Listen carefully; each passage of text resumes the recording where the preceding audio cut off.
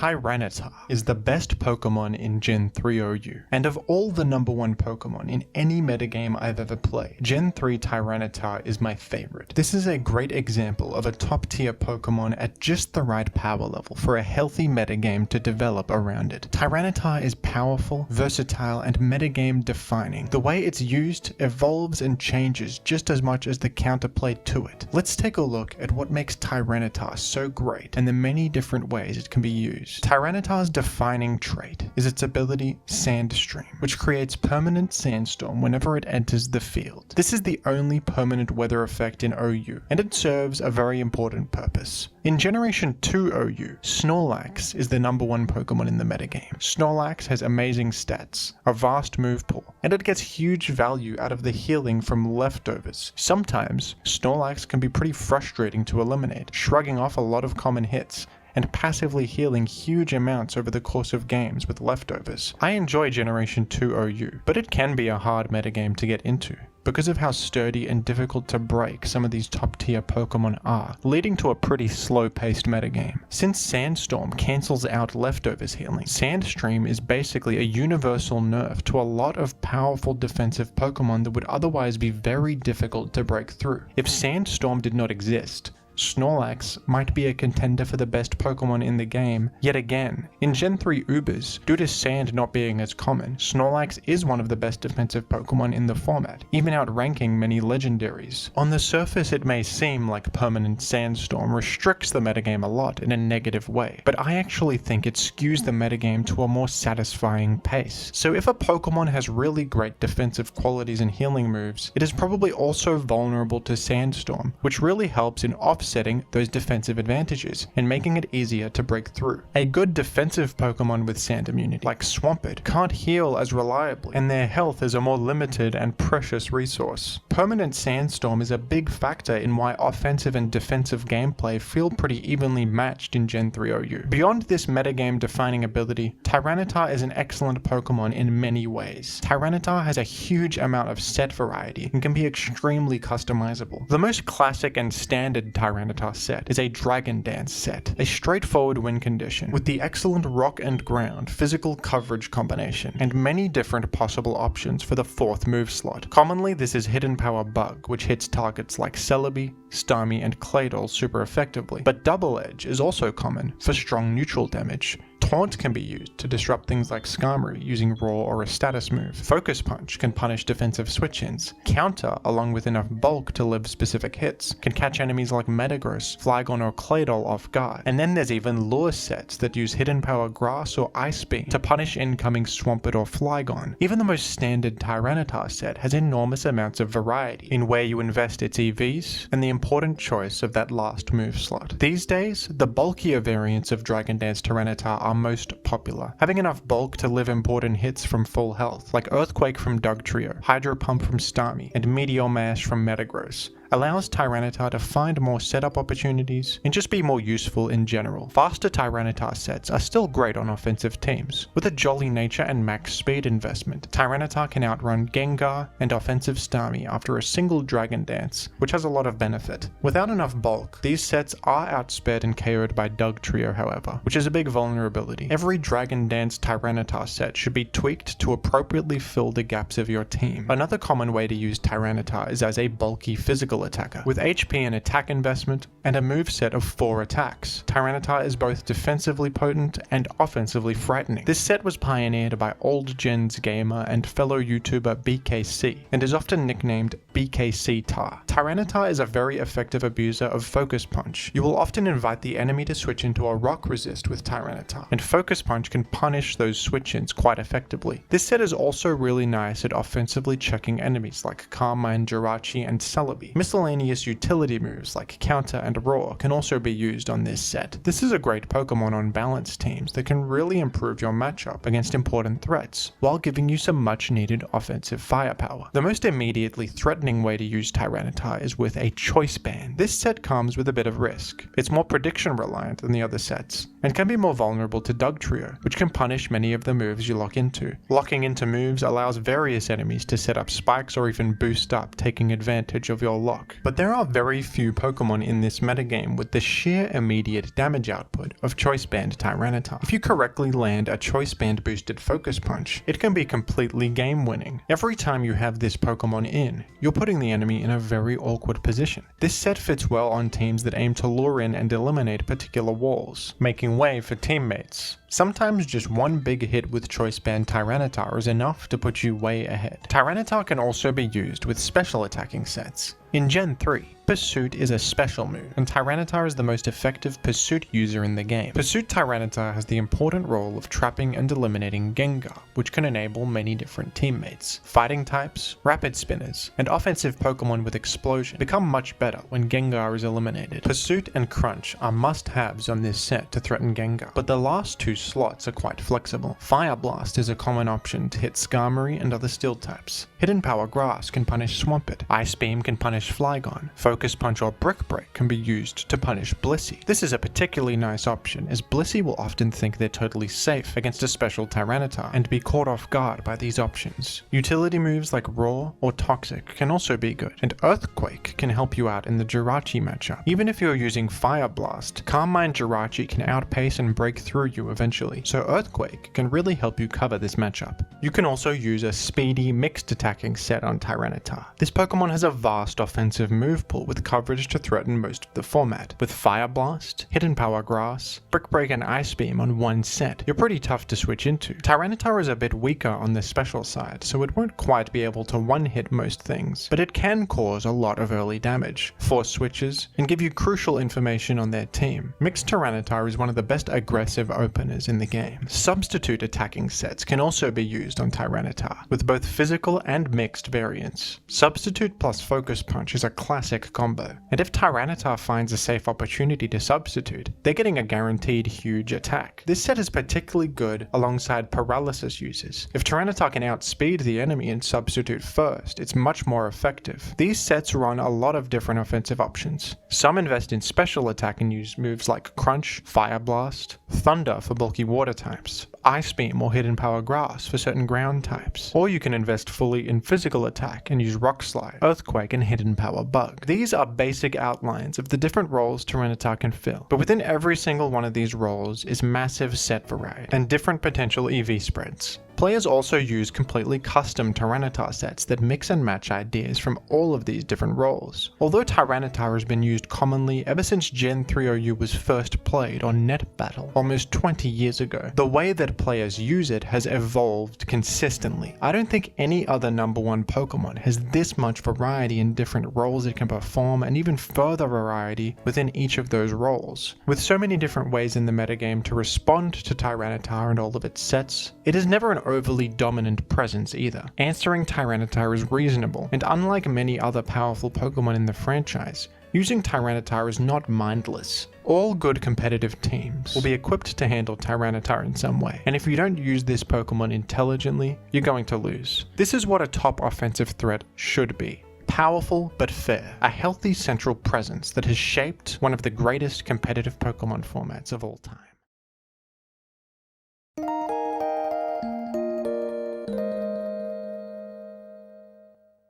Salamence is a Pokemon that was released back in Generation 3, where it is one of the most important and central Pokemon in the competitive singles metagame. Salamence is extremely versatile. It can be used as a physical attacker, a special attacker, and even a defensive support. Salamence is a fan favorite among casual and competitive players alike, and it has been a staple of the Gen 3OU metagame since the beginning. Let's take a look at all the different ways you can use Salamence in Gen 3OU. Salamence has excellent attack and special attack stats, and a solid base 100 speed, which was quite fast back in Gen 3.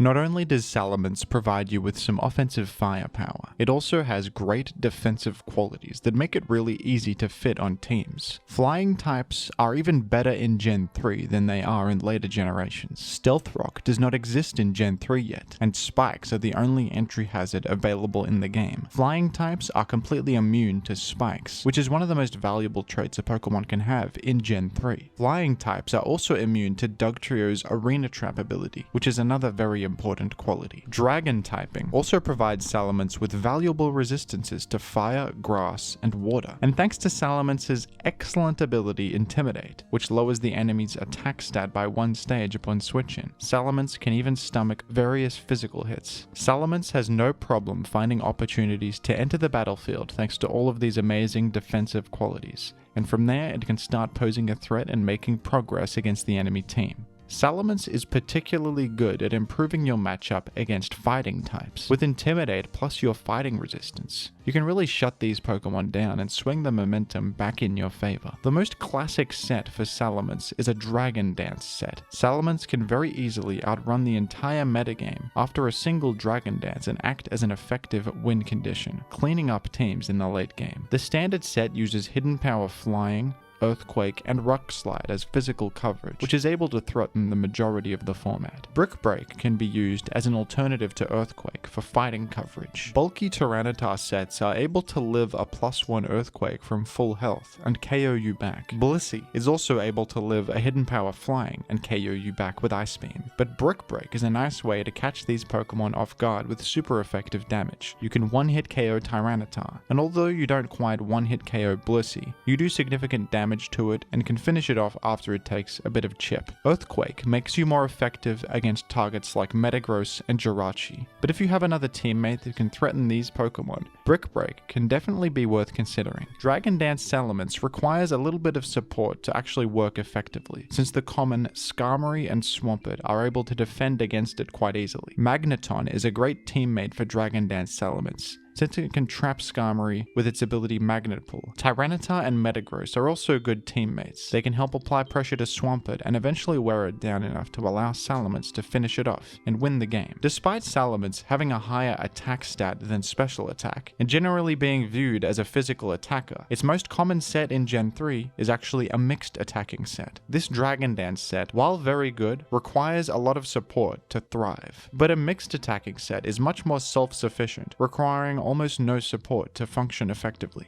The standard mixed attacking Salamence set uses Fire Blast, Hidden Power Grass, Dragon Claw, and Brick Break. This coverage combination threatens all of the most important defensive Pokemon in the metagame. Fire Blast hits Skarmory, Brick Break hits Blissey, and HP Grass hits Swampert. Dragon Claw is good for neutral stab damage, and also allows you to hit Flygon and enemy Salamence super effectively. This set is a great choice on Spike teams. These coverage moves don't quite hit hard enough to one-hit KO, but with the extra chip damage of spikes and how effectively this set can force switches, you can break through teams very effectively. Mixed Salamence is also a great lead. It matches up well against common enemy leads like Tyranitar, Skarmory, and Metagross. There are many other options to consider using on mixed Salamence sets as well. Rock Slide can be used to threaten Zapdos, Moltres, and Charizard with super effective damage. Roar can be used to rack up Spike's chip on potential switch-ins, and to phase out certain Pokemon. Wish is an interesting option, to provide your team with some healing support. This can be a nice surprise move to use after forcing an enemy out. They'll probably expect an incoming attack, but instead use Wish and heal up an ally, which could potentially be game-winning. Hydro Pump is a fun option as well. If you're in a Salamence vs Tyranitar turn 1 lead situation, a common play for the enemy is to go to Gengar against Brick Break and force you out with Ice Punch. Hydro Pump is able to cover the Tyranitar in front of you in case they stay in, and deal significant chip damage to an incoming Gengar as well. Hydro Pump can also help your team against fire types and Claydol, who are quite common in the current metagame. Salamence can also use a Choice Band set to maximize its immediate damage output and act as a great wall breaker. This set is the least popular of the offensive Salamence sets. Since Salamence is not immune to Sandstorm, it will be vulnerable to Sandstorm chip damage without a Leftovers equipped, which can allow the enemy to wear you down over the course of a game. Locking yourself into a move can also be quite disadvantageous and allow the enemy to punish you in various ways. Choice Band sets are also a bit more prediction reliant, which is a less consistent way to play. Despite all these drawbacks, Choice Band Salamence is still a very powerful set. Even the best defensive checks to this set will struggle to take a boosted HP Flying or Earthquake. With Magneton support to eliminate Skarmory, There is pretty much no safe switch-in against Choice Band Salamence. This is a high-risk, high-reward Pokemon that can absolutely tear teams apart if used correctly. The final Salamence set I'll talk about is Defensive Wish Salamence. This set usually invests in HP and defense, and uses Wish, Protect, and Toxic. With this set, you can reliably heal yourself, wear down enemies with status, and even heal up your allies. This set is extremely sturdy against fighting types and will greatly improve your matchup against them. Salamence is also, notably, the only Wish user that is immune to spikes in Gen 3 OU, which is very valuable. The most common fourth move on this set is Flamethrower, which can hit the two most common fighting types in the game, Breloom and Heracross, super effectively, while also helping you against other useful targets like Skarmory, Forretress, and Metagross. This fourth move slot is quite flexible though. I've seen Dragon Claw and Hidden Power Flying used here, which are also valid for their general stab damage. I believe that in a healthy metagame, offensive Pokemon and defensive Pokemon should be evenly matched, and both have enough tools to handle one another. And I consider Gen 3 Salamence to be a perfect example of a healthy offensive threat. With its exploitable Time-Swell weakness to ice, and various roadblocks that prevent it from sweeping or making progress, it never feels too unreasonable to deal with. But this is also a Pokemon that has all the tools to take on its biggest counters. With so many different ways to EV Salamence and modify its sets to suit what your team needs, this is also a Pokemon that promotes creativity and metagame adaptation. We've seen the metagame shift around Salamence many times, with other Pokemon adapting to its presence and Salamence adapting back. Part of the reason why Gen 3 OU continues to evolve so much to this day, despite being over 15 years old, is because of well-designed Pokemon like Salamence being at the center. What do you think of Salamence? Who's your favorite top-tier threat in Gen 3 OU? And what would you like me to talk about next? Let me know down below in the comments, and thank you for watching.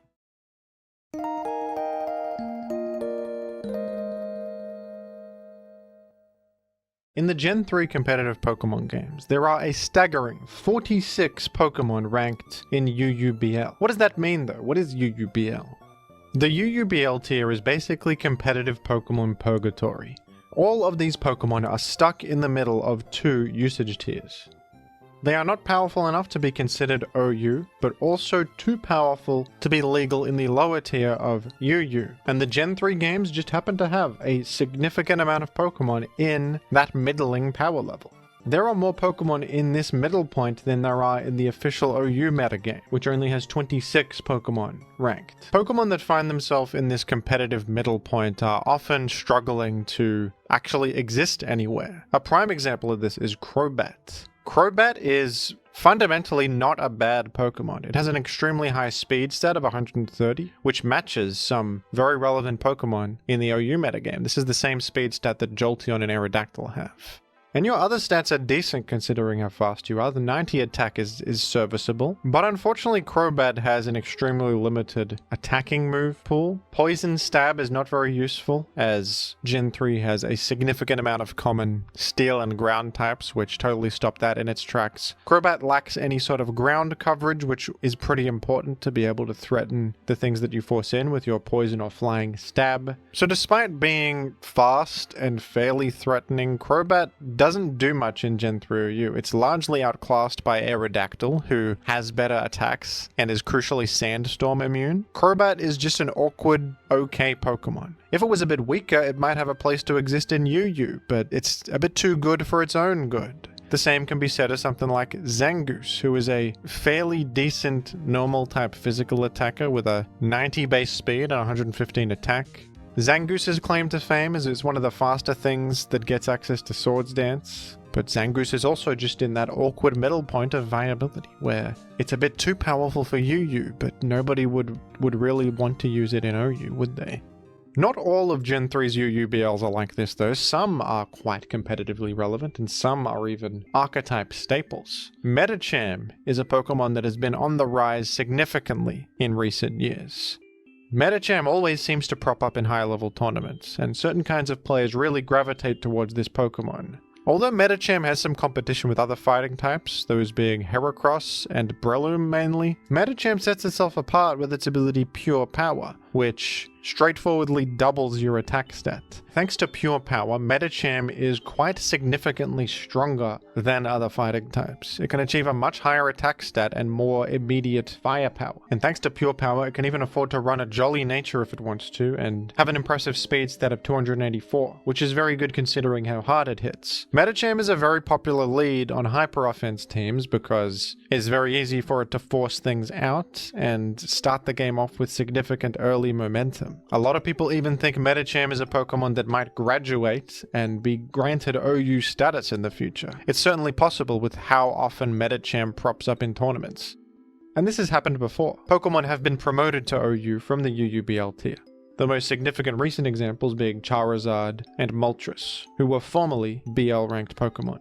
Another very commonly seen UUBL Pokemon in high-level play is Smeargle. Smeargle is well known for its ability to learn any move in the entire game. And because of that, Smeargle can have combinations of utility moves impossible on any other Pokemon. That sheer versatility makes Smeargle very common on hyper offense teams that aim to abuse Spore, the only 100% accurate sleep move in the game, as a way to earn early momentum. And Smeargle is the only thing that is able to put an enemy to sleep with Spore and then create spikes. Spikes are central in Gen 3 as a form of progress, damaging the enemy every time they switch in, and Smeargle is an outstanding aggressive spike setter. On top of that, you can also throw on other high value status ailments like Thunderwave or Will-O-Wisp to significantly hinder the enemy. And Explosion is another momentum tool that can actually deal fairly respectable damage despite Smeargle's low attack stat because of the stab boost and the high power of Explosion itself. But on top of that, in Gen 3, Explosion is able to eliminate the opponent from taking a turn. Because if you die in Gen 3, if your Pokemon faints, the enemy cannot act. By self-inflicting your own demise, you are able to safely pivot and deny the enemy a turn at the same time, which is an outstanding thing to do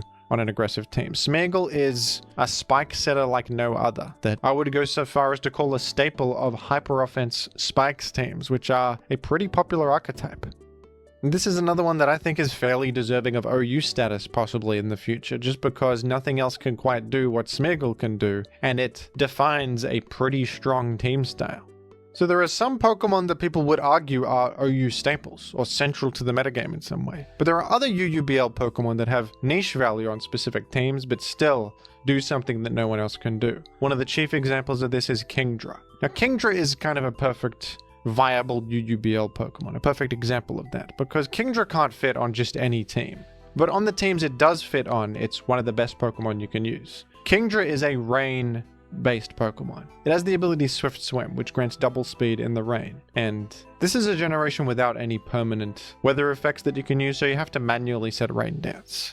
But Kingdra is the best Pokemon in the game at abusing Swift Swim, and it provides an incredibly valuable set of things to special offense teams. Special offense is an archetype in Gen 3 that aims to eliminate the enemy's special wall. Usually that's Blissey, but sometimes it's Snorlax or Regice. Whatever it may be, you're trying to lure them in, eliminate them, and then overwhelm the enemy with a series of special threats now that their main answer to special threats is gone. And Kingdra is crucial on certain special offense teams, and I would even go so far as to say it's one of the best Pokemon on special offense teams because of Swift Swim and its ability to outrun the entire format. There are few special threats that are this fast, and what's crucial about Kingdra is that with Swift Swim it can outrun Aerodactyl, Jirachi, Gengar, these fast offensive threats that can really halt your momentum on a special offense team by coming in and directly forcing out whatever your special threat is and putting you back on the defensive side of things. Kingdra, crucially, outruns all these fast offensive threats and can KO them easily. And it also provides these special offense teams with a way to just end a game. Rain Dance Kingdra is a fantastic late game cleaner due to its speed and nice water ice coverage that is often able to one-shot chipped enemies. So just because a Pokemon's ranked in UUBL doesn't necessarily mean that it's irrelevant in the metagame. Kingdra is not a Pokemon that I would ever expect to be promoted to OU, but it's also a part of OU, undoubtedly. It is the best Pokemon in the format at a specific job, and that has some real merit. In the same vein, there is Hariyama, a Pokemon that is a bit divisive actually. Some think it is an OU level Pokemon, some think it is inconsistent. and difficult to use, but most would agree that this is one of the better UUBL Pokemon, and that is because Hariyama has access to this move right here, Knock Off. This is a very scarce move in Gen 3, and Hariyama is by far the best user of it. Knock Off just eliminates a Pokemon's item, and that is a very powerful effect, as leftovers are crucial in Gen 3 to cancel out the damage of Sandstorm or chip heal in the Sandstorm on Pokemon like Skarmory and Swampert. Leftovers healing can account for sometimes over 100% of healing over the course of a game, especially on Skarmory, who is outstanding at just racking up chip heal with leftovers.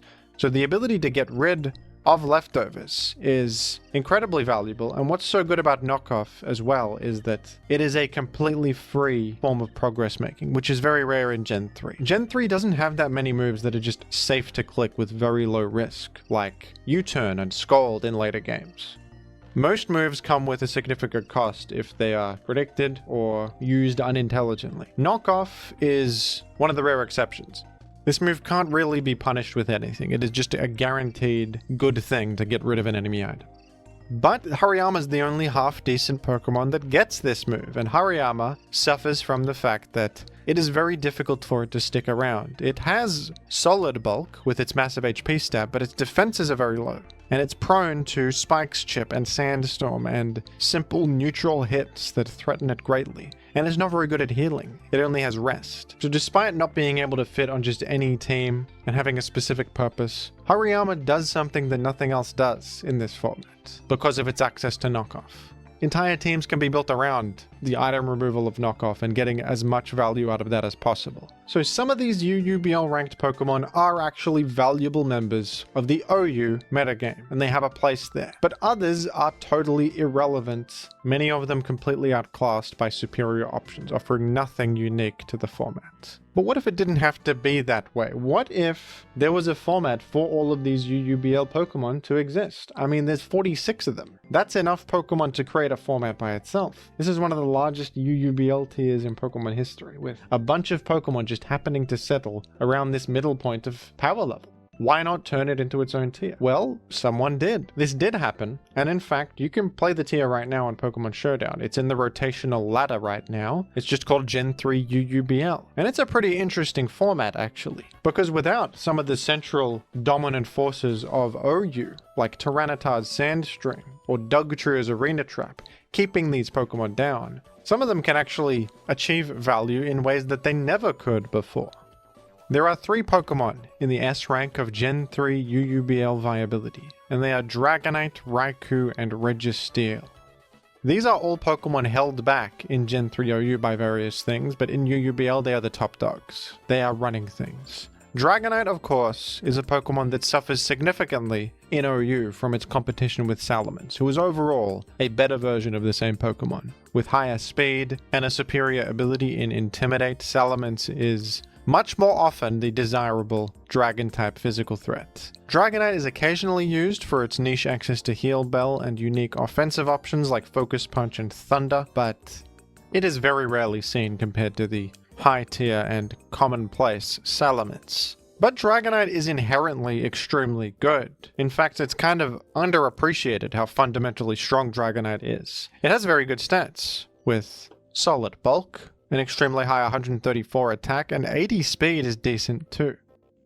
If Salamence didn't exist to steal its lunch, I'm sure Dragonite would be a viable choice in OU. So in this tier, it makes perfect sense that Dragonite would rise to the top. It is quite significantly better than many of the Pokemon here, with outstanding stats, a vast move pool, and a central offensive presence that demands respect. Dragonite can of course run a straightforward Dragon Dance physical sweeper set. It can run a Choice Band set to be more directly aggressive, and it has various mixed attacking options too to cover all of its different checks.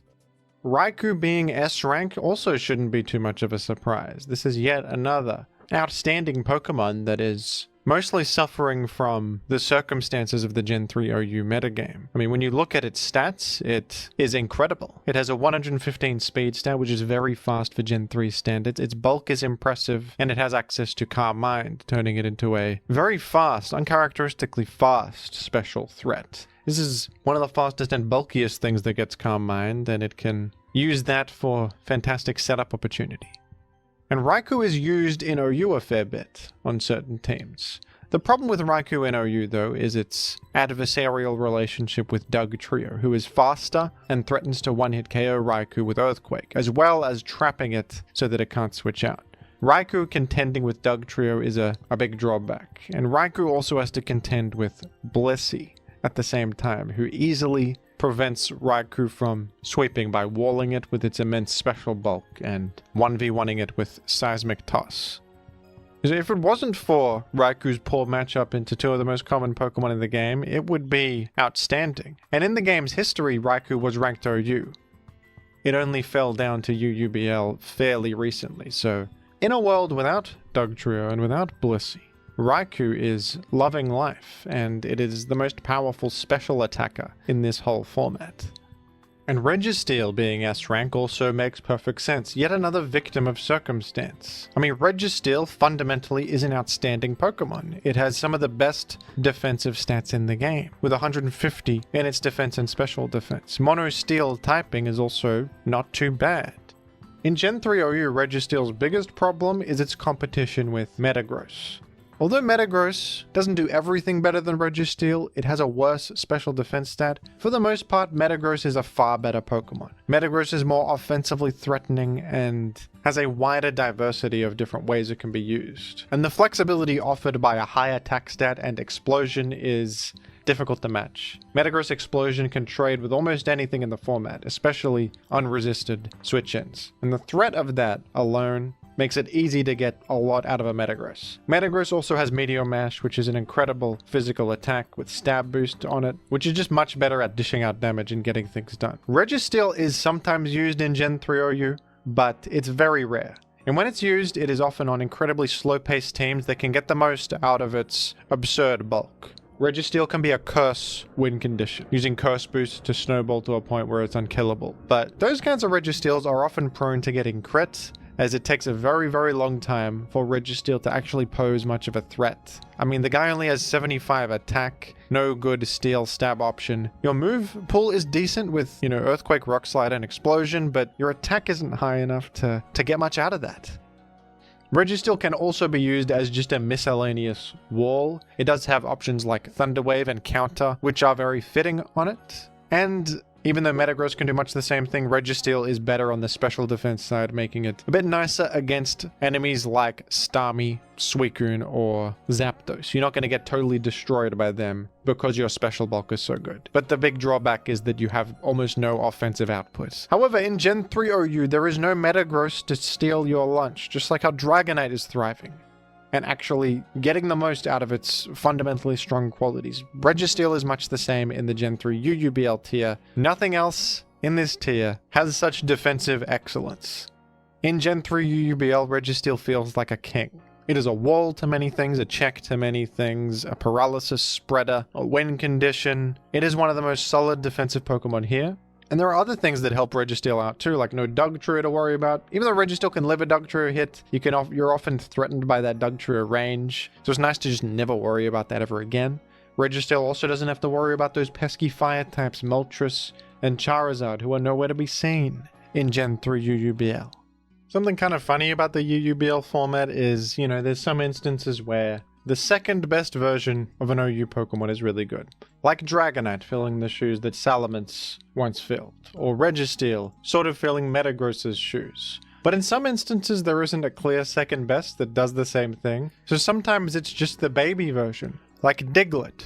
Even though Diglett is an NU ranked Pokemon, it can operate as an arena trapper, and it's like the only guy that can do that can fill the shoes of its father Dugtrio. But Diglett is of course significantly worse. Raikou actually outspeeds Diglett, so Diglett can't really trap Raikou. Diglett traps way less things than Dugtrio can with its inferior damage and speed, but it is still sometimes used, because nothing else can do this. Same deal with Haunter. And Haunter is actually a very good Pokemon in many lower tiers of Gen 3, and interestingly, that's very much the case in UUBL too. This is an impressive B+ ranked Pokemon, actually pretty high for a not fully evolved Pokemon, just because there's a shortage of other ghost types. And Haunter isn't too bad actually, it's pretty fast with 95 speed, has 115 attack, and you are missing many of Gengar's options. You don't have the elemental punches like Fire Punch, Ice Punch. You do at least have Giga Drain. And Haunter also gets Explosion and Destiny Bond, which are both very good momentum and trading tools. You want to know another funny thing about Gen 3 UUBL? Despite the fact that there are 46 Pokemon in this format, none of these Pokemon can learn the move Spikes. The only exception is Smeargle because of course it can learn every move. But there's a bit of a scarcity of Spike setters in Gen 3 UUBL. In OU there's a few different Spike setters, Skarmory being the main one, but UUBL's got a bit of a shortage, doesn't it? For that reason, UUBL teams have to turn to the lower tiers for their Spike setters, and one of the better ones, with an impressive A ranking, is Qwilfish, which might sound a little strange. Qwilfish doesn't look that good, but one of the few bulky Spike setters you can use. Water Poison in Gen 3 OU is a terrible typing because you are vulnerable to Dugtrio, Earthquake, all of the Pokemon with Psychic, Celebi, Jirachi, etc. It's rough being Water Poison in Gen 3 OU because the most common grass type in the game is Celebi. And usually Water Poison is nice because it's neutral against grass, but when the main grass type hits you with a super effective Psychic, that's no fun. So Water Poison, terrible in OU, but very good in UUBL actually, because there's quite a few fighting types here, like Medicham and Hariyama and Machamp. Some of the strongest offensive threats are fighting types. There's no Dugtrio anymore, there's no Jirachi or Celebi anymore. There are some Psychic types here like Alakazam, but you're under way less fire in this tier than you are in OU. And defensively, Qwilfish has some cool stuff like the ability Poison Point, punishing contact effects. It's actually quite usable. Your stats are average, but just because you have access to Spikes and Thunder Wave and Poison Point and a decent typing, Qwilfish is a high tier Pokemon in UUBL that's filling the very important role of a Spike setter. Shows you how sought after Spikes is. Qwilfish would be terrible if not for its access to Spikes, probably, but there's enough of a big deal to make it a A-ranked Pokemon. Qwilfish can also use Swift Swim, but it's a bit clunky, I think, to be a Spike setter and use Rain Dance Swift Swim combo to take advantage of double speed in the rain. It's not very well suited to that. I think I prefer the Poison Point set. You can maybe use Swift Swim to counter enemy rain or get a fast self-destruct, but you're not very offensively powerful. Having low special attack isn't the best either when in rain you want to use water moves, which are always special. But there's another water type Spike setter that is a bit more effective at taking advantage of its Swift Swim ability, and that is Omastar, another one of the only good Spike setters you can use in this format. Omastar's typing is probably a bit worse, Water Rock. It has its advantages. Rock has normal resistance and flying resistance that can come in handy, but your types are weak to grass, you're weak to fighting. Water Poison is a bit better defensively, but offensively Omastar is much more powerful. And in the rain, this is actually a very strong threat. And on top of that, you got the roll compression of also having Spikes. This is actually a set that can do pretty well in OU, just because it's so unique. You're a Swift Swim Pokemon with Spikes on you. And Omastar also has very good defense. Base 125, it's kind of destroying Qwilfish on the stats side of things, in that sense. And for that reason, you can actually just go full-on defensive with Omastar too. You can run Shell Armor instead, which is a bit useful defensively, making you immune to crits. And there's an interesting set you can run with Thief, actually. Something like this. You go itemless Omastar and you run Thief to steal the enemy's item and remove it. It's actually very nice. Not many things can do that, while also making Spikes and having pretty good defense. So Omastar is also joining Qwilfish in the A rank and is one of the central spikers of this format.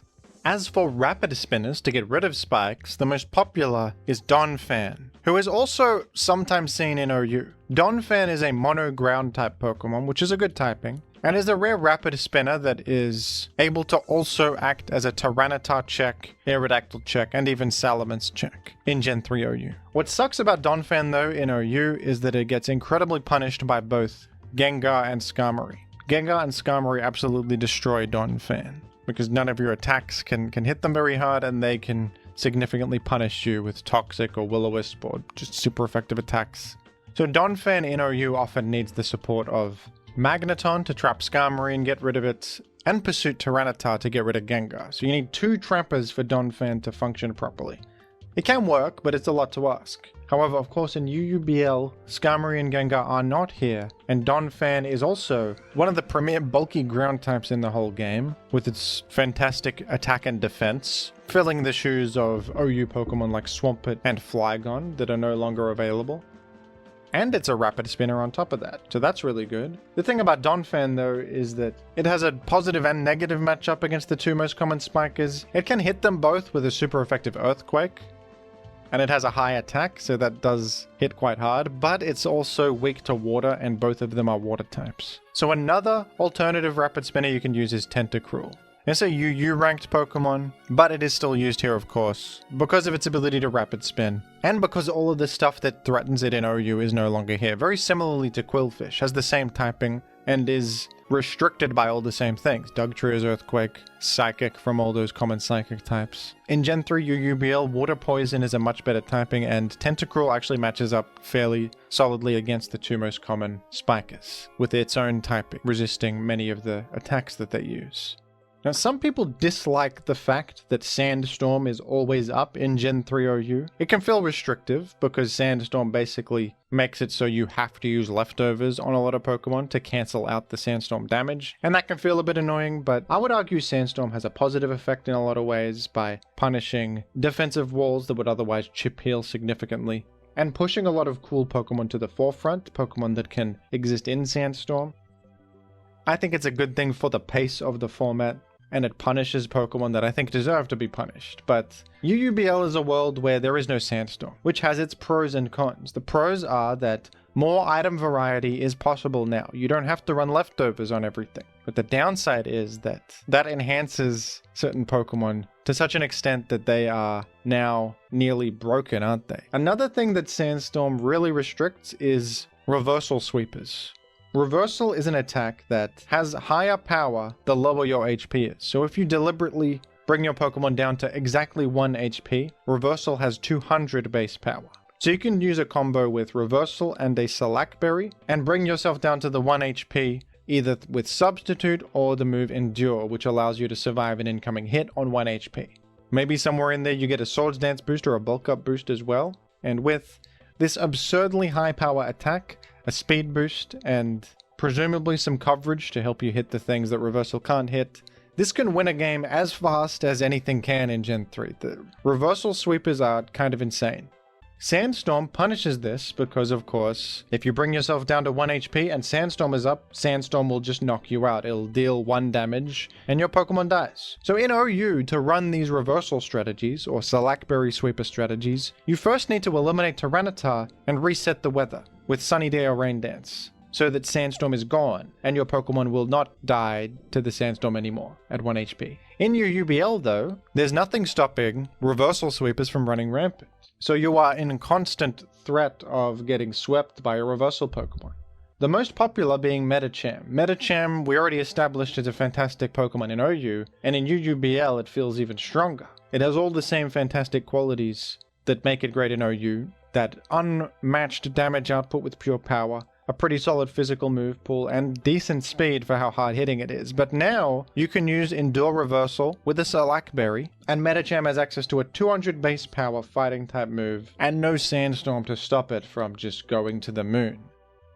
At least all the poison types down here like Weezing and Quillfish have resistance to reversal, but you'll often find yourself getting overwhelmed by these reversal sweepers. Blaziken can also use a reversal set, and Blaziken is a better mixed attacker, allowing you to threaten a wider variety of different things. And Dodrio is also able to use a Flail set. Flail has exactly the same effect as reversal. It's just a normal type attack instead of a fighting type attack. And Dodrio is crucially much faster than Medicham, and it has access to agility, meaning Dodrio can choose to boost its speed with agility and then use a berry to boost its attack, a Lychee berry. For this reason, it is nice in UUBL to have some sort of Pokemon with a priority move on them. Priority moves are actually quite scarce in Gen 3. They are much less common than they end up becoming in later games, but there are some good Pokemon here that do have priority moves. Arcanine has access to extreme speed, and that will of course eliminate the speed boosted reversal threat and take it out, because they're on 1 HP, they'll die to anything. And Choice Band Swellow is another solid Pokemon in the UUBL tier that has access to quick attack, which can be a line of defense against these reversal and flail late game cleaners. Gen 3's UUBL tier is a very unique case. Many of these Pokemon are solidly viable in the OU format and have a place there, but for those that aren't, they actually have a whole format where they get to exist and finally show the world what they can do without all of the perils keeping them down in Gen 3 OU. I happen to like the way that mechanics such as Sandstorm and Arena Tramp shape Gen 3 OU in a certain way, because I think the metagame that formed around those things is very good and balanced, but it is a shame how much those things restrict a significant amount of the cast in Gen 3, and so many Pokemon just have nowhere to exist as a result. I'll be sure to play some UUBL while it's available this month and get a sense for this alternate universe of competitive Gen 3, where there is no Sand, and Crobat is seen as a genuine entity, and Zangoose is a respectable individual too. What do you think of the Gen 3 BL tier? Have you tried it? Do you think it's fun? Who's your favorite Pokemon to use in there? Let me know down below in the comments, and thank you very much for watching.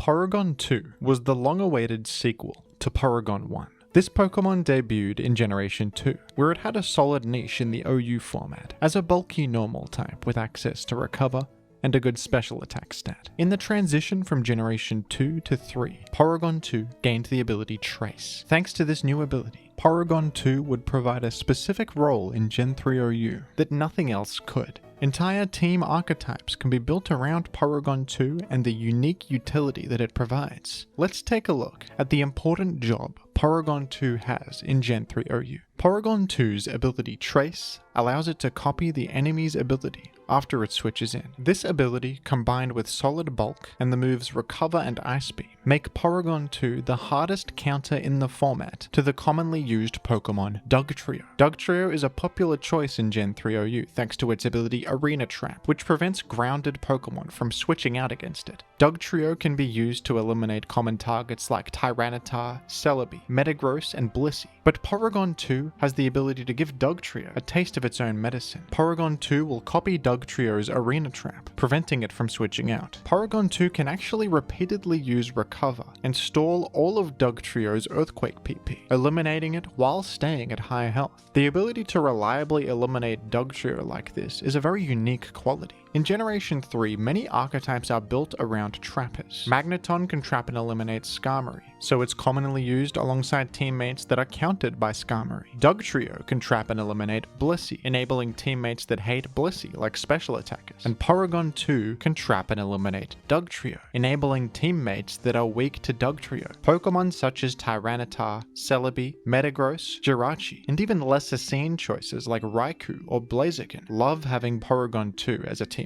The tier's most common fighting types, Heracross and Breloom, also both get eliminated by Dugtrio's Aerial Ace, so they are commonly seen alongside Porygon 2 as well. Grounded Pokemon have a bit of a rough experience in Gen 3 OU, especially if they're weak to ground. Spikes are very common, and Dugtrio really makes life difficult for a lot of Pokemon. But Porygon 2 can kind of turn the metagame on its head, and make grounded Pokemon that get trapped by Dugtrio really good all of a sudden. You usually need to sacrifice one of your Dug-weak Pokemon to get Porygon 2 in and eliminate their Dugtrio. But once you do that, the rest of your team becomes a lot scarier. What's nice about Porygon 2 is that beyond this role of trapping Dugtrio, it's also just a solid Pokemon on its own merits that can provide valuable defensive utility to a team. Porygon 2 is a great answer to Dragon Dance, Salamence, and Gyarados, thanks to its solid bulk and access to Ice Beam and Thunderbolt. Salamence and Gyarados are both common checks to Heracross and Breloom. Helping out against these Pokemon is another reason why fighting types in Porygon 2 work well together. With Trace, you can switch straight into Flygon, copy their Levitate, and become immune to ground. You can also do the same against a Claydol Earthquake. You can even switch nicely into Jolteon as you trace their Volt Absorb. Porygon 2 can also be a nice buffer against Blissey. You trace their Natural Cure, meaning you can safely take a status effect and heal it off by switching out. If you're using Toxic, you can force out the Blissey and maybe even make some progress against whatever comes in. Porygon 2's good bulk and fantastic move pool also just lets it tank hits from a lot of common stuff and find unique ways to be useful. Porygon 2 was ranked in OU in Gen 3 for a long time, but it only recently fell down to UUBL. Despite all of these great qualities that it has, it's a pretty tough Pokemon to build with. Many players prefer to handle Dugtrio in different ways, by punishing its choice locks with Pokemon such as Skarmory and Salamence. Porygon 2 can be fantastic on the right teams, but it's not a self-sufficient Pokemon like many others are in OU. Porygon 2 is an enabler for a specific style of team, and it can't just be thrown onto any team without consideration. While a similar argument could be made for Dugtrio and Magneton, the team styles that they enable are considered stronger and more consistent in the metagame. All that being said, Gen 3 OU is a format where the metagame shifts quite a lot. At the moment, a lot of top level players are building teams that rely on Dugtrio to handle things like Tyranitar and fighting types and enable their defensive teams. Porygon 2 really punishes teams like this, and I think this Pokemon could see a bit of a resurgence because of that. Porygon 2 is always there to prevent people from over-relying on Dugtrio too much. Even if it's not ranked in OU, it has a role in the format that no other Pokemon can fill, and will always have a place in the metagame for this reason. Trace is one of my personal favorite ability designs in the entire franchise, and I think Porygon 2 is a well-designed Pokemon all around. This Pokemon enables strategies that would otherwise be completely unusable, and its existence is a source of creativity, variety, and balance for this metagame. What do you think of Porygon 2? Who's your favorite UUBL ranked Pokemon in Gen 3? And what would you like me to talk about next? Let me know down below in the comments, and thank you for watching.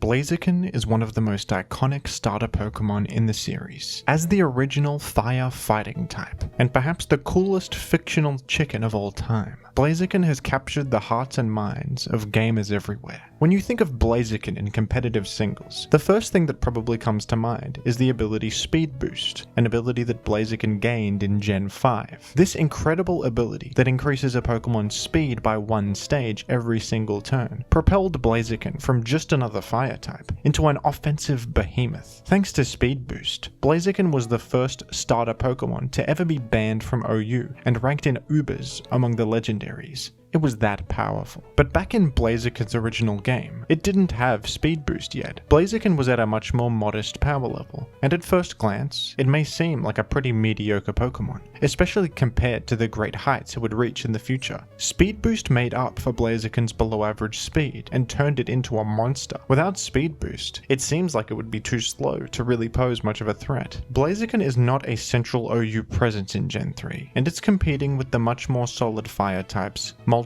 and Charizard. But if you're a Blaziken fan, don't let this deter you. Blaziken is much better than it looks, and it has some unique offensive advantages that other top threats in the metagame wish they had. Let's take a look at what Blaziken can provide to your Gen 3 OU team. Blaziken may be slow compared to most offensive Pokemon in the metagame, but it has the advantage of being perhaps the most threatening mixed attacker in the format. Mixed attackers are popular in Gen 3 for their ability to punish the common Skarmory plus Blissey core, and generally just hit as many things super effectively as possible. The most popular mixed attacker in the game is Salamence, who uses fire, fighting, and grass coverage, posing a threat to Skarmory, Blissey, Tyranitar, and Swampert at the same time. Fire and grass coverage hit much more than just that too, and Dragon Claw is a great stab attack to hit things neutrally. Tyranitar can also use a mixed set with that same fire, fighting, and grass coverage. But a disadvantage of these mixed attackers is that their coverage doesn't always hit that hard. They often rely on spikes or good predictions to actually make progress against the walls they're threatening super effectively. And while they're very dangerous, they can be maneuvered around and taken advantage of. This is where Blaziken sets itself apart. Blaziken has the incredibly valuable offensive stab combination of fire and fighting, meaning it does significantly more damage with fire and fighting moves than any other mixed attacker. While a mixed Salamence cannot one-hit KO Tyranitar with Brick Break, Blaziken can. Salamence and Tyranitar fail to one-hit KO Skarmory with their Fire Blast. Skarmory can often choose to take this hit to create a spike on the field or toxic the Salamence. It can then find opportunities to chip heal back up later on in the game. This is a dangerous but often worthwhile exchange for the Skarmory. But against Blaziken, Skarmory does not have this luxury. Blaziken will cleanly one-hit KO Skarmory with Fire Blast, although you don't one-hit KO Blissey with Sky Uppercut or Brick Break. You do well over half of their health, which is very significant. Mixed Salamence and Tyranitar only deal about 40% to Blissey with their Brick Break, so to actually power through Blissey it needs to be chipped down already. Blaziken is a lot more directly threatening to Blissey, putting it dangerously low. If even one spike is up, that Blissey is never coming in safely again, and you can often put it in range of a special attack from a teammate, even without spikes on the field. Preventing Blissey from doing its job of coming in safely against special attackers is massive. For additional coverage, Blaziken can choose Hidden Power Grass or Hidden Power Ice. Hidden Power Grass allows you to significantly threaten Swampert and damage it beyond repair, enabling teammates like Dragon Dance, Tyranitar, Aerodactyl or Metagross by significantly damaging their most common check. Hidden Power Ice allows you to punish Salamence or Flareon. These Pokemon can safely come in against the common Fire Grass Fighting stab combination, but a surprise Ice type attack will just one-hit KO them cleanly.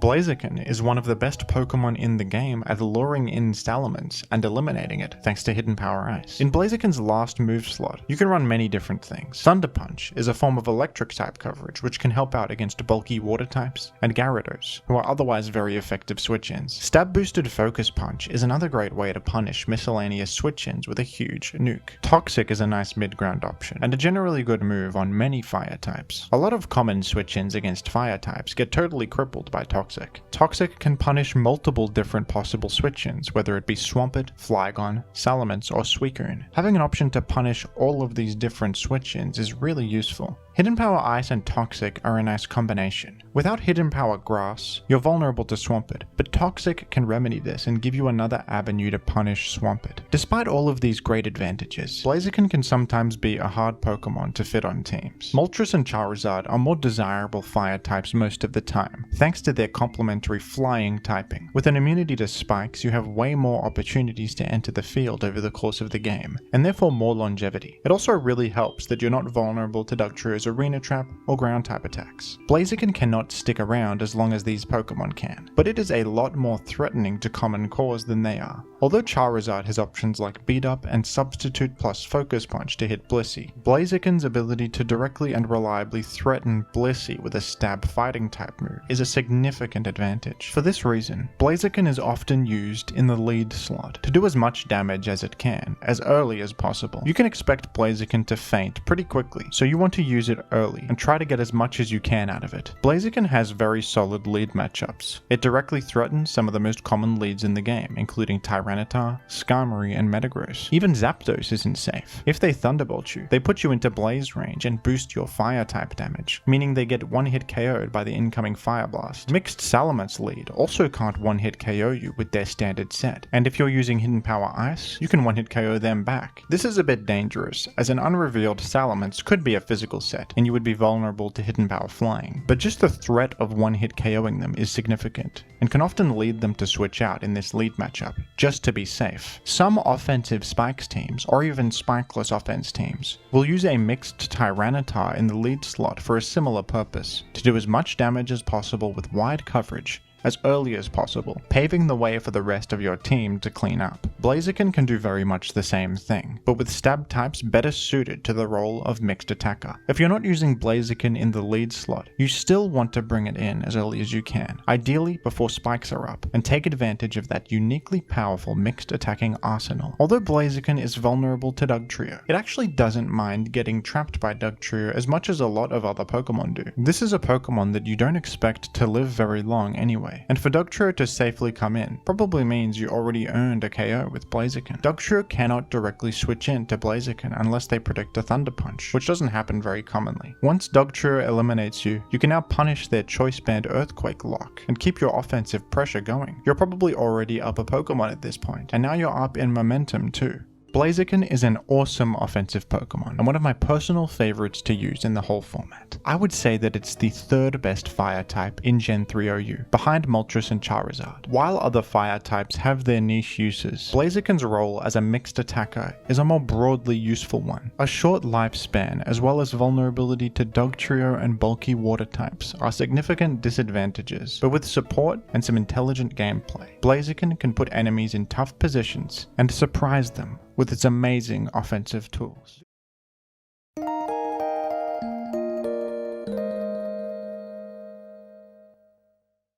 Camerupt is one of my favorite Pokemon in the whole franchise. A camel with volcanoes on its back is just an awesome idea. Its visual design is great, and the thematically appropriate fire ground typing along with moveset options like Eruption and Explosion are flavorful and well thought out. But despite favorable reviews from critics over the years, this Pokemon has unfortunately had a rough career in competitive singles, with damning weaknesses to water and ground type attacks, some of the most common offensive types in the game, pretty poor stats, and especially that low speed. It's hard for Camerupt to really get anything done in most generations, except of course for Gen 3 OU, the evergreen metagame, where dreams become reality. Amazingly, Camerupt is actually a usable Pokemon in one OU format, and the niche it provides is genuinely good enough for it to see usage in high-level tournaments sometimes. Camerupt is by no means a great or central Pokemon, it's pretty rarely seen, but the unique defensive qualities of its typing and certain offensive options give it a real reason to be considered on some teams. Let's take a look at the benefits that Camerupt can provide to your Gen 3 OU team.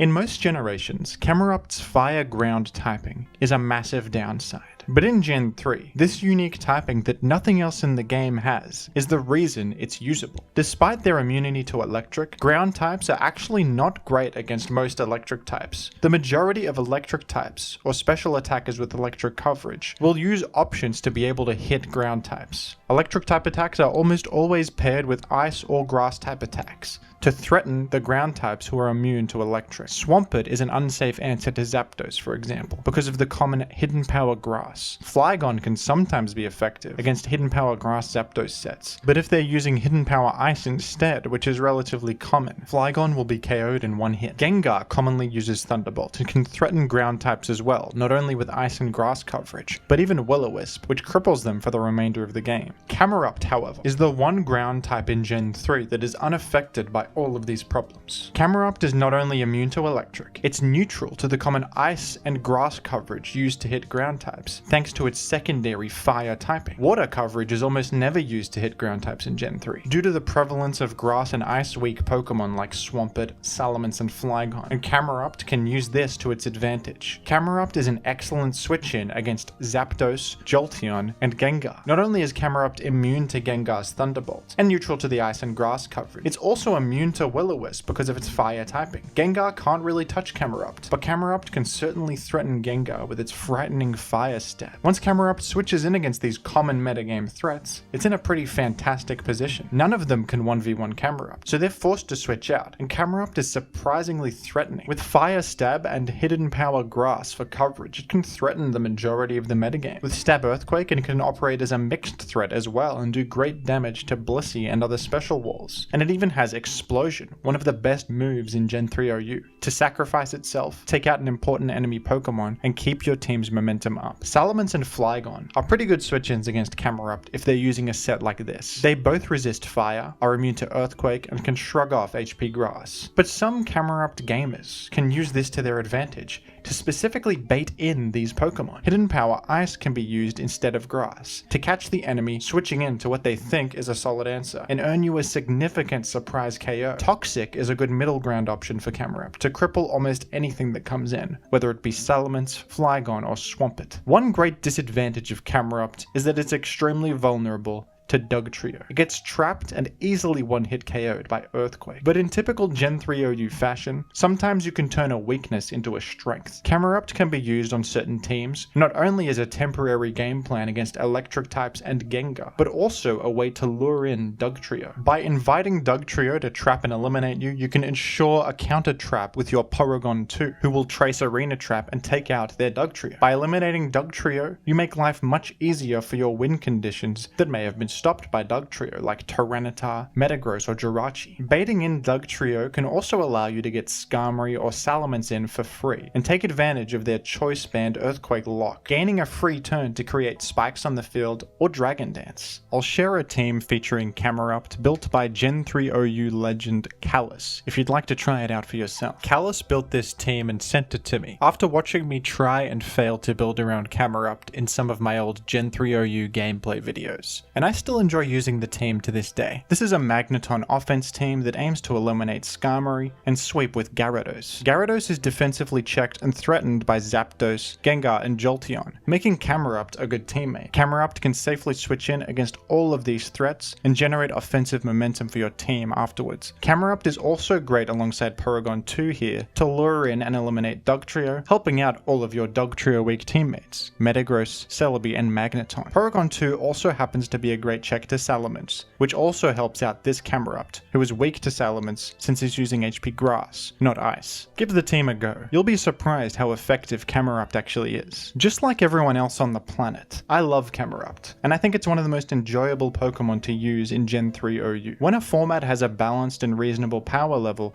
like Gen 3 OU does, you will naturally see Pokemon rise up to fill specific roles, just like this. Camerupt is the only fire ground type in the game, and the unique benefits of this typing have legitimate value. Certain elements of power creep over the years, such as the base power of moves getting higher, overtuning of stats, and the rise of completely risk-free progress-making moves, really restrict the breathing room of a lot of Pokemon. This is why Gen 3 OU is my favorite metagame of all time. A lot of the powerful moves and abilities that have become central to competitive singles don't exist yet, and we see so much natural evolution and variety in high-level play as a result.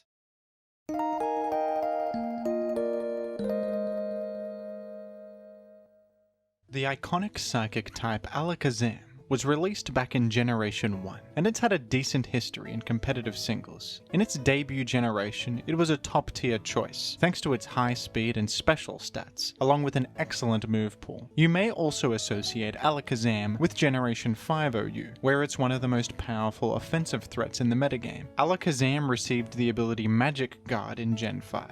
This is one of the best abilities in the entire game, and it was a significant buff for Alakazam. But in Generation 3 OU, Alakazam is in a bit of a weird spot. This Pokemon looks good in theory, with high speed and special attack, along with great coverage in the form of the elemental punches and stab psychic. Alakazam seems like it could be a great late game cleaner or win condition with Calm Mind. However, in practice, Alakazam falls short of being an OU level threat in Gen 3. Alakazam too easily invites in Tyranitar and Blissey, who completely shut it down. Compared to other special attacking cleaners and win conditions in the tier, such as Starmie, Jolteon, and Gengar, Alakazam is less equipped to handle these common roadblocks and doesn't provide as much utility to teams. But despite its shortcomings, Gen 3 OU players have occasionally found uses for this Pokemon. There have been rare instances of Alakazam's unique qualities, having the ability to fill gaps in a team or enable specific interactions, and the Pokemon is occasionally seen in tournaments. Let's take a look at the niche role of Alakazam in Gen 3 OU. Compared to other fast special attacking threats that take advantage of spikes and apply offensive pressure, Alakazam is mostly outclassed. Alakazam is competing with Starmie, a fellow psychic type who has the benefit of threatening Tyranitar with Stab Hydro Pump, and also has the utility of Rapid Spin. Gengar is another competitor who has valuable immunities to spikes, normal type attacks, and poison, as well as ways to threaten Blissey using Explosion or Taunt. There's also Jolteon, who is much faster, provides a valuable electric immunity to teams, and can keep up the pace against Blissey with Roar or Baton Pass. Alakazam's Stab Psychic does hit hard on neutral and super effective targets, but it's an easy move to stop with many psychic immunities and resistances present in the format. Alakazam has to rely on low power coverage options in the form of the elemental punches and hidden power to make progress. But Alakazam does have some unique qualities that make it worth considering over the competition. Alakazam notably outruns Gengar and threatens to KO it in a single hit. Alakazam can also outrun a max speed Tyranitar after a Dragon Dance, and enemy Starmie. A useful utility option that Alakazam has access to is Encore, a pretty rare move in Gen 3 OU. If you happen to switch in against a Tyranitar as they Dragon Dance, or if they foolishly Dragon Dance while Alakazam is in, you can Encore them. forcing them to repeat Dragon Dance. This can be a nice backup plan against Dragon Dance Tyranitar, the format's most common boost sweeper. Encore can also be used as a form of counterplay against various setup sweepers and walls, forcing Pokemon like Jirachi and Suicune to repeat Calm Mind, or forcing Melodic or Blissey to repeat their healing moves can give you free turns and disrupt the enemy's plan a little bit. Encore is the most significant utility option that Alakazam has access to. Alakazam's ability Synchronize has its uses as well. If Alakazam receives a status effect, the enemy receives the same one. Other fast special threats are much more afraid of coming in against status moves like Gengar Will-O-Wisp or Zapdos Thunderwave, but Alakazam can at least mirror the status to the opponent, crippling something important on the enemy team. If you're using Alakazam on an offensive Spikes team, you're going to want teammates who can lure in or apply pressure to Blissey. Alakazam can be quite effective with Blissey eliminated, but that's much easier said than done. Using Explosion on Gengar to nuke Blissey, enabling an Alakazam clean, beat up Charizard who can invite in Blissey and apply pressure to it, or more special threats who can force in and chip it down with Toxic or Spikes over the course of a game, are some ideas. Famed Smogon gamer Altina used an Alakazam Spikes team like this in a Pokemon Perfect Open tournament against the epic player Zach PZ. Fortunately for Altina, Zach did not bring Blissey in this game, making Alakazam's life much easier. But if he did, this team would have had the tools to wear down Blissey, with Jolteon as a teammate who can rack up Spike's chip damage with Roar, as well as Explosion on Gengar.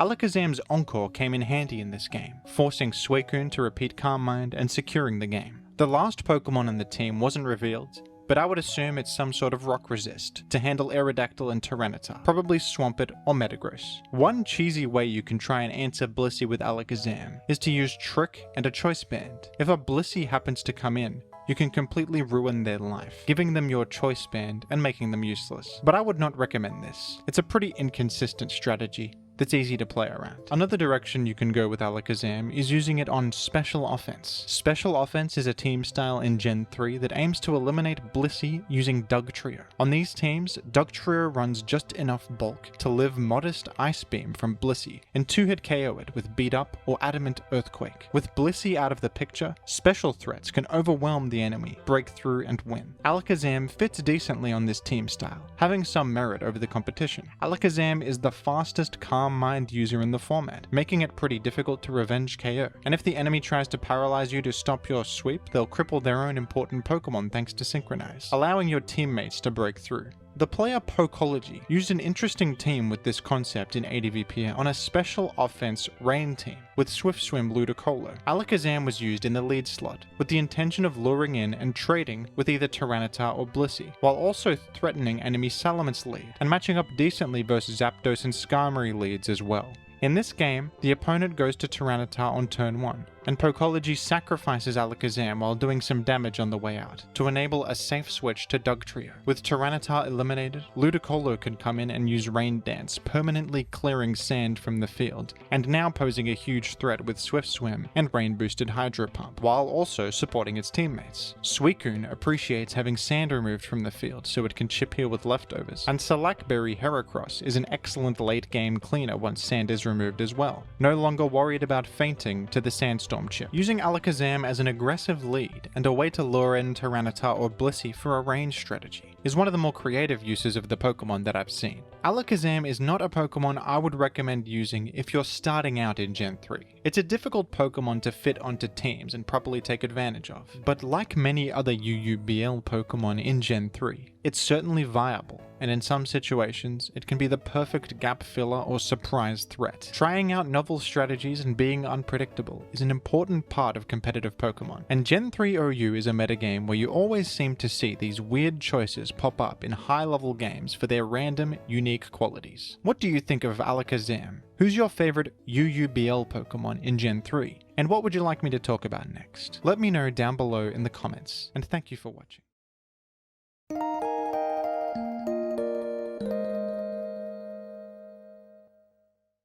In Generation 3, Swampert is the strongest of the 3 starter Pokemon in competitive singles. Swampert is a bit like the original Landorus Therian or Great Tusk, an incredibly reliable defensive backbone that provides unmatched utility to a team. Swampert is one of the most consistently used Pokemon in high-level play, and although it's mostly known for its defensive role, this Pokemon has a great amount of variety in the way it can be used. Swampert can fit on almost every type of team, and can be used both defensively and offensively. Let's take a look at what makes Swampert so excellent in Gen 3 OU.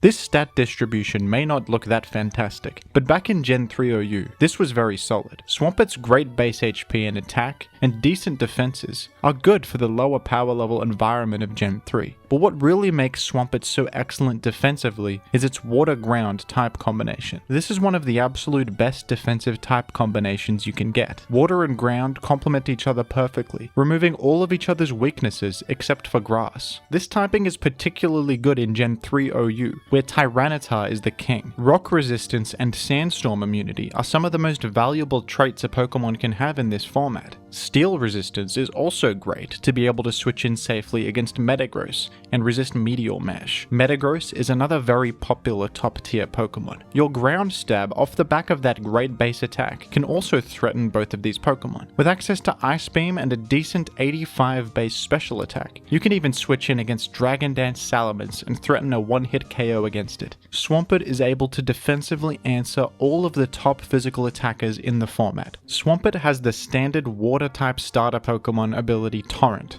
which increases the damage of water-type attacks by 1.5 times when you're at 1/3 of your max HP or less. In later generations, this ability and its counterparts aren't hugely relevant in competitive, but in Gen 3, being hit into torrent range by particular hits is a common occurrence, and this damage increase comes up quite a lot. This ability is really nice and can help Swampert finish off Pokemon with the damage boost that it otherwise couldn't. Swampert is top tier, not really because of its inherent power, but because of how well it fits into this metagame and handles all of these common matchups at once. Swampert also hits pretty hard for a primarily defensive Pokemon. Even the standard defensive set with full investment in bulk can be difficult to switch into. You can do good damage to Blissey with your Earthquakes, good damage to Skarmory with Hydro Pump, and even the best Swampert switch in Celebi takes quite a bit of chip damage from Ice Beam. The standard defensive set uses Earthquake, Hydro Pump or Surf, Ice Beam and Protect, but you can mix and match these options quite a bit. Roar is great if your team needs some phasing and another way to rack up Spike's chip damage. Toxic can be good to cripple important enemies or force out Blissey. Refresh can be great to heal you from Toxic and Burn. Rest can be used on some teams if you have Aromatherapy or Heal Bell support, and want a direct form of healing and status management for Swampert.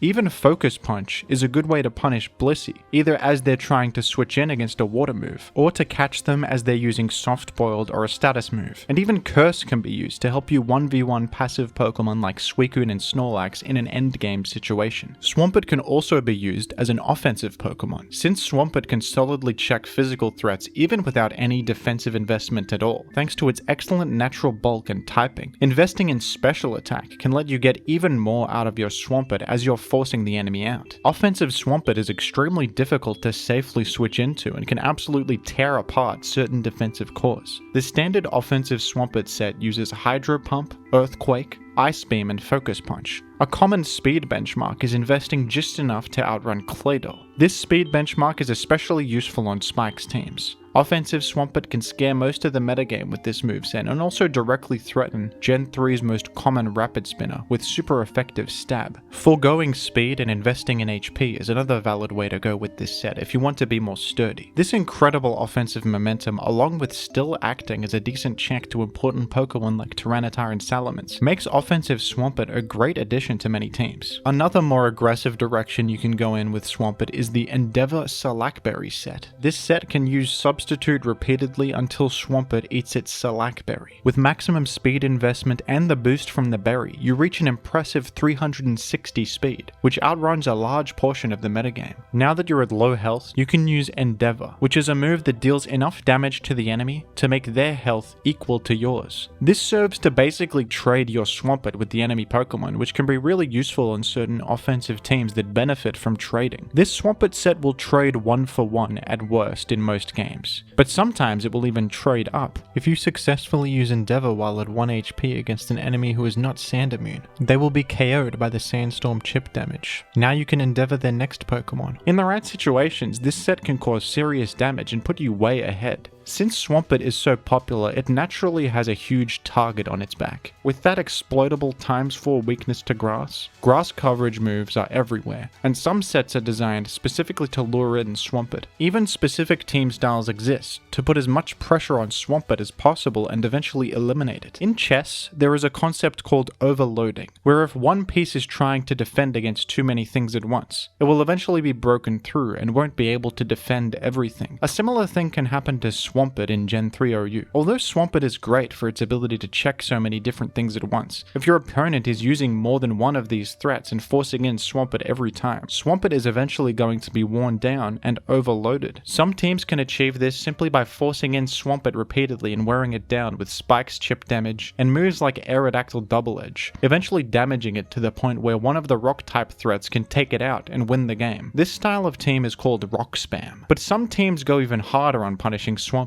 with sets like HP Grass Mixed Metagross, which can lure in Swampert and deal massive damage to it with an unexpected super effective coverage move. Mixed attacking sets can also be used on both Tyranitar and Salamence to deal huge tip damage to Swampert with HP Grass, and enable other teammates that appreciate Swampert being eliminated. Keeping Swampert healthy enough to answer the things it needs to, and also not over-relying on Swampert too much, is very important when navigating a game against dangerous physical threats. I absolutely love Gen 3 Swampert, and I think this should be the blueprint for how defensive Pokemon are designed. It's extremely reliable and versatile, but it also has its exploitable weaknesses. While it's extremely sturdy, its health is limited since it has no immediate healing moves like Recover. Not taking too much damage on your Swampert and maintaining its health is a very important aspect of using it. Swampert is nothing but a positive presence in the metagame that adds to the nuance and strategic resource management that I love so much about Gen 3 OU. What do you think of Swampert? Who's your favorite of the 3 starter Pokemon in Gen 3? And what would you like me to talk about next? Let me know down below in the comments, and thank you for watching.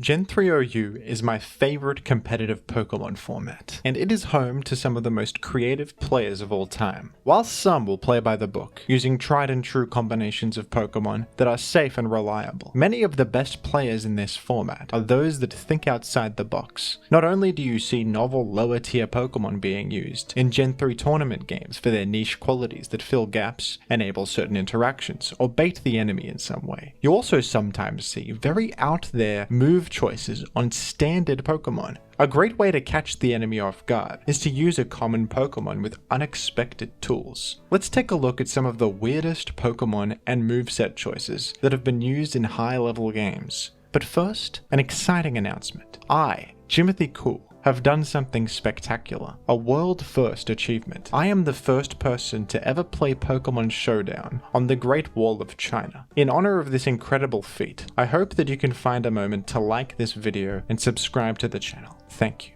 Blissey is a Pokemon that you're probably familiar with. This is the premier special wall of Gen 3 OU, and one of the most common Pokemon at high level play. Seeing Blissey in a tournament game is one of the most ordinary things that can happen, and you do see some novel moveset options on Blissey from time to time, like Fire Blast, Sing, Counter, and Snatch. While these are more uncommon options, most experienced players are at least aware of them. But in a set for Kalos Invitational, the biggest tournament of the year, one of Gen 3's best up-and-coming players, Arctic, brought a moveset option on Blissey that shocked the world, and to my knowledge is the first time this move has ever been used on Blissey in a high-level tournament set. You think this is funny? In a cosmic sort of way, yes. Well, Mr. Funny Man, is this how you get your sick kicks? What? It's just an ordinary... Blissey. Oh my goodness! Yes, Tail Whip, of all things, was used on Blissey. This was the first time I'd ever personally seen this move used at all in competitive play, and I, like many others watching, was flabbergasted. In the set, Tail Whip didn't even really achieve anything, aside from being used to skip turns and waste PP. But the reason for this moveset choice was actually quite smart. Sometimes in Gen 3 OU, sacrificing your entire team and being left with one Pokemon can actually be a win condition. If you only have one Pokemon left, Roar can no longer be used to remove your stat boosts, since you don't have any more Pokemon to switch in. Pokemon such as Suicune and Snorlax, if they're the last Pokemon remaining, can stack up boosts without getting roared out and win the game as a result. As a form of counterplay to this, stat dropping moves are sometimes used. Since they only have one Pokemon left and they can't switch out, they're unable to remove stat drops. The most common Pokemon to use stat drop moves for this purpose are Magneton and Dugtrio. Since their main role is trapping specific targets, their additional move slots aren't as important, and can be used to improve your matchup against last Pokemon Suicune and Snorlax, without much downside. Screech or Metal Sound are often used to achieve this, and that's why Arctic used Tail Whip on Blissey. Without it, he'd be totally vulnerable against a potential last Mon Suicune. Wasting a move slot on Blissey is a much greater commitment,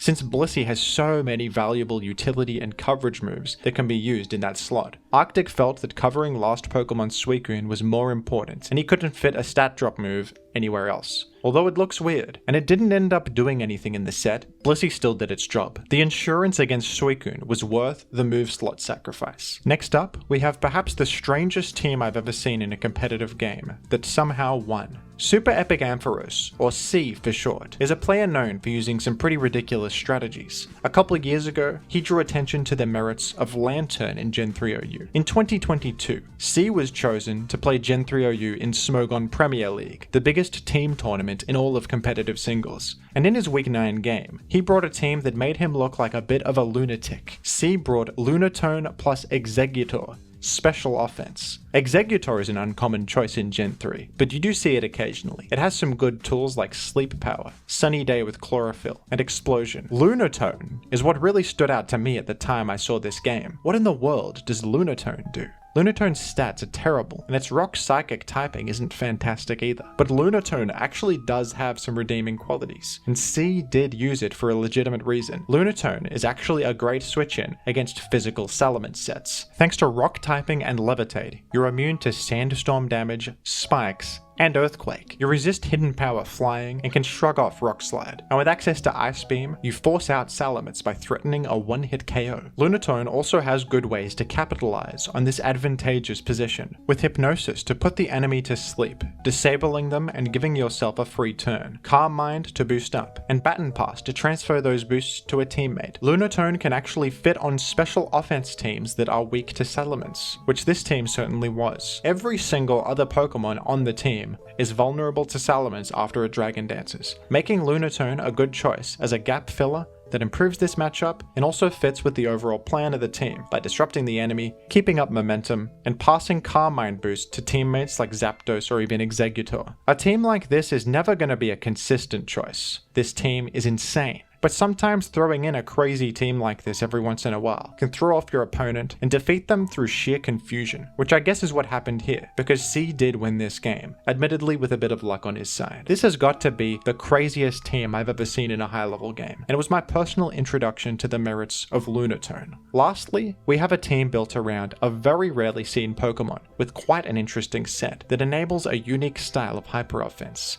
This team was built by Vaporeon, a player who has been around for years, since the net battle era back in the early 2000s. Vaporeon doesn't really play in tournaments, but he's well respected in the community for his team building skills, analysis of the format, and also having great success on the ladder with novel strategies. One of these strategies involved the Pokemon Swellow. When you see Swellow, you probably think of it as an offensive physical attacker that can take advantage of the ability Guts. That's how it's used in later generations. But in Gen 3, without Flame Orb to activate Guts reliably, it doesn't do very well in this role. It may be fast, but it lacks the offensive firepower or bulk to really get anything done. Vaporeon used Swellow on this team, not as an attacker, but as a support, with a very interesting item choice. Staffberry. Staffberry is an item that raises a random stat by 2 stages when the holder has 25% HP or less, not including accuracy or evasion. Swellow has access to Substitute to lower its health into range of the berry activation, and Baton Pass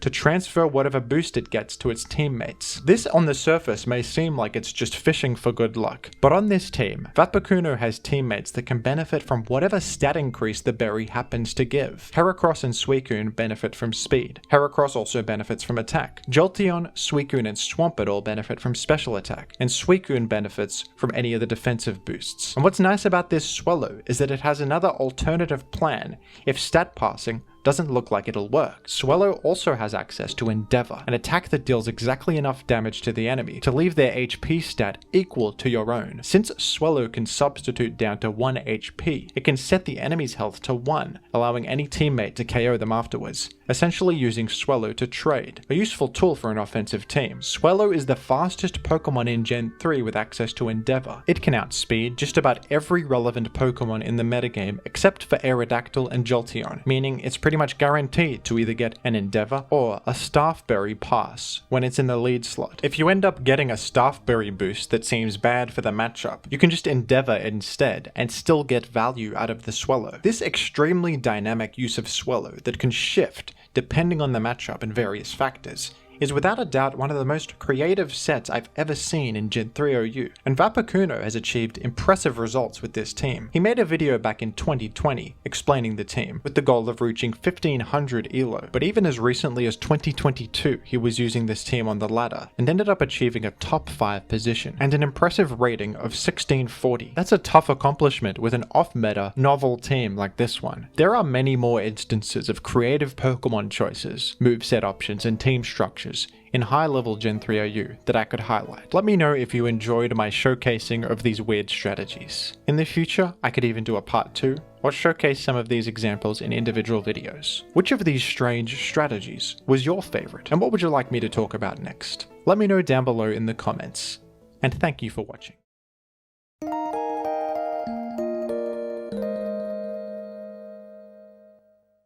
Aggron is a Pokemon that was released all the way back in Generation 3. And it's a bit of a fan favorite thanks to its great visual design and unique steel-rock type combination. But this Pokemon has never quite been at the OU power level for competitive singles, although this type combination provides a lot of nice resistances, and it has a very high defense stat. ×4 weakness to ground and fighting is a big problem. Weakness to water and poor special defense doesn't help either. Aggron is ranked in UU in Generation 3, where it can function solidly as a bulky physical attacker, thanks to its good stats and solid physical move pool. In Gen 3 OU, while Aggron is a very rarely seen Pokemon that does not fit on most teams, it does have some unique traits not offered by other rock types in the format that give it a small niche. Let's take a look at what Aggron has to offer in Gen 3 competitive singles. In Gen 3 OU, one of the most important things that you need on a team is a rock resistance. Dragon Dance Tyranitar and Aerodactyl are incredible late game cleaners and win conditions that can sweep your entire team with ease if you don't have a solid defense against them. Physically defensive Pokemon such as Skarmory and Melodic can do okay against these rock types, but relying solely on them is very dangerous. These Pokemon take a lot of neutral damage from stab rock moves and can very easily be worn down and finished off. Rock Slide's significant 30% flinch chance also makes it a bit inconsistent to rely solely on these Pokemon to handle rock-type threats. A common game plan for teams that use physical rock types as their form of offensive pressure is to wear down the enemy's rock resistances over the course of the game, using spikes and big neutral attacks like Double Edge and Focus Punch. Even sacrificing one of your rock types just to get chip damage on their rock resistance can be very worthwhile, as it will make way for your other rock type to clean things up. This style of team is called Rock Spam, and it usually consists of a Tyranitar and Aerodactyl combo, and another Pokemon that can actually support this playstyle and offer something quite unique. is Aggron. Aggron is yet another physical attacking rock type that can lure in and chip down the enemy's rock resistance to support this plan. And Aggron can do something that other rock types in the game cannot. Since Aggron is a steel type and is immune to poison, it can switch directly into Skarmory without having to worry about Toxic. From here, Aggron is in a pretty good position. It can use Thunder Wave to cripple the Skarmory, which is really great on a team full of Rock Slide users. With Rock Slide flinch chance and full paralysis chance, Skarmory will have a difficult time getting much done against your team. Aggron also has access to Focus Punch. Focus Punch is a 150 base power fighting type attack. The move has negative priority, meaning it will occur after most other moves, and it will fail if the enemy attacks you. Focus Punch is a good move to use if you think the enemy is going to use a non-attacking move or they're going to switch out, and it's a very good move to use in this particular situation. Aggron can lure in their rock resistance like Swampert and do significant damage to it with Focus Punch, or if they stay in, you can just punch the Skarmory in front of you. Skarmory doesn't really use any attacking moves other than Drill Peck, which it wouldn't have any reason to use against Aggron. Aggron's poison immunity can also be useful against variants of Blissey that are using Toxic, which is quite common. While your other rock types won't be able to switch into Blissey safely, Aggron will. Blissey will be forced out, and you're now in a great spot. Stacking too many rock types on a team can obviously have its problems and open up defensive holes, which is the main reason Aggron isn't seen very commonly. Despite Aggron's advantages, it's a bit hard to justify using a Pokemon slot on Aggron when that slot could be used on something that makes your team more defensively sound. Celebi is a good teammate for Aggron since it's very solid against the water and ground types that threaten you. Pokemon such as Starmie and offensive Suicunes with Ice Beam will be tough matchups. Aggron requires a lot of support from teammates to patch up its shortcomings, but it does have some real advantages over other rock types, and on the right team, you can make it work. What do you think of Aggron? Who's your favorite rock type to use in competitive singles, and what would you like me to talk about next? Let me know down below in the comments, and thank you for watching.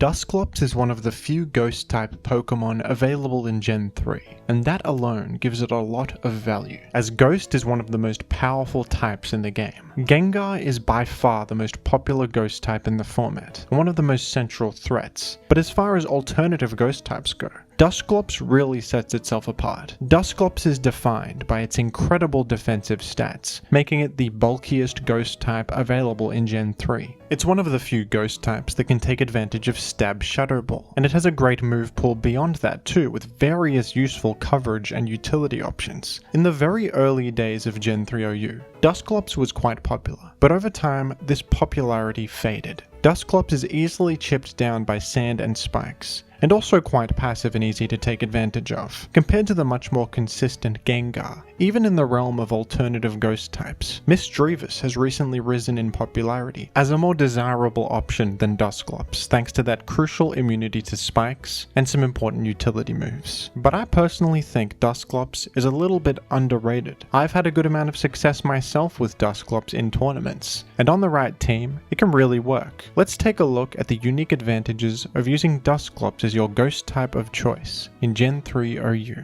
Ghost types are amazing in competitive Pokemon, but especially in Gen 3. Not only are they immune to two common types, normal and fighting, they only have two weaknesses to Ghost and Dark, which are pretty uncommon attacking types in Gen 3. Rapid Spin is a normal type attack that removes hazards from the field. Since Ghost types are immune to normal type attacks, they can completely prevent Rapid Spin's hazard removal effect and keep the enemy at a disadvantage. In Gen 3, spikes are a central strategy, and Rapid Spin is the only way to remove them. Another important immunity for Ghost types is to Explosion, another normal type attack. Explosion is an extremely common move in Gen 3, with its massive base power and a defense halving effect. Explosion is commonly used as a means to trade with important enemy Pokemon to support your teammates. Ghost types are not only immune to Explosion, if the enemy uses Explosion against them, they still faint. This is absolutely enormous and means that correctly predicting Explosion can put you very far ahead. Gengar is the most common ghost type, not only because of its great offensive stats and damage output with wide coverage, but also because of its myriad immunities. Gengar is immune to normal, fighting, and ground type attacks, immune to poison effects, immune to spikes damage, and immune to Dugtrio's Arena Trap effect. So what is the advantage of Dusclops? Being the bulkiest ghost type in the game has its benefits. Dusclops can effectively switch in against the two most common rapid spinners, Claydol and Starmie, and not be that afraid of their incoming attacks. Dusclops is also one of the only ghost types that can take advantage of Stab Shadow Ball, and conveniently, the two most common rapid spinners are weak to Ghost. Although other ghost types are frail and very threatened by Pursuit from Tyranitar, Dusclops can comfortably live a Pursuit. It'll be left quite low afterwards, but not as low as a defensive Gengar, and with rest and support from your team, you can often heal your Dusclops back up and keep spin blocking with it. Dusclops has much more longevity than Gengar, and can actually stick around for a very long time. Dusclops is commonly used alongside Dugtrio, so something you can do against Pursuit Tyranitar is switch straight into Dugtrio. They'll do damage to Dusclops instead of Dugtrio, meaning your Dugtrio will be healthy enough to live a crunch and 2-hit KO Tyranitar, eliminating it and keeping Dusclops completely safe for the remainder of the game. Another advantage of Dusclops over other ghosts is its great matchup into Snorlax. Snorlax has access to Shadow Ball, giving it a way to predict an incoming Gengar and do serious damage to it. But Dusclops can take this Shadow Ball much more comfortably than any other ghost type, and it also has great tools to prevent Cursed Snorlax from winning in a 1v1. The player ABR was experimenting with Dusclops not too long ago, and realized that Imprison was a great option against Snorlax. Imprison is a move that prevents the enemy from using any moves that you have yourself. Since Dusclops can learn both Shadow Ball and Rest, this prevents Snorlax from hitting you with Shadow Ball and also prevents it from using Rest. With Will-O-Wisp to cripple Snorlax and Imprison to prevent it from healing up and removing the burn, Dusclops totally shuts down a Pokemon that would otherwise be a very tough matchup for certain teams. A lot of defensive teams can struggle in the Snorlax matchup, especially when they aren't using Tyranitar to create sand. A Snorlax without sand on the field gets so much value from leftovers healing, and if they have Magneton support to take out your Skarmory, things get very dangerous very quickly. Snorlax is extremely bulky and could snowball out of control if your team is too passive to actually apply pressure to it and stop it from boosting up.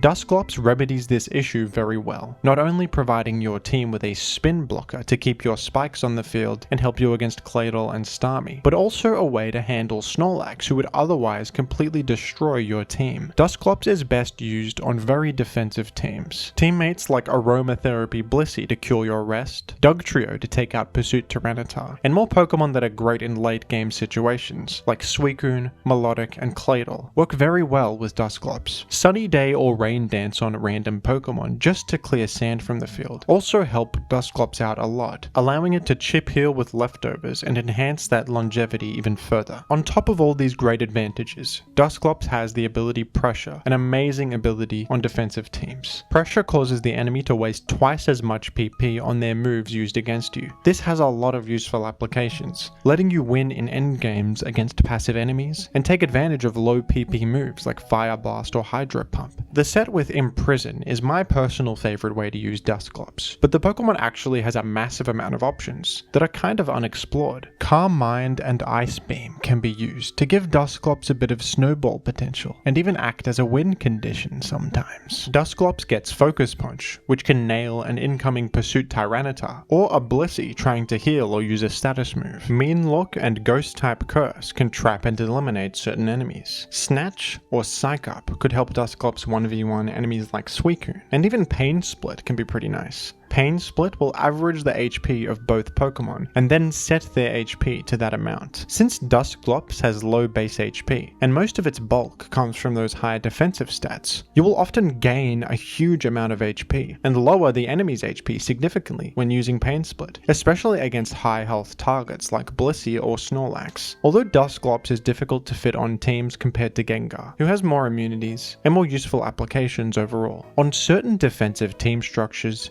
Dusclops Dusclops can really shine and help out in otherwise difficult matchups. The recent rise of Pokemon like Misdreavus and Sableye in the competitive scene just goes to show the sheer value of ghost typing in this metagame. This is a typing that can really make up for a lot of shortcomings. I have a feeling that there's more to explore with Dusclops. This Pokemon just has so many interesting options that I'm sure could enable unique strategies. What do you think of Dusclops? Who's your favorite ghost type to use in Gen 3 OU? And what would you like me to talk about next? Let me know down below in the comments, and thank you for watching.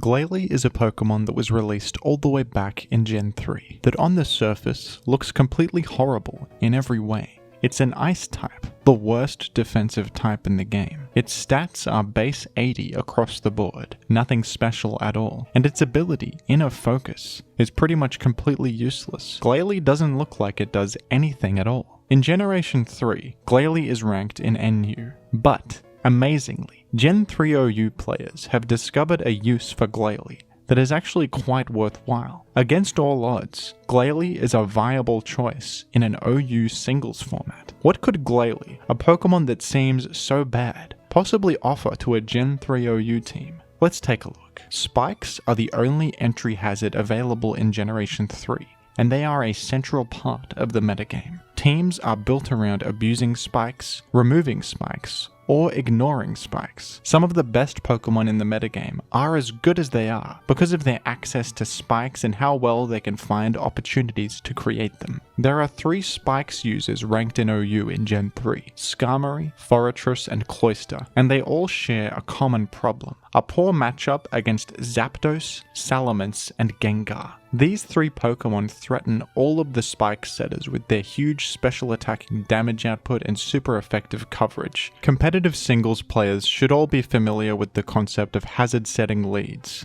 Getting your hazards on the field as early as possible is very advantageous, and the best way to do that is by leading with your hazard setter. But in Gen 3, without the presence of Focus Sash, all of these OU ranked spike setters have a bit of an uphill battle in the lead slot against the common Zapdos and Salamence leads. An alternative spike setter is Smeargle, who can be a good option as an aggressive lead. Since Smeargle can learn any move in the game, it can use Spore to disrupt the enemy and then make spikes, and follow that up with Explosion to deal some damage on the way out while pivoting to a teammate. This can be a great aggressive opener, but Smeargle also has its issues against Zapdos, Salamence, and Gengar. A Salamence lead will just KO Smeargle with Brick Break. If Zapdos is using Substitute, which is quite common, it can block the incoming Spore and put Smeargle in a terrible position. Smeargle also has no way to hit Gengar, since Gengar is immune to Explosion. Smeargle can at least create spikes against Gengar and take a hit, but it's not an ideal situation, and this is where Glalie comes in. Glalie has access to spikes, explosion, taunt, and stab ice beam, and it just so happens to have enough bulk to match up well against Zapdos, Salamence, and Gengar, successfully creating spikes against them and even threatening them with ice beam. Glalie can act as an aggressive spike setting lead in a similar way to Smeargle, but with superior lead matchups. Glalie can use a Slackberry, an item that raises your speed by 1 stage when you fall below 25% of your health, as well as just enough bulk to live 2 Zapdos Thunderbolts and 1 Salamence Fire Blast or Brick Break. After taking these hits and creating spikes in the process, it will gain speed from the berry and threaten a powerful Stab Ice Beam, which deals significant damage to Zapdos and straight up KOs Salamence. You can choose to make a 3rd spike in this position to put yourself ahead if they try and make a defensive switch, or just sacrifice your Glalie for the spike, which is pretty worthwhile. Against Zapdos, you can also Explode, which KOs them outright and puts you far ahead. What's nice about threatening Explosion here is that you can sometimes bait in a Gengar who will try to pivot in against the Explosion to regain some momentum, but Gengar really does not want to take a Stab Ice Beam. In Gen 3, Gengar often EVs itself to live certain hits from full health, such as Tyranitar Pursuit or a +1 Salamence Hidden Power Flying. Dealing chip damage to a Gengar is very significant, almost like breaking a Focus Sash, allowing you to now take out the Gengar with ease and not worry about about a counterattack. Glalie even matches up well against Skarmory leads thanks to Taunt. You prevent them from making spikes and start making your own. You could probably create spikes in the face of whatever they send in too, or just explode for some free chip damage, and a pivot into a threat. Glalie can also run enough speed to outrun Smeargle and taunt them, preventing Spore or Spikes, while still having enough bulk to live the hits from Zapdos and Salamence that it needs to. Glalie doesn't match up too badly against special attacking variants of Tyranitar either. It can live any hit from a mixed Tyranitar apart from the fairly uncommon Rock Slide, and make a spike or two in the process. The worst lead matchups for Glalie are physical attacking Tyranitar and Metagross sets, which will just one-hit KO you. But even in this worst case scenario, making a spike and sacrificing yourself to get a strong offensive threat in is not a bad opener for an offensive team in Gen 3. That momentum can often be enough to carry you to victory on its own. Switching out in these lead matchups and saving your Glalie for a more advantageous situation later on can also be a good way to go. Gen 3 OU has been around for more than 15 years, and yet it still sees significant metagame shifts and innovations to this day. While there are tried and true strategies and metagame threats that have been around since the beginning, players will always come up with creative ways to exploit and punish whatever's popular. Glalie, despite how bad it looks on the surface, just so happens to have a perfect combination of traits to find a place for itself in the Gen 3 OU metagame, and I think that's awesome. I'll share a Glalie team of my own in the description of this video if you'd like to give it a go. I've had a decent amount of success with this team on the Gen 3 OU ladder, and I think it's a decent choice for beginners. The team uses Moltres, who can switch in against Pokemon like Metagross or Celebi and threaten most of the metagame with its fire grass coverage. It can even roar an incoming Blissey to rack up some Spikes chip. Jolteon is a fast threat that can outrun and threaten many Pokemon with its electric and ice coverage. It can switch in against Zapdos or Gengar thanks to Volt Absorb, and much like Moltres, it can also force in Blissey and use Roar to force Spike's chip damage. Dragon Dance Tyranitar is used to make sand, which removes leftovers healing from defensive walls. It's also an excellent late game cleaner and win condition. Offensive Swampert is used to help out against enemy Tyranitar while applying offensive pressure at the same time. It can also outrun and threaten Claydol with Hydro Pump, which defends you against Rapid Spin. Bulky Gengar is used to block Rapid Spin from the enemy, pose a threat with its coverage, and explode for momentum. Lead with Glalie, get spikes up as early as possible, and go all in on offense. If you keep momentum up and play aggressively, this team should serve you well. What do you think of Glalie? Who's your favorite niche Pokemon in an OU format? And what would you like me to talk about next? Let me know down below in the comments. And thank you for watching.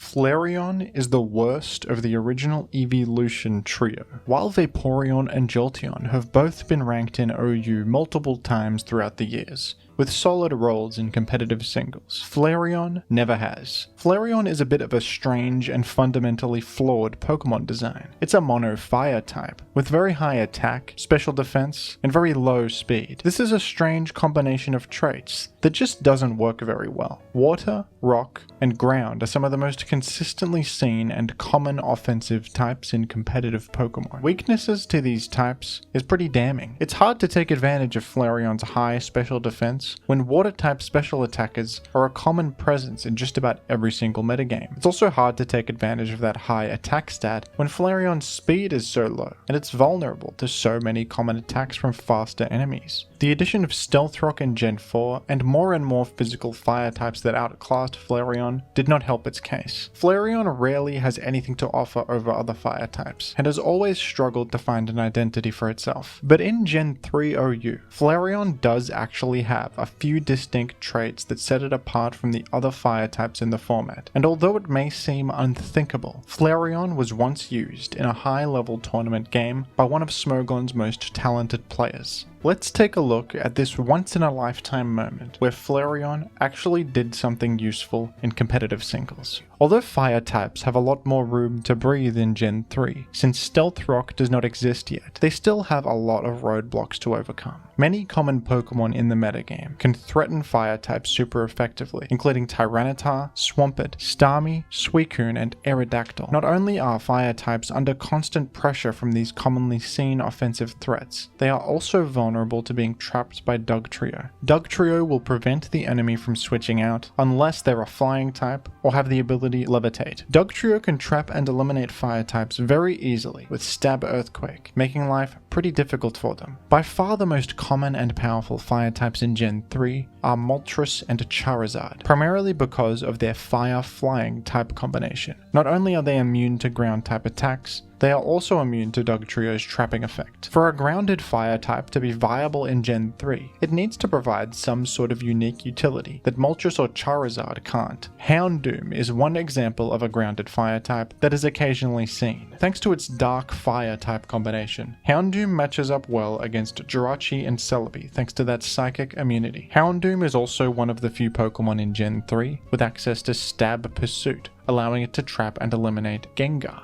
Houndoom also has the ability Flash Fire, granting a fire immunity and making Houndoom a solid switch-in against enemy fire types. These unique advantages give Houndoom some merit over Moltres and Charizard. Camerupt is another occasionally seen fire type that has the unique ability to switch in safely against electric types and Gengar, and also has access to Explosion. Blaziken is occasionally used for its great offensive stab combination of fire and fighting, which makes it an effective mixed attacker, with the rare ability to threaten all of Tyranitar, Skarmory, Blissey, and Swampert. Even Arcanine, while extremely rare, has the benefit of Intimidate and unique options like Extreme Speed. Flareon is not only competing with the premier fire types Moltres and Charizard, it's also competing with multiple other niche fire types that all have their own uses. Flareon is an extremely overlooked Pokemon for this reason, with so many other fire types that seem superior. But, against all odds, the player Machamp did actually find a unique use for Flareon, a role that other fire types could not fill,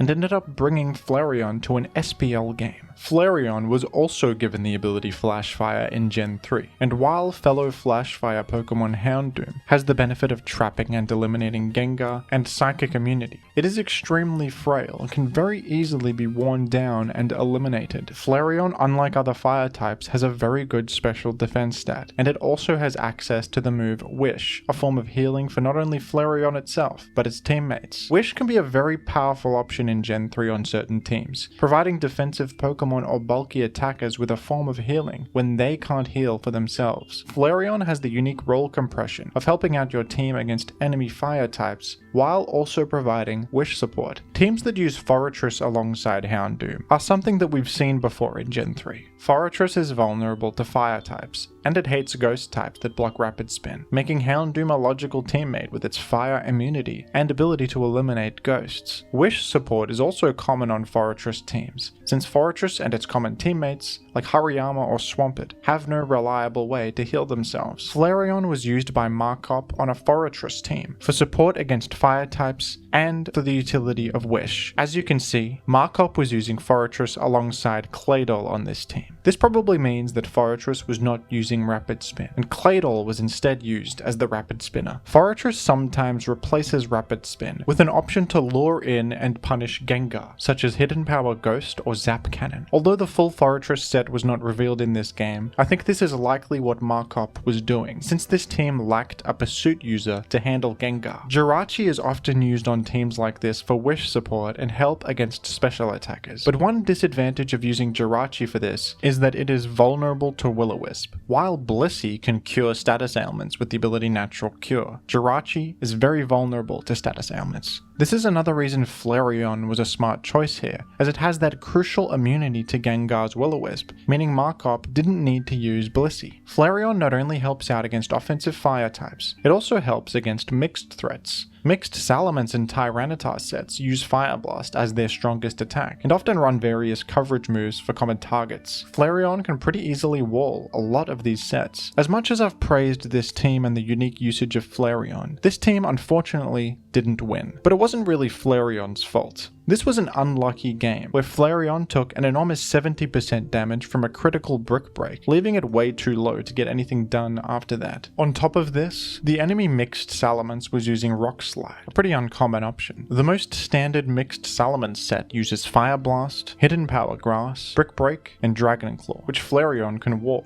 Rock Slide is a rare coverage option that can be used to hit Moltres, Charizard, and Zapdos. The opponent Golden Sun was definitely not expecting a Flareon, but Flareon unfortunately got caught in the crossfire. While this team did not win, the bold choice to bring Flareon to one of the biggest tournaments of the year, and the creative application of it and well-structured team, caught the eye of many players, myself included, who had never seen Flareon do anything useful in this format before. This was a solid proof of concept for Flareon and what it can offer over other fire types, and I think that the Pokemon has some real unexplored potential on a team style like this. That vulnerability to Dugtrio is a big challenge, and this team from Markop, while pretty well rounded, is quite weak to Dugtrio. Maybe in the future we'll see someone experiment with Flareon again, taking advantage of its unique traits to catch someone off guard in an important tournament. Maybe the most overlooked evolution actually has had something to offer all along. What do you think of Flareon? Who's your favorite of the original evolution trio? And what would you like me to talk about next? Let me know down below in the comments, and thank you for watching.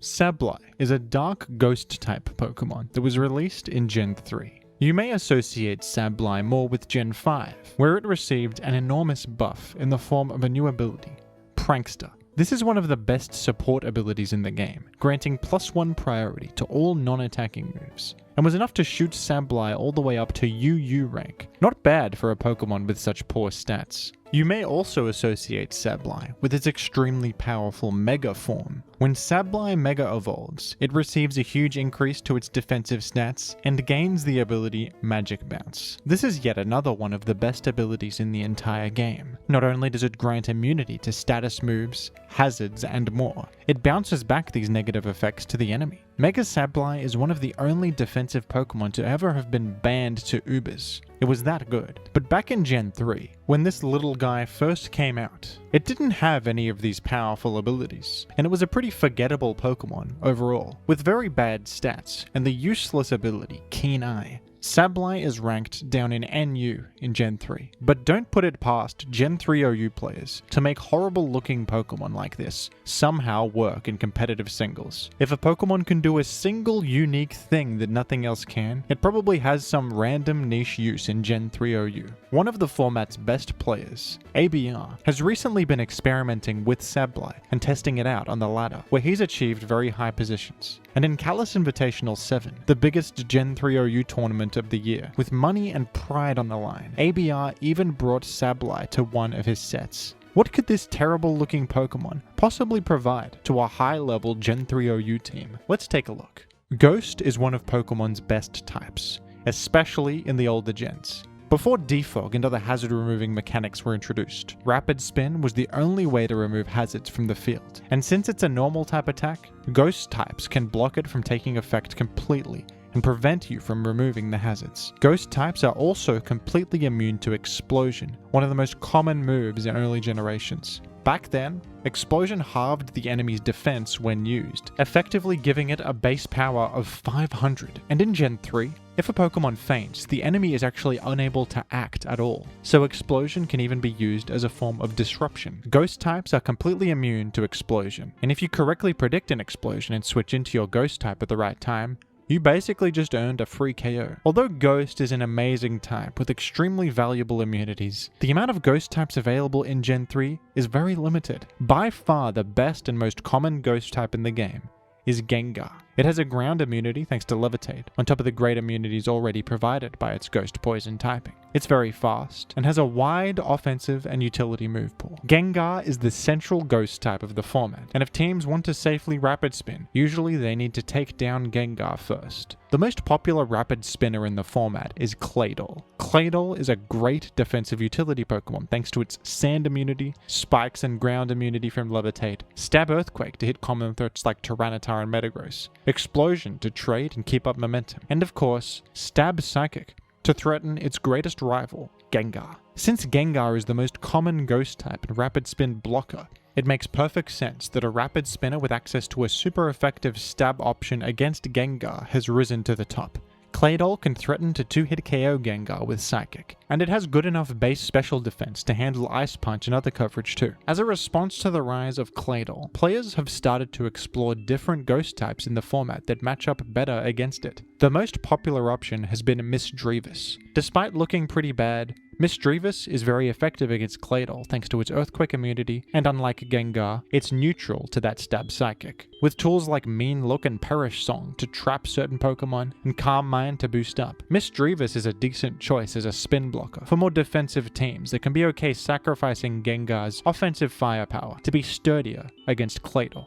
Dusclops is another option. Though it lacks Levitate like the other two ghosts, it is very bulky and has the ability Pressure, which is great for stallier teams. It can improve your matchup against Snorlax as well, thanks to Will-O-Wisp and Imprison, and it matches up pretty nicely against the other common spinner in the format, Starmie, thanks to good bulk and stab Shadow Ball to threaten it super effectively. Dusclops is usually only used on very stally teams, but it's not a bad Pokemon at all. And this is where Sableye comes in. Sableye probably seems much worse than all these other options for ghost types, but it does actually have some unique qualities that set it apart from the competition. With a dark ghost typing, Sableye is completely immune to Claydol's Psychic, which can give it a nice entry point if the enemy assumes that your ghost type is Gengar. This also has some benefit against Pokemon like Celebi and Jirachi who often use Stab Psychic. In response to these alternative ghost types being used, some Claydols have started to run Shadow Ball instead of Psychic. While this makes you a bit worse against Gengars that carry Will-O-Wisp, it at least allows you to hit all the ghost types super effectively, except of course for Sableye, who is neutral to Shadow Ball.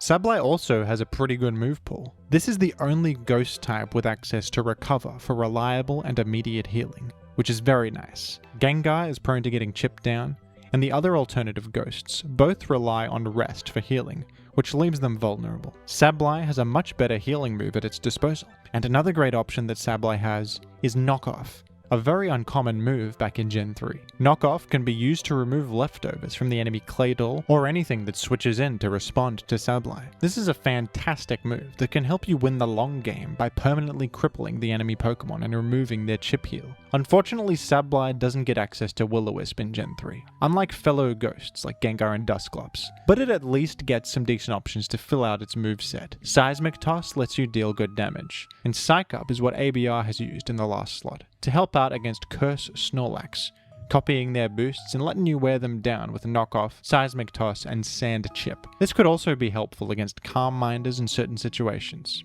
if you can manage to live a hit. Despite these good qualities, Sableye is obviously not easy to fit on teams, due to its terrible stats and low speed making it very exploitable. Although it's pretty solid against Claydol, a simple Earthquake and chip damage from Spikes is enough to greatly threaten the little guy. But ABR's results with this Pokemon speak for themselves. He has topped ladder with Sableye, and in his set against M-Dragon for CI7, one of the best Gen 3 players in history, with money on the line, he loaded up Sableye in Game 1, and it did its job perfectly. It blocked Rapid Spin, knocked off Skarmory and Blissey, and even healed up, acting pretty decently as a defensive wall. What I love about Gen 3 OU is that it really rewards you for thinking outside the box. Although it may seem like a metagame with less options than later gens where things are restrictive, you always seem to see these innovations, strange moveset and Pokemon choices at the highest level of play. It's a metagame that never stops evolving, and I always look forward to these tournaments because you really never know what you're going to see next. What do you think of Sableye in Gen 3 OU? Who's your favorite ghost type in the format? And what would you like me to talk about next? Let me know down below in the comments, and thank you for watching.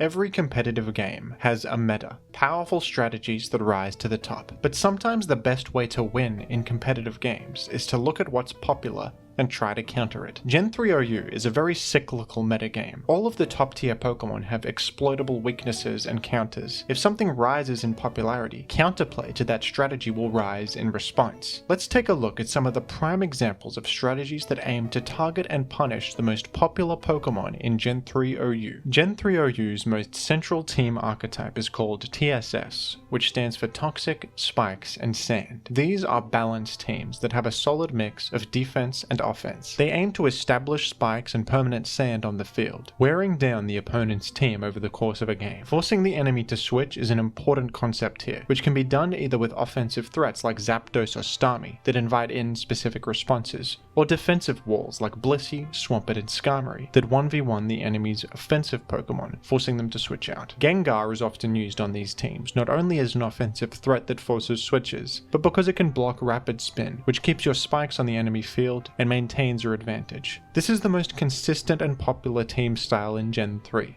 A lot of games in this format are all about establishing spikes on the field first and keeping momentum up, but some strategies exist specifically to punish this popular style of team. Magneton is a Pokemon that can trap and eliminate Skarmory and Forretress thanks to its ability Magnet Pull, which prevents steel types from switching out. Magneton is the cornerstone of a lot of anti-meta strategies. Some teams use Magneton to support physical threats who appreciate Skarmory being eliminated, but some teams go even further and attempt to counter the entire TSS game plan. The most classic anti-meta team archetype in Gen 3 is called Magdol, a strategy that aims to specifically destroy standard TSS teams. You eliminate their Skarmory or Forretress with Magneton, and now they can't make spikes anymore. You eliminate their Gengar with Pursuit Tyranitar, and now they can't block Rapid Spin anymore. Then you go to Claydol and Rapid Spin, removing whatever spikes they did make. The rest of your team consists of a powerful defensive core that would usually be really weak to spikes, but with the support of Magneton and Claydol, they are now indestructible. Milotic is a common choice on these teams, and so is Cursed Snorlax, not only as a powerful defensive Pokemon that's really hard to eliminate without spikes, but as a win condition. TSS teams rely heavily on spikes to enhance their offense, break through and win games. If you can remove their spike setter, remove their spin blocker, and successfully Rapid Spin, you've just shut down their entire game plan. The issue with a team like this is that it's a bit of a matchup fish. If you don't face a TSS team, you're in a lot of trouble. Half your team is dedicated to eliminating Skarmory, Gengar, and removing spikes. What if they don't have Skarmory, Gengar, or a spike setter? Now half of your team is kinda useless, and you're probably going to really struggle. When you spend so many team slots countering specific Pokemon, you can suffer a lot. These teams tend to be really weak to fighting types as well, since it's hard to fit a solid fighting type check on a team where most of your Pokemon are trying to counter TSS. Bringing a counter team like this is always going to be a bit of a risk, but sometimes it can really pay off. A lot of tournament players will lean towards one team style that they're comfortable with, and TSS is a really popular choice because of its overall consistency and power. If you're up against a tournament opponent who constantly brings TSS, Magdol is a perfect way to punish them. Another way to punish the popular Spikes teams of Gen 3 is to simply ignore spikes. There is another team archetype nicknamed Superman that aims to use as many flying type or levitating Pokemon as possible to fly above the spikes, ignoring their chip damage. To be considered a Superman team, you need at least 4 flying types or levitate users. If the majority of your team is immune to spikes damage completely, you don't even need to use Rapid Spin. Teams that rely on spikes to apply offensive pressure are going to have a difficult experience against Superman. Flygon has the benefit of being a Tyranitar and Aerodactyl check that is completely immune to spikes, and this is a core member of the Superman archetype. Flygon usually has the disadvantage of inviting in Skarmory very easily, who can freely use it as setup fodder to make spikes. But if your team doesn't care about spikes anyway, this is no longer as much of a drawback. Skarmory is conveniently spike immune itself and another perfect member of Superman teams, giving you a great defensive backbone and a source of spikes yourself. Some more noteworthy Pokemon used on this archetype are Zapdos, who will often use a bulkier set here with Rest to help you out against special threats and give your team a bit of longevity. Moltres, who helps a lot against Metagross and gives you a bit of offensive firepower. Gengar to block Rapid Spin, apply some offensive pressure, and improve consistency by checking various threats, spreading status, and helping eliminate important targets with Explosion. And Aerodactyl, a fast and threatening late game cleaner and the ultimate source of offensive momentum, often the main win condition on teams like this. Superman teams are basically a TSS team themselves, but with the benefit of matching up well against enemy TSS teams. Superman seems like a perfect archetype when you put it like that, but it does have its flaws. When you're using multiple flying types on a team, it can really open up some defensive holes. Flying types all share common weaknesses, and certain threats like offensive Starmie, Swampert, and Gengar can really tear apart common Superman cores. Running 6 spike immune Pokemon on a team is not really a good idea for this reason. It's just too exploitable. So often you'll need some support from grounded Pokemon, like Blissey or Jirachi, to help round your team out defensively. But it starts to become a real issue when these Pokemon are under fire from spikes and the enemy's offensive pressure. They can be worn down and taken advantage of, leaving the rest of your defensive core vulnerable. Superman teams will absolutely thrive in some matchups, completely ignoring all of your enemy's attempts to make progress, and breaking through their team thanks to your own spikes and offensive threats. But sometimes a Pokemon like Starmie can just destroy your entire team single-handedly. Using Superman teams often requires some creative team building and figuring out weird ways to outplay these bad matchups. If you rely too much on Spike's teams, Superman might just swoop in and ruin your day. The final anti-meta strategy I'd like to talk about involves Dugtrio and Blissey. One of Blissey's most common move choices in Gen 3 is Ice Beam, which may seem a bit weird. Why would a defensive Pokemon use an attacking move? This is because Ice Beam prevents Blissey from losing to the standard Jolly Dugtrio set. With full special attack investment, you one-hit KO Dugtrio with Ice Beam. Ice Beam also has the added benefit of helping you out against Salamence, another common matchup. Blissey can live a hit from either mixed Salamence or a +1 Dragon Dance Salamence, and KO them with Ice Beam. But what if Dugtrio were to adapt to this? What if Dugtrio invested in special defense? This probably sounds even weirder than Blissey using a special attack. But yes, there are Dugtrio sets that invest in special defense, specifically to live Ice Beam, and allow Dugtrio to eliminate Blissey. These sets often use an adamant nature so they can 2-hit KO Blissey with Earthquake. But some also use Beat Up as a way to 2-hit KO Blissey. Beat Up is a weird move in Gen 3. Although it's categorized as Dark type, it's actually a typeless physical attack. Beat Up attacks up to 6 times, and it uses the attack stat of every member of your party for each of these hits, assuming they're alive and they aren't statused. What's really interesting about Beat Up is that it doesn't take into account any additional stats from EVs or natures.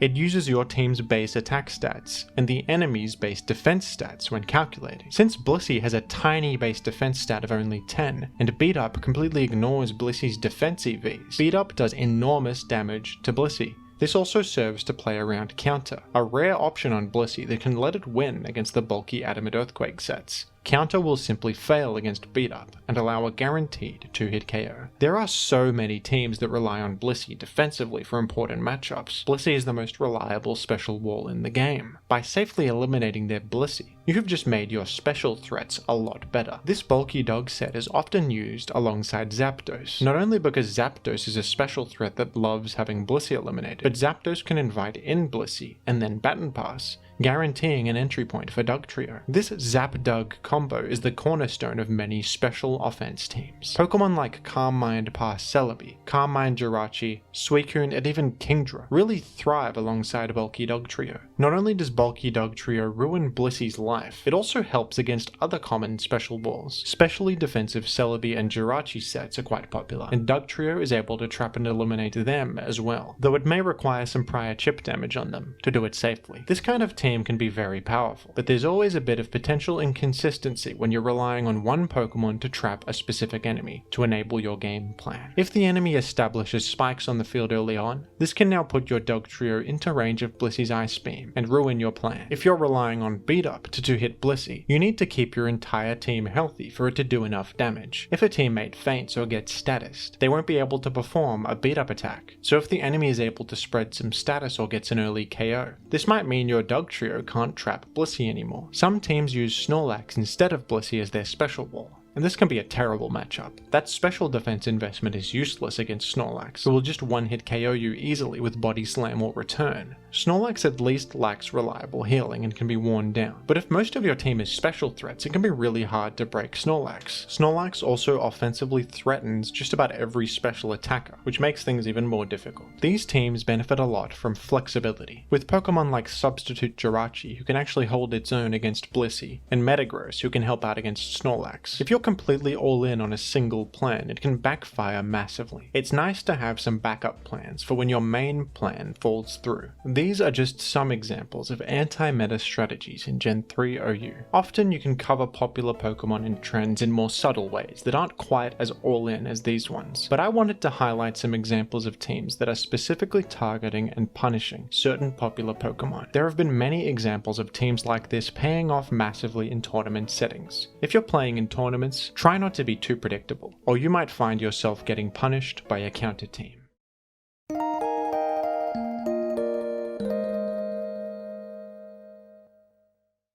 Shedinja is one of the strangest Pokemon of all time. This Pokemon actually has the best ability ever made, Wonder Guard, an ability exclusive to Shedinja that grants a complete immunity to all attacks that aren't super effective. But there's a catch. Shedinja only has 1 HP. Literally, any form of indirect damage or any super effective attack at all will KO Shedinja instantly. For the most part, this Pokemon is just a gimmick, and it's not a great one, but it has its occasional uses in weird situations. Shedinja will often use a Focus Sash, which allows it to survive 1 extra attack. Safety Goggles is another popular choice, providing an immunity to residual damage from weather effects. And Heavy Duty Boots was a great new addition that helped out Shedinja a lot, providing an immunity to hazards. You sometimes see Shedinja in Ubers formats, where it can wall very specific Pokemon thanks to Wonder Guard. Shedinja is a bit of a counter pick or an anti-meta Pokemon, with this ability to punish enemies that don't have specific options. But when Shedinja was first introduced back in Gen 3, it didn't have access to any of these advantageous items to give it more chances to survive. In Gen 3, Shedinja isn't just bad, it's horrendous.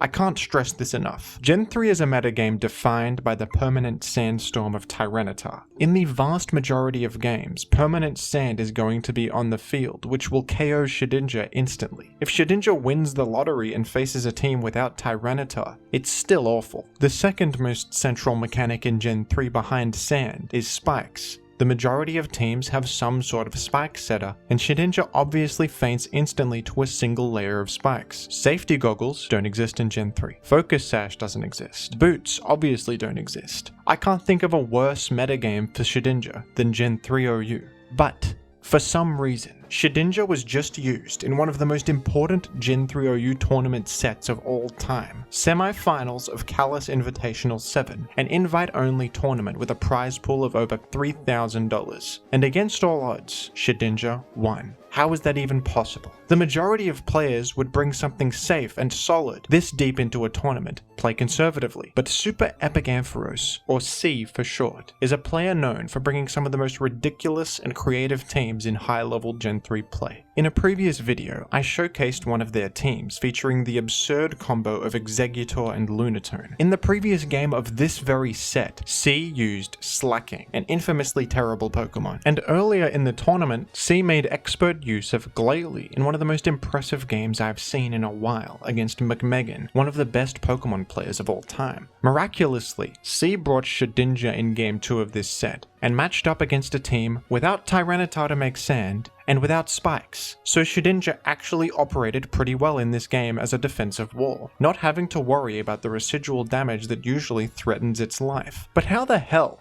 could C have possibly known that their opponent Ban Manaphy would bring a team lacking the 2 most central strategies in Gen 3? You'd have to be clairvoyant. It doesn't make any sense. I've never seen anything like this in a tournament game before. Well, this was actually a complete accident. C did not bring Shedinja expecting it to stick around for long and operate as a defensive Pokemon. The purpose of bringing Shedinja was actually for it to faint on purpose. You're probably wondering how that could possibly be good, using a Pokemon just so it can be sacrificed. Let me explain.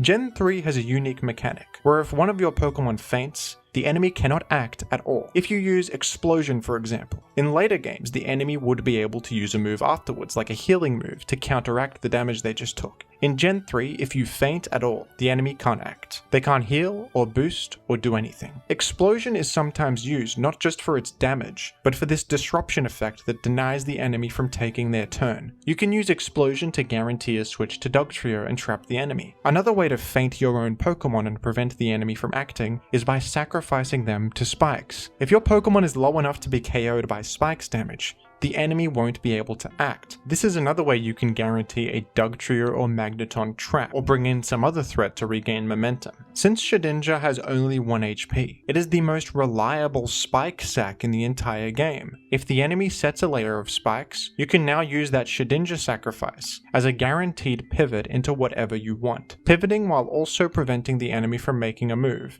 is very powerful. And even though in this case it means you're sacrificing an entire Pokemon slot on your team just for a single interaction, that was the reason C brought Shedinja. C was using a Dugtrio with full special defense investment that can live an Ice Beam from Blissey even after taking Spikes damage. So, if the enemy creates a Spike on the field and ever has their Blissey in, C has a guaranteed way to trap and eliminate Blissey that the enemy can't do anything about. Many teams rely on Blissey as their primary special wall, so dedicating 2 of your team slots to eliminating Blissey can actually be worthwhile. The idea is then to use powerful special threats on your team that would usually be walled by Blissey. But since you have this extremely reliable way to eliminate Blissey, now these special threats can very easily clean up and win the game. C was using a Calm Mind Raikou and Substitute plus Pataya Berry Kingdra on the team. With Blissey eliminated, it's not hard for these Pokemon to win single-handedly with their incredible special attacking firepower. So that was the plan. Use Shedinja as a sacrifice to get Dugtrio in safely and eliminate Blissey, enabling these special threats. But amazingly, C matched up against a rare team without Tyranitar and without Spikes, so in this game, Shedinja could actually be used the way the developers intended. Shedinja was completely immune to Suicune and Metagross and walled them outright, and eventually, C still managed to win the game by eliminating Blissey as planned, and sweeping with Pataya Berry Kingdra. And thanks to Shedinja, Super Epic Ampharos is now in Grand Finals of Kalos Invitational 7, and will be winning a minimum of about $1,000. Perhaps even more if they win the whole thing. Gen 3 OU just continues to amaze me. I cannot believe this happened in a high-level tournament set, but it did. I would like to once again make it clear that Shedinja is a horrendous Pokemon in Gen 3, and I would strongly advise against using it if you're a new player. Some of you get the wrong idea from my videos and think that you can just throw whatever you want on a team in Gen 3 and it will magically work. This is not the case. This Shedinja usage had a very specific purpose. It was not random at all, and it was a choice tailored to a specific tournament opponent. This team would probably not have a very good win rate on the ladder or general tournament settings, but this does go to show that high-level play in Gen 3 is really unpredictable and exciting. You truly never know what you're going to see next in these tournaments. Shedinja might just have the funniest niche use of any low-tier Pokemon that we've seen in high-level games. Glalie is used for its unique matchups into common leads, Roselia for its great utility options and nice typing against specific enemies. But the niche of Shedinja is that it's the best Pokemon in the game at dying. Even that is a noteworthy trait in Gen 3 OU, which is just funny. But this particular Shedinja managed to defy the odds and has made history today.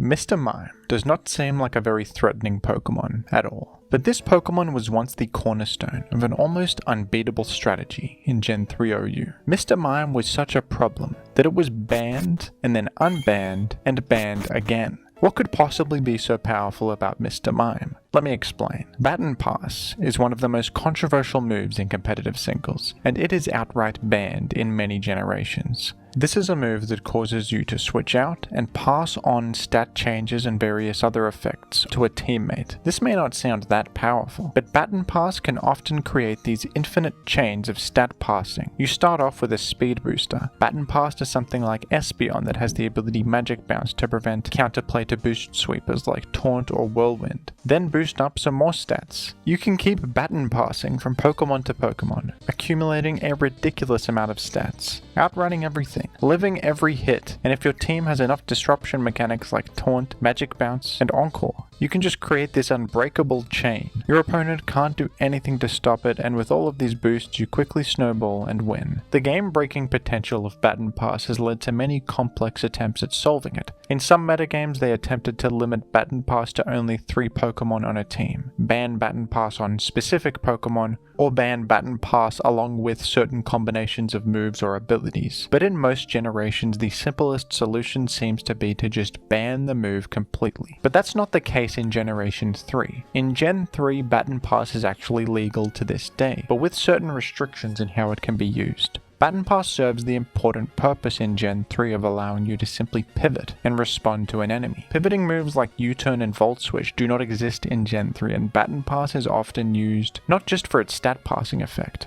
but to pivot. Strategies involving stat pass like Calm Mind Pass Celebi are important to the metagame and aren't quite as uninteractive as other more egregious uses of the move Baton Pass. But these restrictions weren't always in place. Many different Baton Pass restrictions have been in place in Gen 3 over the years, and one player managed to create game-breaking teams that pushed Baton Pass to its limits and caused these rules to be changed multiple times. That player's name is Mead. Mead managed to create a team with such a high win rate that he hit number 1 on the ladder and was one of the few players at the time to ever have an ELO rating over 1800. Even today, hitting an 1800 rating is difficult and not many players have done it, but the player base was significantly smaller back then, so that 1800 ELO achievement was even more impressive, and the key to this evil team style that Mead used to such success was Mr. Mime. In Gen 3, not many Pokemon have access to the move Whirlwind. The most relevant users are Skarmory and the occasional Hariyama. Roar is the much more commonly used move for phasing. A lot of Pokemon have access to Roar, a move that forces the enemy to switch and resets all of their stat changes, and other advantageous effects like Substitute. Roar is an important form of counterplay against boost sweepers and Substitute users, but Mr. Mime has the ability Soundproof, an ability that makes you completely immune to sound-based moves, and Roar happens to be a sound-based move. Because Whirlwind is such a scarce option,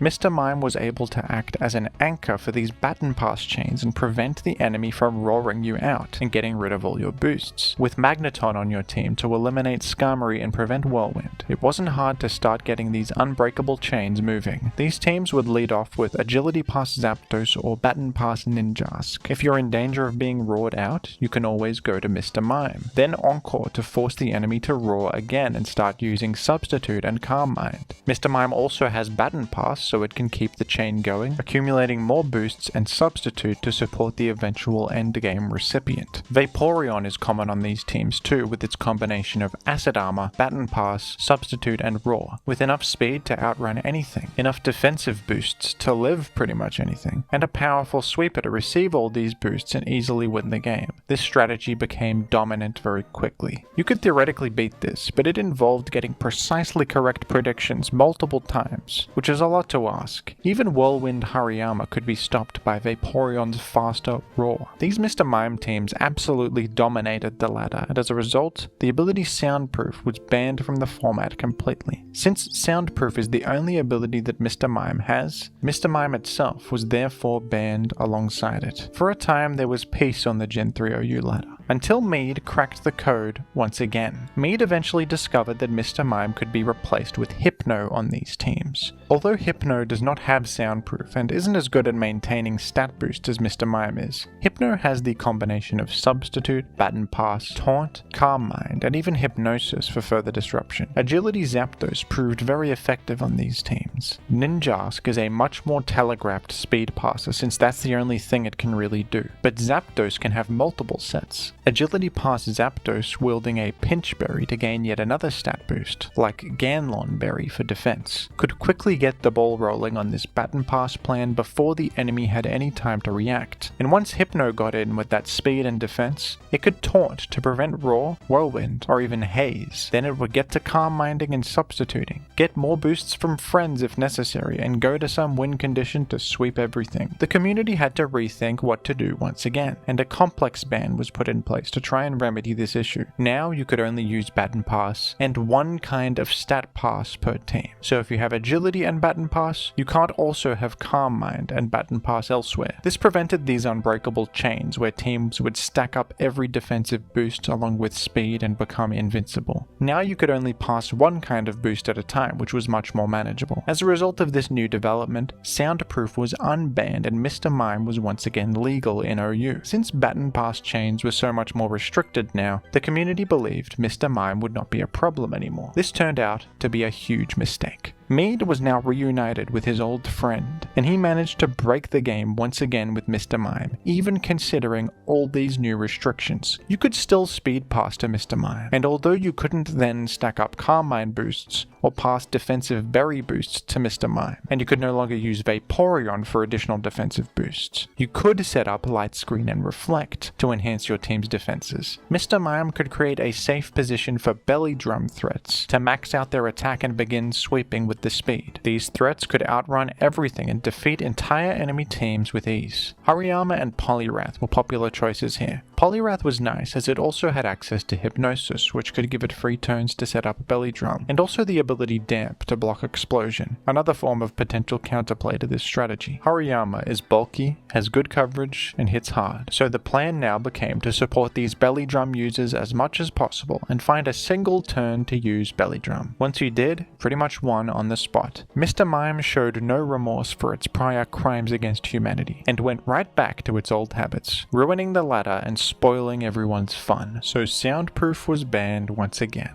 In the current metagame, baton pass strategies are in a pretty healthy place, and I think we've come to a good solution. A lot of the time, especially in modded metagames, complex bans like this are uncommon, and Smogon tends to favor simpler and cleaner solutions like the outright banning of moves or Pokemon. In older gens, you're more likely to see complex bans like this. Preserving the ability to use baton pass in Gen 3 was important to the community for its usage in pivoting and also the way it can enable certain offensive teams. This complex ban prevents the cheesy baton pass strategies that were uninteractive and unhealthy for the competitive metagame, but preserves the use of baton pass that is more important. The best parts about competitive Pokemon are engaging with your opponent, responding to what they do and having this back and forth, where you're both slowly chipping away at each other and looking for opportunities to gain an advantage. But whenever you played against these baton pass teams, it felt like your control was very limited. It's a bit strange that Mr. Mime, of all things, was the perfect piece of the puzzle to break the game, but that's the reality we lived in. Even though Mead terrorized the ladder and frustrated many players in his journey to push baton pass to its limits, we should all thank him for showing us how broken this strategy truly was, and leading to this action being taken. The format has become better as a result.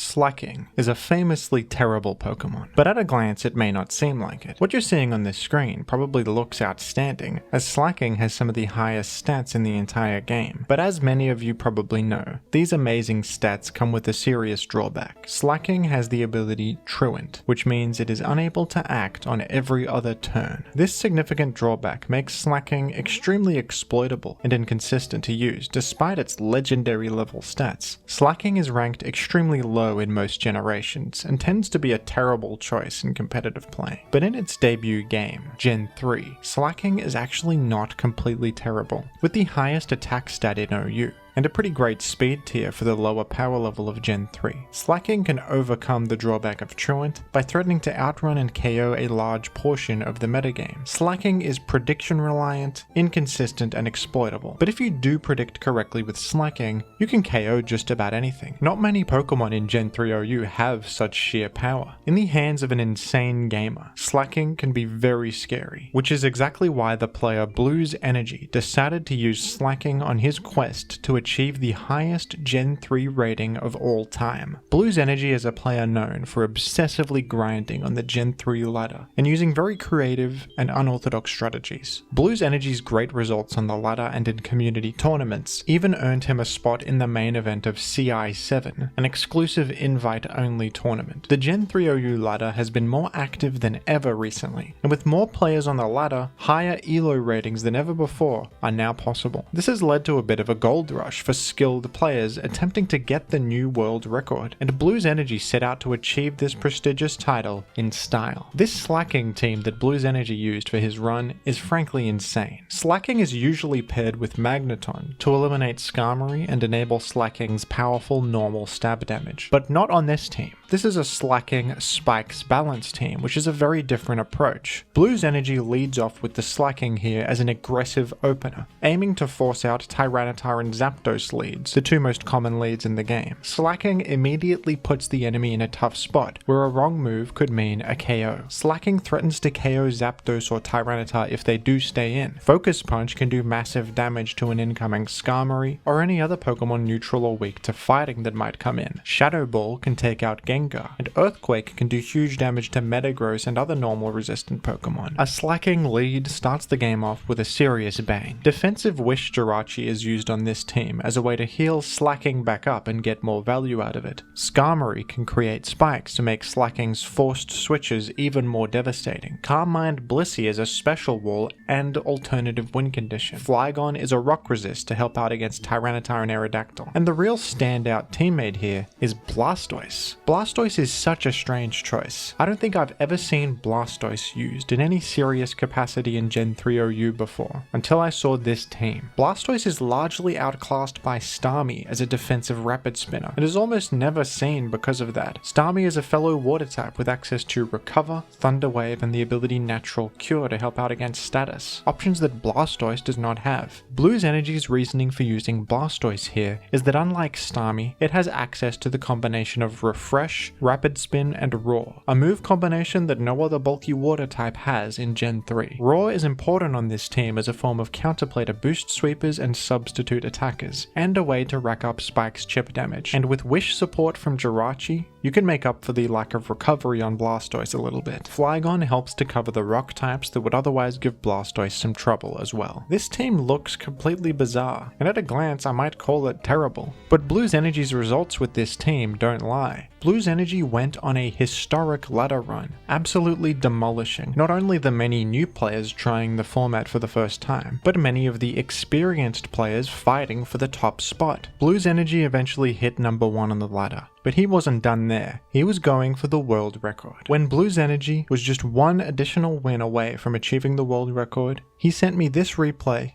and this voice message. Dude, I'm just 12 points from getting the world record for myself. I don't know if I'm going to attempt it today, but to be honest, this match was fucking wild. I didn't make some crazy misplays.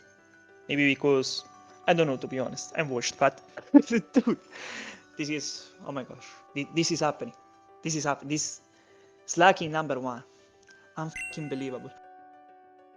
The following day, he queued up for what might be his final game. A single win away from making history, and he was matched against a really tough opponent. Smogon veteran Johnny G2, a very strong player and versatile competitor in multiple generations, including Gen 3. They wished each other good luck in the chat, and then this fateful game begun. And in this game, every member of the team pulled their weight. In perhaps the most important Pokemon game of his life, with everything on the line, Blue's Energy went for the insane turn 1 play of focus punching, predicting that Johnny's lead Zapdos would switch out, and he immediately earned a KO against an incoming Tyranitar. A very good start. Zapdos then took advantage of the truant Slaking to get a free substitute. Blue's Energy went to Blissey, and was then afraid of a baton pass to Dugtrio which would eliminate Blissey, so he went to Skarmory, a high level play that was actually punished by Johnny. Zapdos simply used Thunderbolt, which caught the incoming Skarmory and earned significant momentum back for Johnny. This Thunderbolt would have been a terrible move if Blues just stayed in with Blissey, but Johnny knew that he would try and play around a baton pass to Dugtrio. Skarmory quickly fell after being so significantly damaged, and Blue's Energy had to play out the remainder of the game without his crucial wall and without spikes to help break through Johnny's team. Blastoise managed to save the day by using Roar to prevent a Carmine pass to Jirachi. Blue's Energy figured out that Johnny's Celebi couldn't fit a grass move on its set, and Blastoise could therefore prevent this win condition with Roar.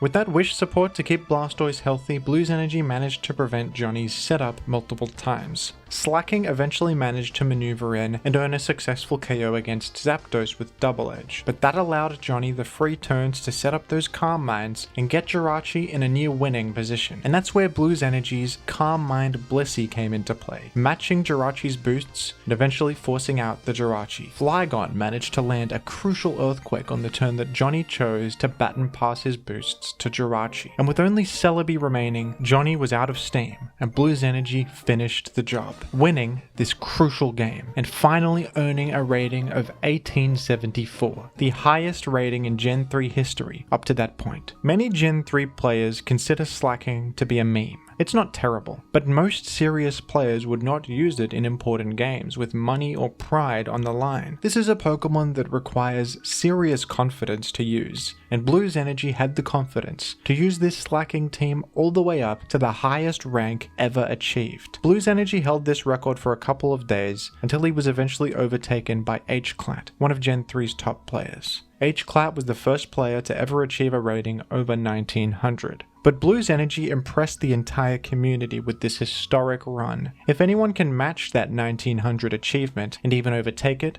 Blue's Energy is certainly in the conversation. I'm sure he's pretty exhausted after all this grinding, but he'll be back to make history again, with a team probably even stranger than this one.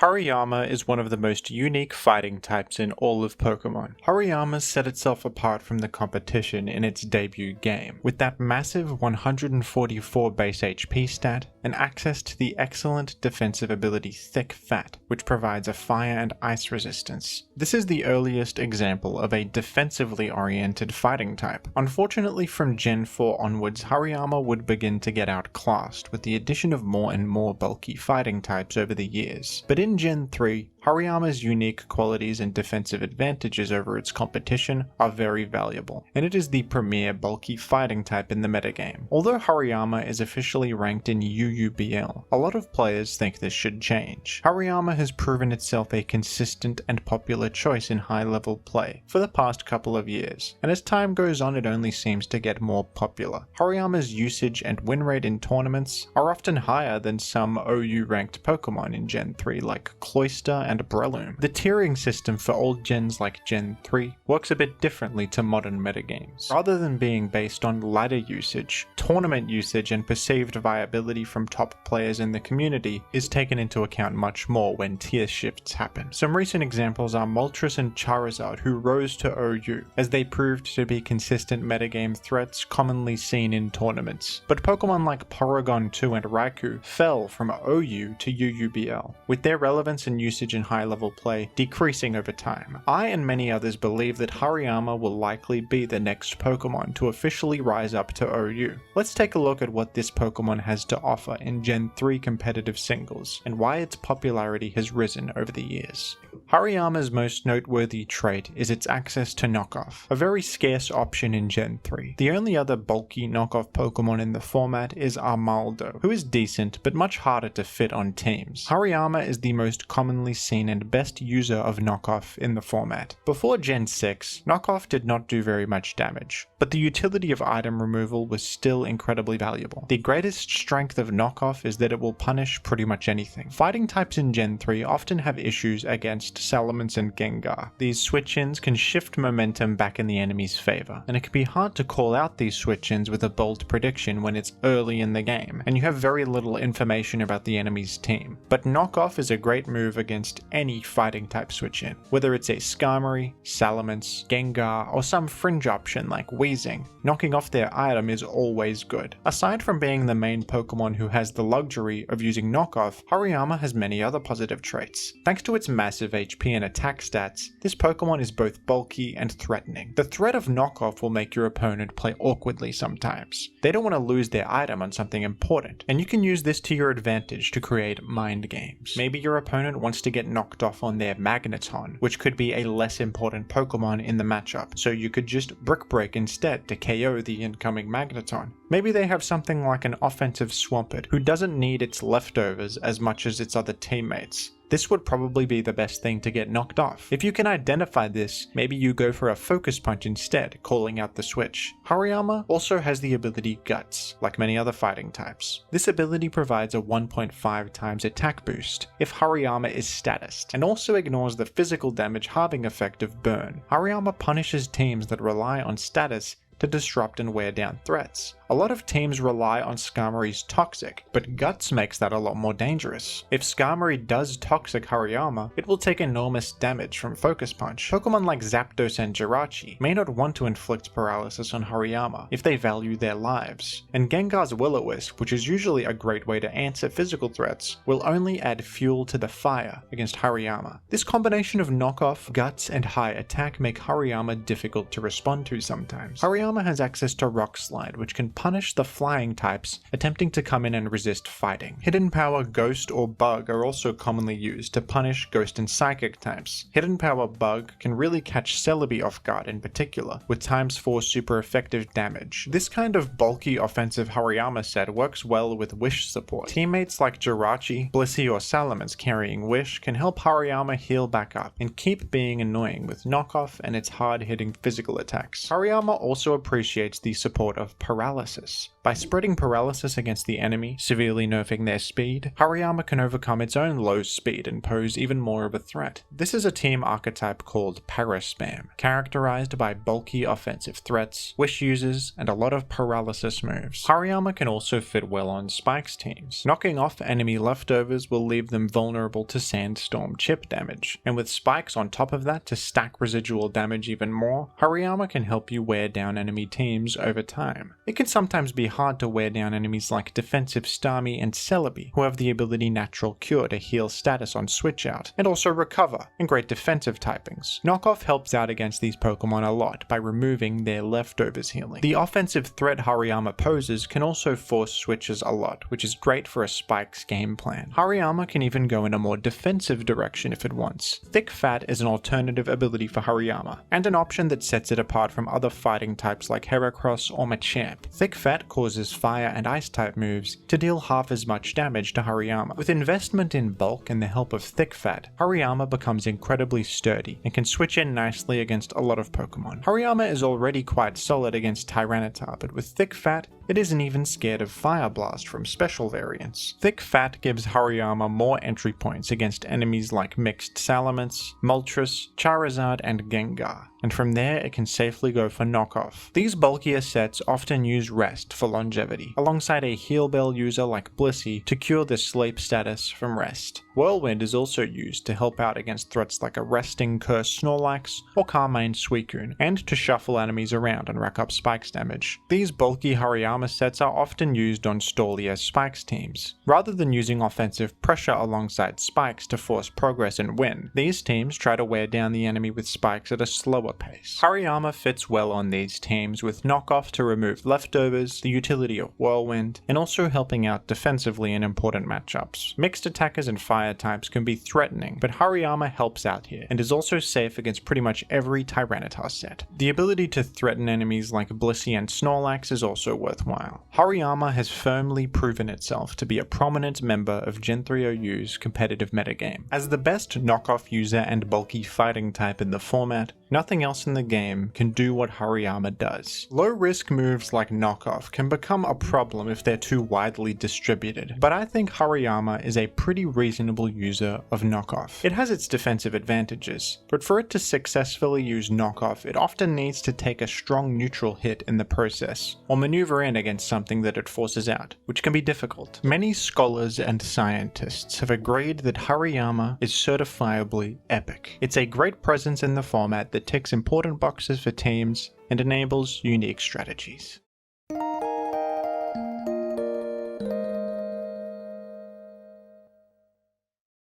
Heracross has invaded my home. I heard munching from my closet and opened it to see that the beetle had grown enormous. I tried to run, but could not outpace the Slack-boosted bug. I cried, "This is insane!" before the Swarm-boosted Megahorn killed me instantly.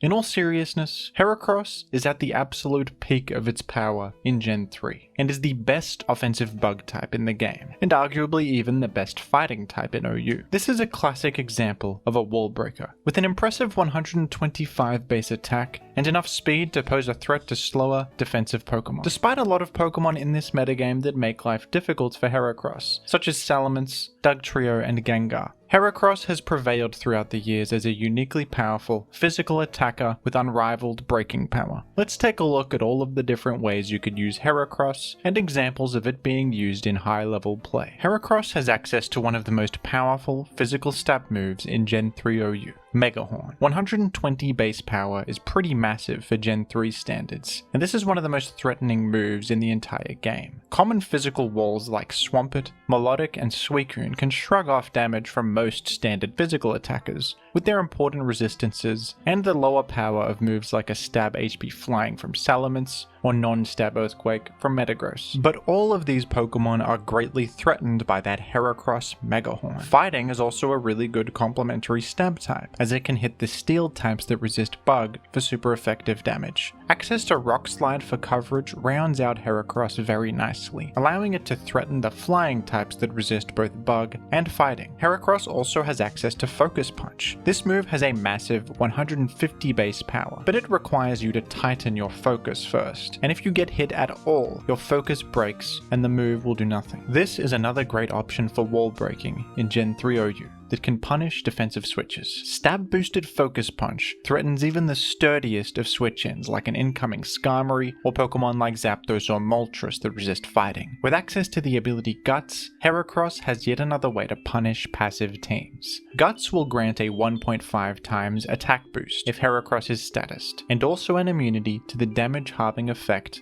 of Burn. Pokemon that rely on status to get through offensive threats like Melodic, Skarmory, and Swampert can quickly find themselves in big trouble against Heracross. Some teams choose to use Drill Peck on Skarmory purely to deal with Heracross. They usually have to sacrifice Toxic in the process, making them worse in a lot of other matchups, with no option to punish incoming Zapdos and no way to cripple enemies like Swampert or Claydol. The biggest adversary for Heracross in Gen 3 OU is Salamence, one of the format's most popular offensive Pokemon. One of Salamence's greatest traits is that in addition to being an offensive powerhouse, it also doubles as a check to fighting types, with its excellent ability Intimidate that lowers the opponent's attack on switch-in, along with resistances to both Bug and Fighting. Salamence is the most common switch-in to Heracross. Heracross can predict an incoming Salamence and hit them with Rock Slide, but after Intimidate, Salamence can survive it solidly and regain momentum, forcing Heracross out with either a Fire Blast or a Hidden Power Flying. Heracross can sometimes use a Jolly Nature to outrun some variants of Salamence. Many Dragon Dance Salamence sets sacrifice speed for enough bulk to live a Swampert Ice Beam and defensive Gengar Ice Punch. These sets can't afford enough speed EVs to outrun Jolly Heracross. With a Jolly Nature, Heracross can also outrun some variants of Zapdos that trade speed for bulk, and also modest Moltres sets. But against most Salamence sets, Heracross will struggle. Since Salamence is immune to spikes, luring it in and wearing it down can also be a bit difficult. Another adversary for Heracross is Dugtrio, who can trap and eliminate Heracross in a single hit with Aerial Ace. This is often how defensive teams choose to deal with Heracross. Dugtrio helps them out against other breakers too, like Tyranitar and Metagross, making it a logical choice that bolsters their defensive core. Dugtrio is not completely solid against Heracross though, since getting Dugtrio on the field safely is challenging. It will often require the enemy to sacrifice a Pokemon for a safe entry point, and then sacrifice momentum by locking in to Aerial Ace, which is very punishable. Because Salamence and Dugtrio give Heracross problems, a great teammate for Heracross is Porygon 2. Porygon 2 is known for its ability to counter-trap Dugtrio by tracing Arena Trap, which can support teammates that hate Dugtrio. Porygon 2 is also an excellent check to Salamence that is solid against both the mixed sets and the Dragon Dance sets, easily withstanding their damage and threatening to one-hit KO with Ice Beam or cripple with Thunder Wave. Another common teammate for Heracross is Suicune. Suicune can switch in nicely against Fire Blast from mixed Salamence or HP Flying from Dragon Dance Salamence, and force them out with Ice Beam, earning you your momentum back. Heracross can be used on a variety of different team styles. On more balanced teams, Heracross can be a much needed form of offensive pressure that benefits from the support of Paralysis and Wish, Sometimes you can even afford to invest in bulk on Heracross in these kinds of teams. In this SPL game, the player Triangles used Heracross alongside a Wish Blissey and 2 Paralysis Spreaders, Zapdos and Defensive Starmie. This Heracross set was itemless and used Thief, a smart way to punish switch-ins. Stealing leftovers is a great way to cripple incoming threats like Salamence and Zapdos on a slower paced team like this. In this game, Triangles managed to steal leftovers from Zapdos and apply a lot of pressure to Swampert and Jirachi with the Heracross, eventually winning the game. Heracross also fits well on Magneton offense teams, as it thrives with Skarmory eliminated. Agility past Zapdos can be a great teammate on teams like this, passing speed boosts to Heracross and using it as an ultimate game ender. Another fun way to use Heracross is on weather teams. Salakberry can be a powerful item in Gen 3 OU, a pinch berry that grants a +1 speed boost when the holder falls below 25% health. But Sandstorm keeps these strategies in check quite a bit. Unless you have a sand immune typing, sacrificing your leftovers for a Salakberry will mean your Pokemon only has a few turns to pose a threat before Sandstorm chip damage KOs you. Heracross is probably the most common and threatening Salakberry sweeper in the format, and it works very well alongside Rain Dance users that can clear Sandstorm. Kingdra is a popular choice for this. Kingdra has the ability Swift Swim, which grants double speed in the rain, so with Rain Dance it becomes a powerful threat for the 5 turns that Rain is active.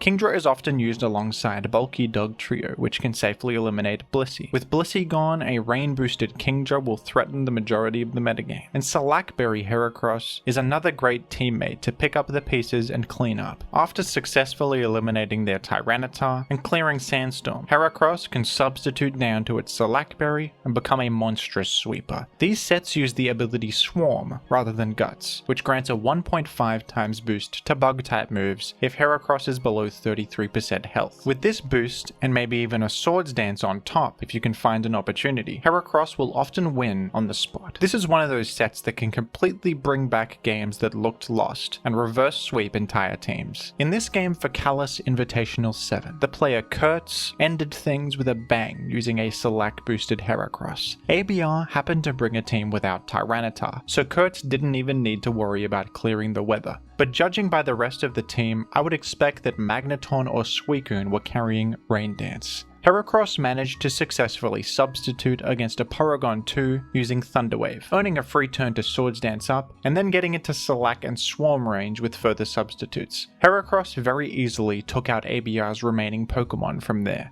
Heracross is a beautiful Pokemon. It's a much needed form of counterplay against defensive teams, with a lot of variety in how it can be used. Heracross has adapted to metagame shifts quite a bit, with different EV spreads emerging and different structures built around its unique tools. With 2 great abilities and a diverse move pool, Heracross promotes creativity and metagame evolution. I think this should be the blueprint for a well-designed wall breaker. I hereby forgive Heracross for invading my home and sending me to the other side.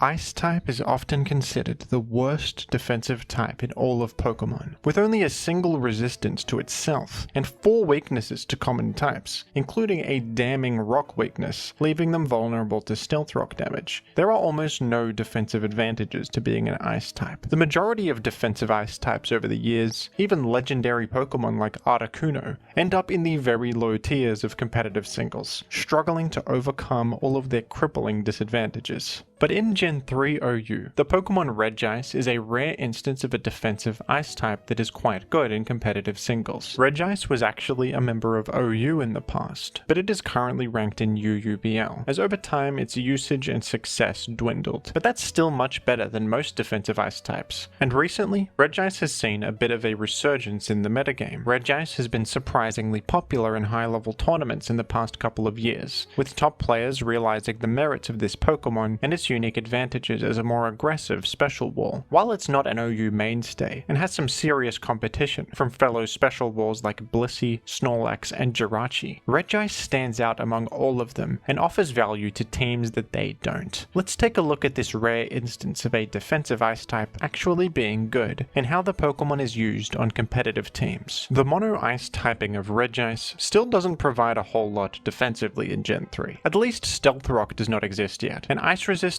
plus freeze immunity can be useful here and there, but this isn't much. However, Ice is a decent neutral defensive type for a special wall in Gen 3 because of the lack of physical special split. Before the Gen 4 games, attacks were physical or special purely based on what type they were. The only special attacking type that Regice is weak to is Fire, meaning it's neutral to every other special attacking type in the game. And with an absolutely enormous 200 base special defense, Regice can easily shrug off damage from the majority of special attackers in Gen 3. This is similar to how Blissey functions. Although a mono-normal typing isn't amazing defensively, just the fact that it's neutral to every special attacking type in the game allows Blissey to take advantage of its incredible bulk and shrug off special hits with ease. But the question is, why would you use Regice instead of Blissey? Blissey is the far more popular and reliable choice for a special wall with many advantages. It has access to immediate healing in the form of Soft Boiled, many useful utility and coverage options, and the ability Natural Cure as a way to heal status effects. Regice, on the other hand, has no immediate healing, is vulnerable to status, and weak to fire types. But the advantage of Regice over Blissey is that it is much better at applying offensive pressure. Ice has always been a great offensive type in Pokemon, and that applies here as well. Stab damage on Ice moves off the back of a solid 100 base special attack is very threatening. Regice can greatly threaten Pokemon such as Zapdos and Celebi with powerful super effective stab damage, and even Pokemon like Swampert for strong neutral damage. Celebi can often 1v1 Blissey, shrugging off its status moves thanks to Natural Cure, and leeching all of its health with Leech Seed. Bulkier Celebi sets also take minimal damage from Blissey's non-stab Ice Beam, especially factoring in the Leech Seed healing. Regice, on the other hand, is Celebi's worst nightmare, and can threaten a 2-hit KO, even factoring in Leech Seed healing. Celebi cannot win this 1v1 and will be forced out. Regice also gets Thunderbolt for that ever-valuable Bolt Beam coverage, which can hit the water types who resist Ice. Another valuable move that Regice has access to is Explosion, one of the best moves in Gen 3. Explosion was much more powerful in the old gens than it is today. In Gen 3, Explosion is a 250 base power move that halves the enemy's defense when used, effectively making it a 500 base power move. It also causes the user to faint. Not only does this move deal enormous damage, allowing you to favorably trade with enemies, Explosion has another quirk in Gen 3 that makes it amazing. In Gen 3, if your Pokemon faints, the enemy cannot act at all. Because of this, Explosion not only deals massive damage, it also denies the enemy from using important moves like Dragon Dance or Recover. Regice is also a solid paralysis spreader with its access to Thunder Wave. Pokemon with Natural Cure like Blissey or Celebi can often switch straight in against Thunder Wave users and quickly cure the status upon switch out. This is a common way to play around status, but since Regice threatens Blissey with Explosion and Celebi with Ice Beam, they aren't likely to switch in, and Regice can paralyze Pokemon without Natural Cure much more easily. Hidden Power Fire is another option that you see on Regice. Forretress is decent against Regice with its ice resistance and solid bulk, allowing it to shrug off those non-stab Thunderbolts. It also resists Explosion, but HP Fire turns the tables on Forretress with some surprise ×4 super effective damage. Metagross can be another nice switch into Regice with ice resistance and good natural bulk, but HP Fire can surprise them too with more damage than expected. Regice is not only an effective buffer against special attackers, but a threatening offensive presence itself, making it a great option as a special wall for more aggressive teams. Although Blissey is excellent, it can be quite passive, and many teams are built around targeting Blissey and taking advantage of its shortcomings. A defensive switch into Regice generates a lot more momentum than Blissey, and can throw off teams that are too focused on targeting Blissey. Regice won't stick around as long as Blissey will, but it is much more powerful in the short term, and sometimes that's exactly what a team needs. Another competitor against Regice is Snorlax, who operates similarly. Snorlax also doesn't have any immediate healing moves, and often opts to use multiple coverage moves instead. Snorlax has self-destruct too as a way to trade and keep pressure up. Snorlax is another more aggressive option for a special wall that can apply offensive pressure when it comes in. But Snorlax has its downsides. Snorlax often requires the support of Magneton due to its poor matchup against Skarmory. Snorlax can sometimes be used without Magneton, but it will need to use sets with Focus Punch or Curse plus self-destruct to be able to apply pressure to Skarmory. Snorlax can also sometimes struggle to answer Gengar. Although Snorlax has access to Shadow Ball for super effective damage, Gengar can use Will-O-Wisp, which completely cripples Snorlax. Regice, on the other hand, doesn't require the support of Magneton to function. It doesn't require much support at all to be threatening. Getting Will-O-Wisp by Gengar is still bad for Regice, but if you manage to Thunder Wave them or just hit them with a big stab Ice Beam, you're still pretty happy. The biggest drawback to Regice is its vulnerability to Fire types. types. Moltres and Charizard often need to be answered by a special wall, and if your special wall is weak to fire, this can quickly become a problem. For this reason, Regice is often used alongside Suicune, who can be a great offensive water type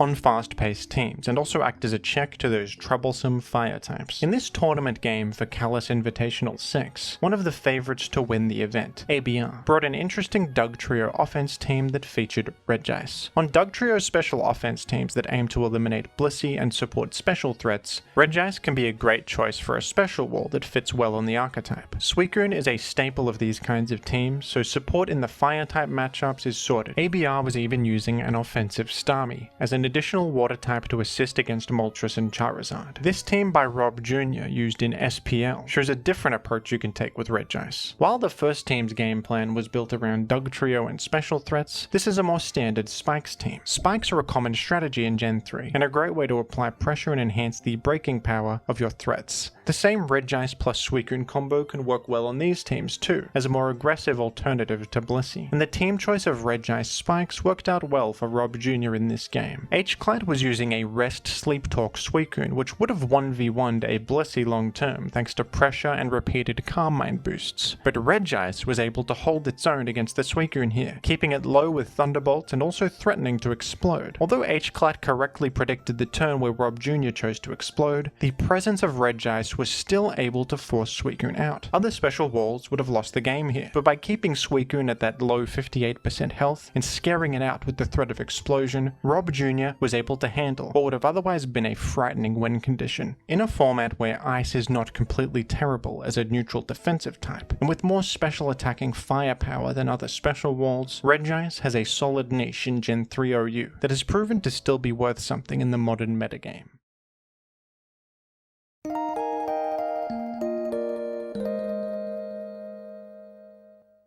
You probably think of Vaporeon as a primarily defensive Pokemon. It was definitely designed that way, with its massive HP stat, utility move pool, and the defensively oriented ability Water Absorb. But in Gen 3 OU, Vaporeon is for the most part outclassed by other bulky water types in the format. A defensive Vaporeon can sometimes fit as a wish support Pokemon with water immunity, which helps out against Suicune, but on most teams, Milotic or Suicune will be superior. Because of this, Vaporeon had to find a new area where it could thrive, and with some experimentation, players realized that Vaporeon could actually operate as an excellent lead on hyper-offense teams. Let's take a look at how Vaporeon redefined its identity in Gen 3 and became a unique enabler for fast-paced strategies. Hyper-offensive Spikes teams in Gen 3 often sacrifice a solid defensive core for proactive threats that keep momentum up and try to end games quickly. These teams aim to stack Spikes on the field as early as they can and constantly be applying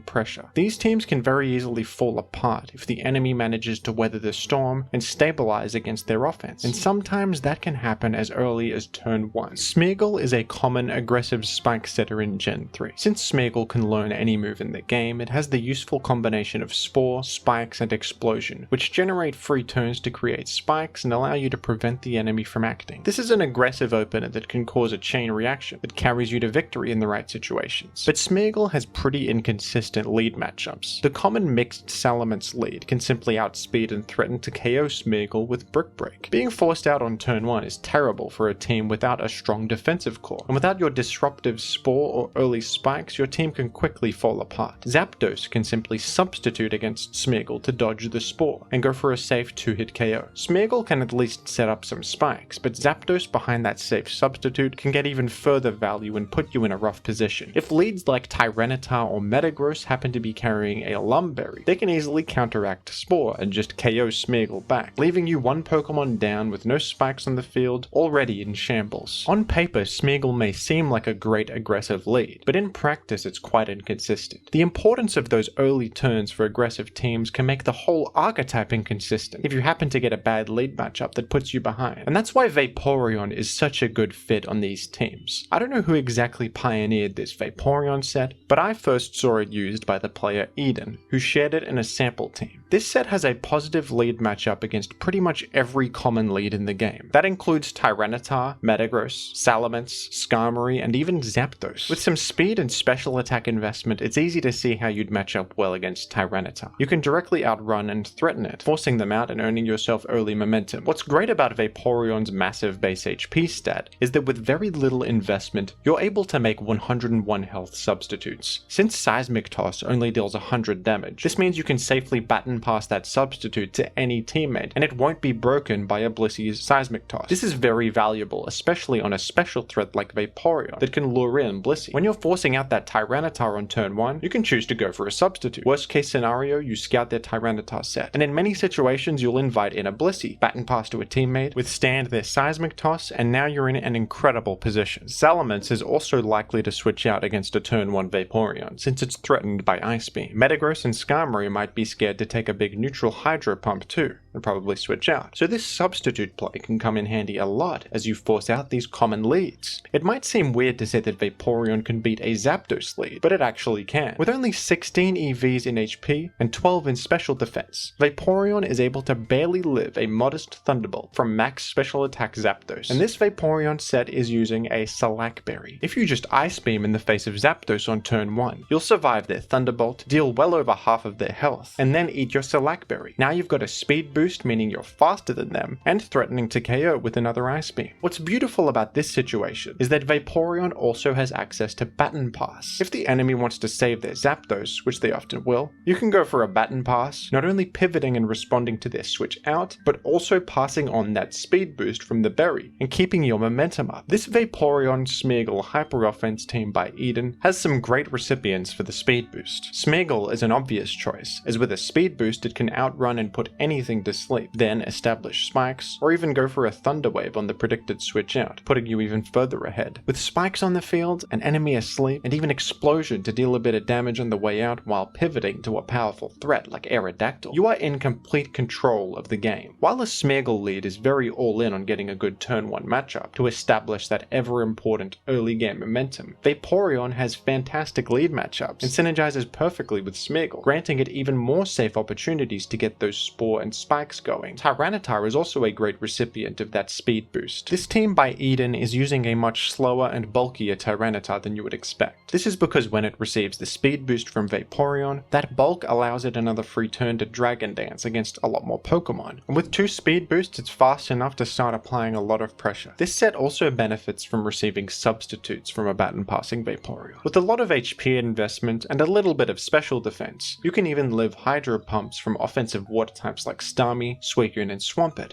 This is a classic rock spam team that aims to overwhelm enemy rock resists by luring them in repeatedly and racking up damage with spikes and strong neutral hits. Eventually their rock resist will fall, enabling either Tyranitar or Aerodactyl to clean up the game. While this is an inherently aggressive team style, this particular team is even more all in on this plan, with a Hidden Power Grass mixed Metagross as an additional way to lure in Swampert and catch it by surprise. A downside to using Vaporeon for this is that it is basically sacrificing a team slot for early game momentum. This aggressive Vaporeon lead will not stick around for long, and you'll need to get as much value out of it as you can to get your foot in the door and keep pressure up for the remainder of the game. Aggressive teams like this have a reputation for being simple and easy ways to play, but in Gen 3OU I think teams like this are some of the most difficult of all. When you're using an all or nothing team like this, a single mistake can spell disaster. With no defensive core to fall back on in office and breathing room, every single turn counts. The inaccuracy of Hydro Pump feels a lot more pronounced on this set too, than it usually does. While a defensive Pokemon like Swampert can afford to miss the occasional Hydro Pump, since missing won't usually result in fainting. That's different for this Vaporeon. Missing out on that crucial damage or early KO could lose you the whole game. Most players won't risk losing their Tyranitar on turn 1 to gamble on the miss chance, but it's still a concern. This hyper offense Vaporeon set has become quite well known in Gen 3OU, and is a hallmark of the the archetype. If you see Vaporeon lead, you'll probably expect this and try to play accordingly. But I think we should all appreciate the brilliance of this set and how it solved so many unique problems for the Hyper Offense archetype. When I talk about the beauty of this metagame and the amazing innovations that can surface when you have a reasonable power level and a healthy level of centralization, this is exactly what I'm talking about. This reinvention of Vaporeon is one of the coolest developments I've seen in this tier. I remember first using this set and being amazed at how it had a plan against pretty much every common lead. This Eden team is one of my favorites to use when casually laddering. Try it out if you enjoy a more aggressive playstyle, but be warned, this is a difficult team to use effectively.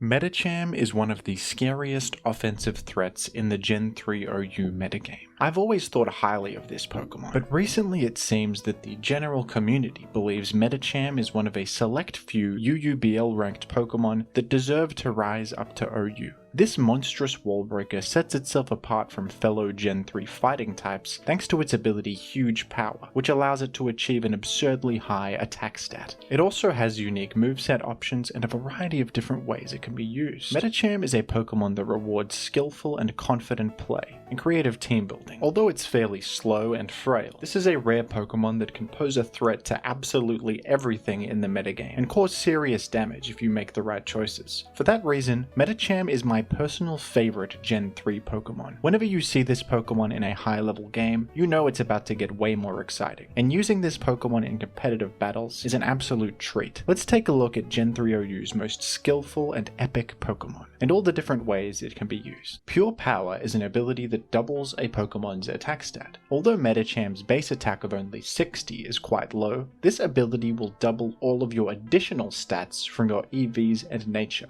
And with maximum attack investment plus an adamant nature, Medicham can reach an unbelievable attack stat of 480. This is even higher than a max attack adamant Groudon or Rayquaza. An immediately obvious way to take advantage of Medicham's attack stat even further is to give it a Choice Band. With a Choice Band equipped, Medicham can reach a gargantuan attack stat of 720. Not even common switch-ins like Skarmory or Salamence can withstand the sheer power of a Choice Band Medicham Focus Punch. While this is a very alluring concept, there are some downsides to using a Choice Band Medicham. Locking into moves is very punishable, especially when your two main attacking types are Fighting and Ghost. Locking into these types could be easily taken advantage of by an immune Pokemon. But without the ability to switch moves, you can completely halt your team's momentum and allow them to easily recover. And that's the best case scenario. If your opponent guesses correctly and switches to Gengar on one of your fighting type moves, for example, you're in huge trouble with nothing to show for it. Medicham's attack stat is high enough without Choice Band to pose a massive threat to most of the metagame, so at a certain point that extra attack, while alluring, can have diminishing returns. This set isn't completely unviable, but it requires a bit more support than the standard 4 attack set with leftovers. This is the most popular Medicham set, and it tends to use a moveset with Brick Break, Focus Punch, Shadow Ball, and Rock Slide, a fantastic combination of coverage. Brick Break forces out Tyranitar and Blissey, who are extremely common Pokemon, and Medicham has tools to threaten almost every possible switch-in. Focus Punch has a massive 150 base power, which really punishes defensive switches to Pokemon like Skarmory and Swampert, and can even chunk through resistances like Zapdos or Celebi. Shadow Ball hits the ghost types that are immune to fighting, and also psychic types that resist fighting, and Rock Slide threatens those flying types that resist fighting as well. The choice between an adamant and jolly nature is usually team dependent. The amount of extra attack you get from an adamant nature is really significant because of Pure Power, but you sacrifice important speed benchmarks in the process. With a max speed of only 259, you'll end up slower than enemies like Adamant Heracross, Smeargle, and Modest Moltres. For this reason, I personally prefer a jolly nature, which allows you to reach 284 max speed. If you're adamant, common flying types can easily switch in against fighting type moves and force you out, halting your momentum. But if you can outrun these Pokemon and threaten them directly with Rock Slide, all of a sudden your Medicham is much scarier. One of the reasons I love Jolly Medicham is because it can turn the tables on these usually solid fighting type checks. Another awesome adaptation on Medicham that I've seen recently is running Lumberry on a lead set. This is a brilliant choice because it actually disguises what your item is. If you're running leftovers and get hit by Sandstorm, the enemy can clearly see that your item is leftovers, and rule out options like Choice Band or certain berries. If you're running a Lumberry, however, the enemy doesn't know if you're Choice Banded or not, which can make them play awkwardly. An interaction I love is leading off with Medicham against Tyranitar, then using Brick Break, inviting in their Gengar.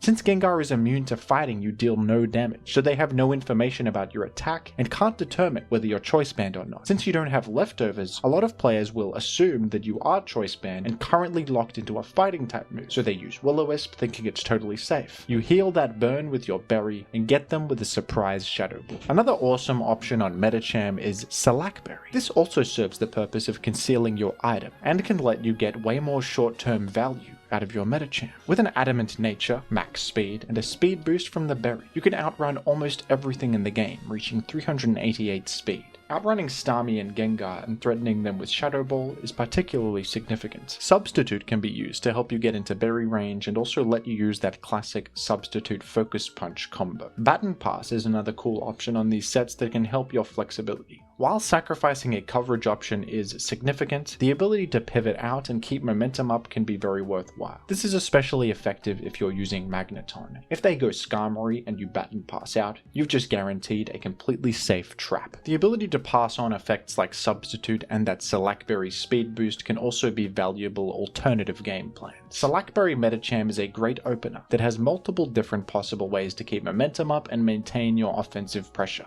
The player Ban Manaphy is an example of a high-level competitor that has taken huge advantage of Medicham in recent memory. Ban Manaphy brought this Medicham team to 2 different sets in Kalos Invitational, and it won both times. This team actually breaks one of the golden rules of Gen 3 OU team building. It's considered almost mandatory to have a solid rock resistance on your team, due to the prevalence of Dragon Dance Tyranitar and Aerodactyl. Without something like Swampert, Metagross, or Flygon on your team that can reliably check these Pokemon, you can very easily be overwhelmed. But sometimes rules can be broken. This team, with the assistance of Medicham, manages to control the pace of battles so well in the hands of a strong player that Tyranitar and Aerodactyl don't even get enough time to set themselves up for victory. In this game against the player Jester, Ban Manaphy leads off with Medicham, forcing out Jester's Tyranitar. Medicham goes for a Baton Pass, which allows a completely safe pivot into Pursuit Tyranitar, responding to Jester's Gengar switch. Gengar is now dangerously low, making Medicham significantly stronger. By baiting in Gengar like this and increasing the chance of a successful Pursuit trap, you are supporting both Medicham and also Curse Snorlax, who really appreciates ghost types being eliminated. When Medicham entered the field later in the battle, forcing out a Blissey, Jester was hesitant to go Gengar again, wary of another Baton Pass into Pursuit Tyranitar, or a simple Shadow Ball or Rock Slide to finish Gengar off. So Jester went to Swampert as a middle ground and took a surprising 61% damage. It turns out this was a Choice Band Medicham all along.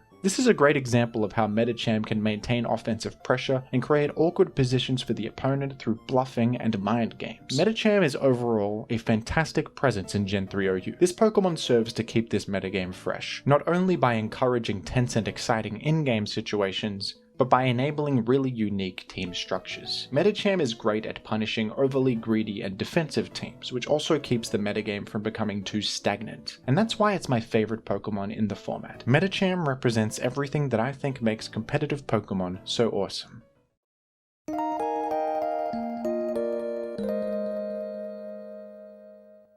Rain is historically the most powerful weather effect in the Pokemon games. When you think of a rain team, Generation 5 OU might come to mind. Politoed gained the ability Drizzle in Gen 5, which creates permanent rain on switch-in, and rain teams are some of the most common structures you see at high-level play. You may also think of the Pelipper rain teams that have existed since Gen 7. Even though Drizzle no longer set permanent rain on the field from Gen 6 onwards, with the help of Damp Rock to extend those rain turns and powerful Swift Swim sweepers like Mega Swampert and Kingdra, rain teams were excellent in Gen 7 OU. But what about in Gen 3? Can rain teams function in a world where no OU ranked Pokemon has Drizzle and the Damp Rock also doesn't exist? In this generation you have to manually set rain by using Rain Dance, and that only lasts for 5 turns. Although that may not sound great, rain teams are actually pretty powerful in Gen 3. Let's take a look at how rain teams work in Gen 3, why they're a surprisingly viable choice, and go through all the viable abusers of Rain from best to worst. Rain has a lot of fun applications in Gen 3, but the main and most obvious one is that it can enable Swift Swim Pokemon. Swift Swim is an ability that grants double speed in the rain, which can turn an otherwise unremarkable Pokemon into a game-ending threat. With only a single turn of setup, Swift Swim Pokemon can outrun and threaten the majority of the metagame. To take advantage of these Swift Swim threats to the fullest, you probably need to use Dugtrio. Dugtrio is excellent on various different team styles in Gen 3, but one of the best is Special Offense. On these teams, you give Dugtrio a bit of special defense so it can live a modest Ice Beam from Blissey. With this extra bulk, you can reliably 2-hit KO Blissey with Earthquake or Beat Up, and with Blissey eliminated, your special threats become greatly enhanced. Pokemon like Zapdos, Celebi, Jirachi, and Suicune are no longer easily checked and stopped in their tracks by Blissey. And Swift Swim Pokemon synergize with Dugtrio very well for the same reason. Not only do you love being able to eliminate Blissey reliably, being able to eliminate Tyranitar, the permanent sand setter, also really helps. Tyranitar can nullify Swift Swim by switching in and replacing the rain with Sandstorm. Luckily in Gen 3, Tyranitar does not also get a special defense boost from its rock typing. That was a Gen 4 mechanic. So switching Tyranitar in against water types is obviously very unsafe, but it's still nice to have an option to eliminate Tyranitar completely and not worry about your rain getting overtaken by sand. The most common and most powerful Swift Swim user in Gen 3 OU is Kingdra. Kingdra has an amazing defensive typing of Water Dragon, which has so many useful resistances and is only weak to one type, Dragon. Since most of your speed will be provided from that Swift Swim boost, you can invest your EVs mostly into bulk, allowing you to live hits, giving you safe opportunities to use Rain Dance and start sweeping. What's great about Kingdra on special offense teams is it has both defensive and offensive value. Kingdra can operate quite decently and improve your matchup against physical Salamence sets and Pokemon like Charizard and Moltres. And thanks to Swift Swim, Kingdra can give your team some much needed speed. Sometimes special offense teams can struggle against enemy Pokemon like Aerodactyl and Jolteon. These fast threats outrun most of the common special offense members like Jirachi, Celebi, Suicune, and Zapdos. Even if you successfully eliminate their special walls, sometimes they can just out-offense you with their own threats. But Kingdra really helps to remedy that. All it takes is one turn of clicking Rain Dance to outrun the enemy Aerodactyl and turn the momentum back in your favor. I think Kingdra special offense teams are some of the best special offense teams, and Kingdra improves so many matchups for this archetype. Another solid Swift Swim user that you see fairly often is Ludicolo. What Ludicolo accomplishes offensively is pretty similar to Kingdra. They both use big water stab and ice coverage, but Ludicolo has a couple unique qualities that set it apart and make it a better choice on certain teams. Ludicolo has a water grass typing, which in most situations is going to be worse than Kingdra's water dragon typing. Ludicolo is weak to flying, which makes it worse as a check to physical Salamence sets. It's also weak to bug, which can be unfortunate against Heracross. But Ludicolo has ground resistance, which is actually really valuable. If your team struggles a little bit at switching into Swampert, Ludicolo helps greatly because it resists both water and ground stab. Ground resistance helps out versus Flygon and Metagross as well. Kingdra is not as solid against Metagross as Ludicolo is. Even though you resist Meteor Mash, those neutral earthquakes actually do impressive damage. Not only does Ludicolo have the benefit of ground resistance, it also has access to Leech Seed, which is one of the best moves in the game. This makes Ludicolo a bit more valuable in the mid game. Leech Seed is a really safe move to click that will punish almost any switch in except a grass type. Ludicolo is a little bit safer to use defensively than Kingdra is. Ludicolo can actually heal back a bit of its health thanks to Leech Seed and also create safe entry points for its teammates. These are the two main Swift Swim Pokemon that you're going to see in OU, and the vast majority of the time one of these two Pokemon is going to be the best choice. But there are also some fringe Swift Swim Pokemon that have niche uses. Omastar is quite a cool one. This is a Pokemon with a pretty poor rock water typing. It has a lot of unfortunate weaknesses.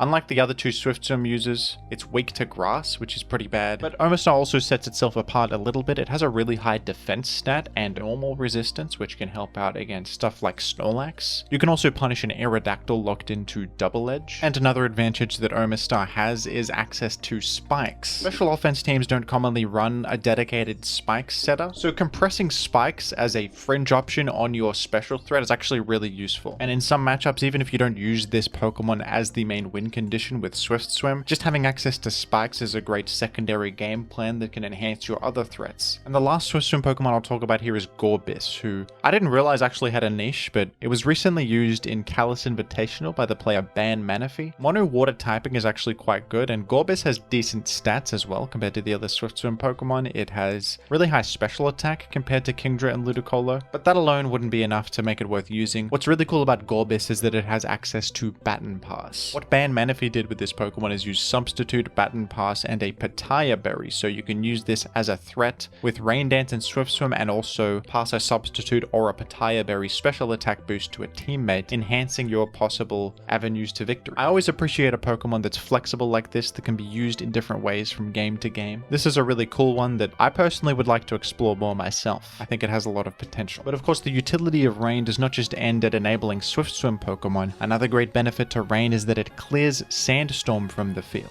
If you eliminate Tyranitar and use Rain Dance, Sandstorm is never coming back, which can actually greatly enhance many teammates. Suicune is a Pokemon that really appreciates having leftovers chip healing back. The same can be said for Celebi. And another Pokemon that really appreciates a lack of sand is Heracross. Salakberry Heracross with Swarm can be a monstrous game-ending threat that just powers through and outruns everything. But the problem with this set is that it requires you to substitute down to that Salakberry, and if Sandstorm is on the field, it only takes a couple turns for you to fall to that chip damage, which is why running this Heracross set on a Rain team is perfect. You can clear that Sandstorm from the field completely, and all of a sudden this Heracross turns into an amazing win condition. Salakberry Heracross can actually help improve the consistency of Rain teams. Sometimes being all in on special threats is a little bit of an unreliable way to play. Some teams don't run Blissey as their main special wall, they'll run something like Rest Zapdos or Snorlax, which are a little bit more difficult to pin down. So having a physical presence on the team and a physical win condition on the team can actually help you at matchups like that. Heracross is the main Salakberry sweeper that you see on these Rain teams. Another one you might see is Medicham, who can run Salakberry and Reversal. Overall, I really like Rain teams in Gen 3 because I think they work differently to almost every other gen and stand out in that way. Rain teams in other gens are kind of obvious in how they're structured. You put Pelipper on and you put a bunch of Swift Swim Pokemon and something like Ferrothorn that benefits from Rain being up. It's like the team builds itself. But Rain teams in Gen 3 can be more intricate. You have multiple different Rain abusers you can choose from and different ways to take advantage of the Rain on the rest of your team. And often the best Rain teams are not all in on one game plan. They have flexible ways to play and multiple branching win conditions.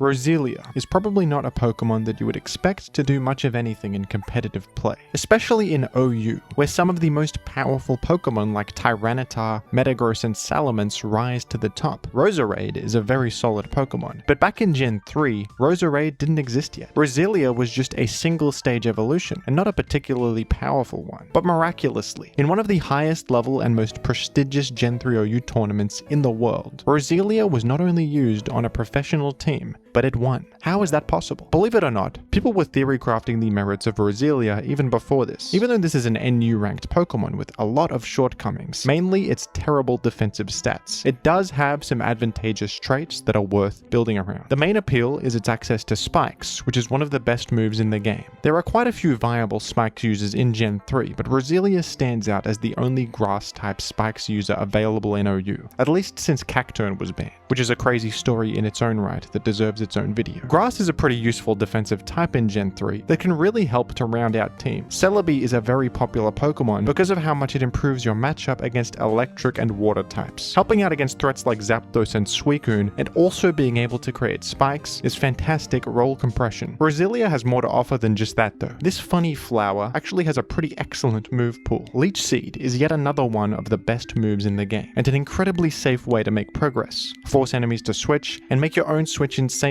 thanks to the healing. Aromatherapy is yet another outstanding utility option that cures the status ailments of you and your entire team. Compressing aromatherapy onto your Spikes user means that your teammates can afford to take status ailments that they otherwise couldn't, which can be game-winning in some interactions. In the final slot, many players choose Stun Spore, a paralysis-inflicting move. This move only has 75 accuracy, unlike Thunder Wave, which is unfortunate, but it's still a very high-value status ailment, and it has the benefit of working on ground types, unlike Thunder Wave. Other Other options include Hidden Power Grass, which hits decently hard off the back of your 100 base special attack and can threaten enemies like Swampert and Melodic. Another option is Grass Whistle, a very inaccurate sleep inflicting move, but this is pretty rarely seen. It's quite inconsistent and Roselia is a bit too frail to use it effectively. On top of all this, Roselia has two excellent choices for abilities. Natural Cure, which will heal a Pokemon's status ailment every time they switch out, and Poison Point, which has a 30% chance to apply poison to enemies who make contact. That is a surprising amount of unique advantages. While it may seem like Roselia would thrive on more defensive teams, players quickly realized the opposite. Because of Roselia's frailty, it often doesn't stick around for very long, but Roselia can work as a temporary check to electric or water types. It's usually able to come in once or twice and do a couple important things for you before it faints, and that is often enough. Depending on the matchup, you can choose to use Roselia differently. Most of the time, you'll just want to create spikes as soon as possible, but if you're up against something like a Superman team or a solid defensive team with Claydol or Starmie, maybe that one spike isn't as worthwhile. In those matchups, you could choose to use Roselia for its aromatherapy. Bait an enemy to status you and counterattack them, then heal that status off later. Sometimes just a single stun spore can be game winning too against more aggressive teams that are all in on offense. You can cripple their important threat and stabilize from there. There are also some matchups where Roselia can stick around for a long time. Against the most common Melodic set, which only has Surf and Toxic to apply pressure, Roselia completely hard walls it, and can get enormous value by creating spikes and spreading Leech Seed. Roselia is also quite effective against Suicune sets that only carry water moves. Leech Seed is more than enough to stop a Suicune from sweeping, and since more defensive Suicune sets are very passive, you can just stack spikes against them and get enormous value there too. The way Roselia is used from game to game will vary. Sometimes it does barely anything, making one spike or doing one other useful thing per game, and sometimes it can totally carry specific matchups. This can make Roselia a bit hard to use, but this is often how it goes with these roll compression Pokemon. Despite all these advantages, this is still Roselia we're talking about. This thing has 45 base defense, and using this in an important tournament game would certainly be a bold and risky move. Some did try, but it didn't always work out. But in this tournament game for Kalos Invitational 6, between Pokemon Legends, Ban Manaphy, and Fear, Roselia was about to make history. This team by Ban Manaphy actually features two offbeat choices, Roselia and Arcanine, and they work quite well together. Arcanine is another weird one in Gen 3 OU. This is one of the most unique fire types in the game. It has great mixed attacking stats, two great abilities in Intimidate and Flash Fire, and it even has one of the most coveted offensive options in the game, Extreme Speed. Linoone and Rayquaza are the only other two Pokemon with access to this move in Gen 3.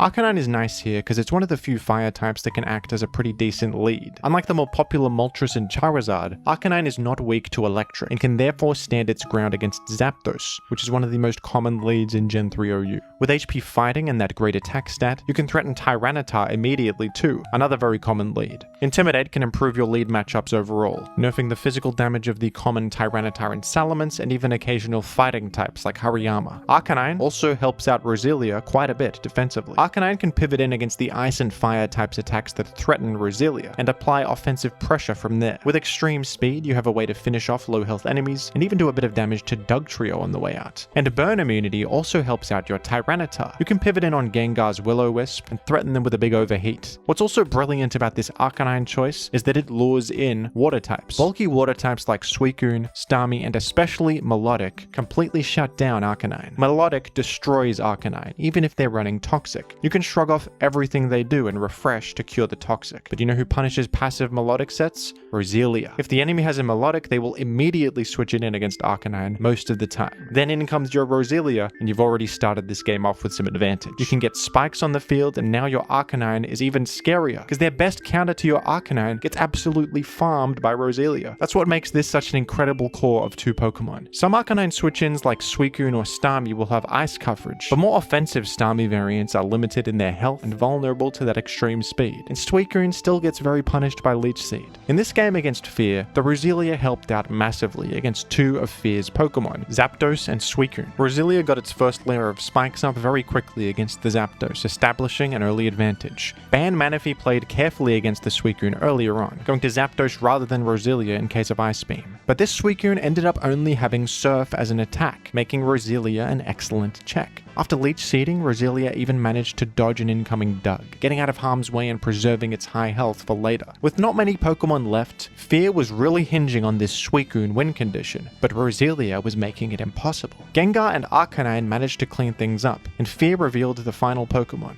Kingdra. Arcanine landed a Toxic on it, and then in came Roselia. If it wasn't for this crucial Leech Seed, Fear actually could have won this. Only Swampert remained for Ban Manaphy, and it was poisoned and vulnerable to a rain-boosted Surf. Roselia took a huge Ice Beam, got that Leech Seed off, and lived one final hit to squeeze in an Aromatherapy and cure Swampert's poison. This Kingdra happened to have Rest of all things, a pretty rarely seen option, and that healed its Toxic, but left it vulnerable for 2 turns. Thanks to this Leech Seed, it was getting its health sapped, and with rain running out, Swampert was able to clean things up from here. In this battle, Roselia managed to wall both a Zapdos and a Suicune, 2 of Gen 3's strongest Pokemon, hold its own against a Kingdra in the endgame, landing not only Leech Seed, but an Aromatherapy. And that final Aromatherapy is what secured this victory. No other Pokemon choice on this team could have done all of these things, and this is one of my favorite high-level Gen 3 OU games ever for this reason. This perfectly showcases the amazing value you can get from a smartly chosen niche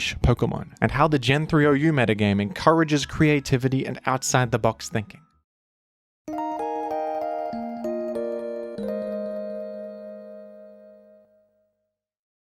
Cacturne is completely banned from competitive play in Gen 3 OU, which sounds insane. This is a Pokemon ranked in NU, and in Gen 3 NU, a format with a lower power level, Cacturne is perfectly legal and quite commonly seen. So why would Cacturne be legal in this tier, but banned in the higher tier of OU? What did Cacturne do?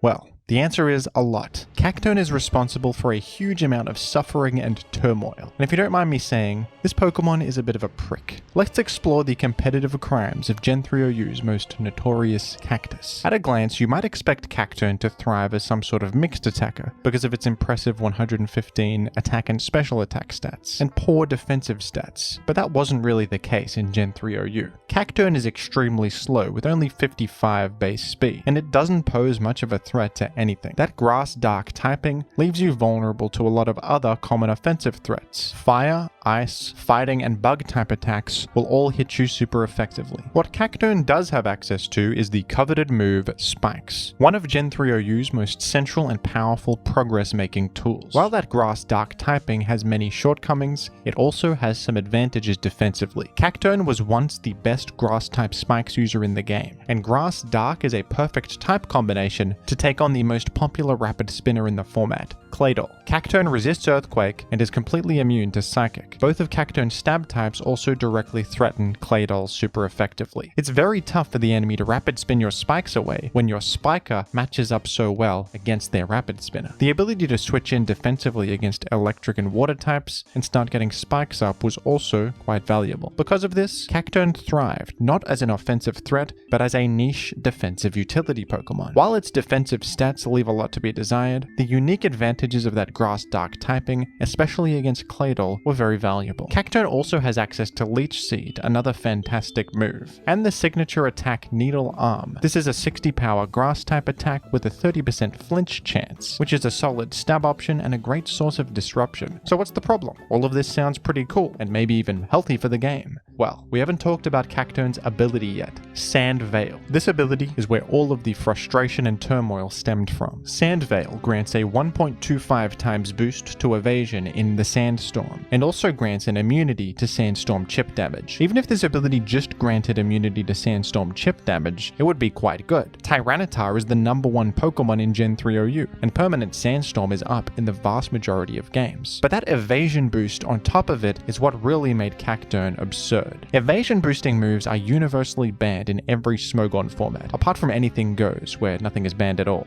Evasion is a mechanic that truly adds nothing of value to the competitive experience, and only serves to increase variance and randomness. The counterplay to evasion is extremely limited, and often inconsistent, and if moves like Double Team were allowed, it would really just hurt the enjoyment of these formats all around. And Sand Veil in Gen 3 OU is arguably even more of a problem than Double Team is. Sand is absolutely ubiquitous, so Sand Veil effectively gives Cacturne an instant boost to its evasion without it even having to spend a turn boosting. And and Cacturne can abuse this mechanic extremely well, with Substitute, Leftovers chip healing thanks to that sand immunity, Leech Seed for further annoyance, and even Needle Arm with its 30% flinch chance, adding more layers of disruption. Cacturne could very easily fish for dodges and flinches and win games by cheesing your entire team. Not to mention, it's spreading spikes in the process too. Cacturne was able to survive situations that it absolutely shouldn't, like a Dugtrio using Hidden Power Bug, which should be a one-hit KO, but of course you just miss and lose your Dugtrio instead. What were you supposed to do in this situation? What if a Moltres misses Flamethrower, Cacturne gets its Substitute up,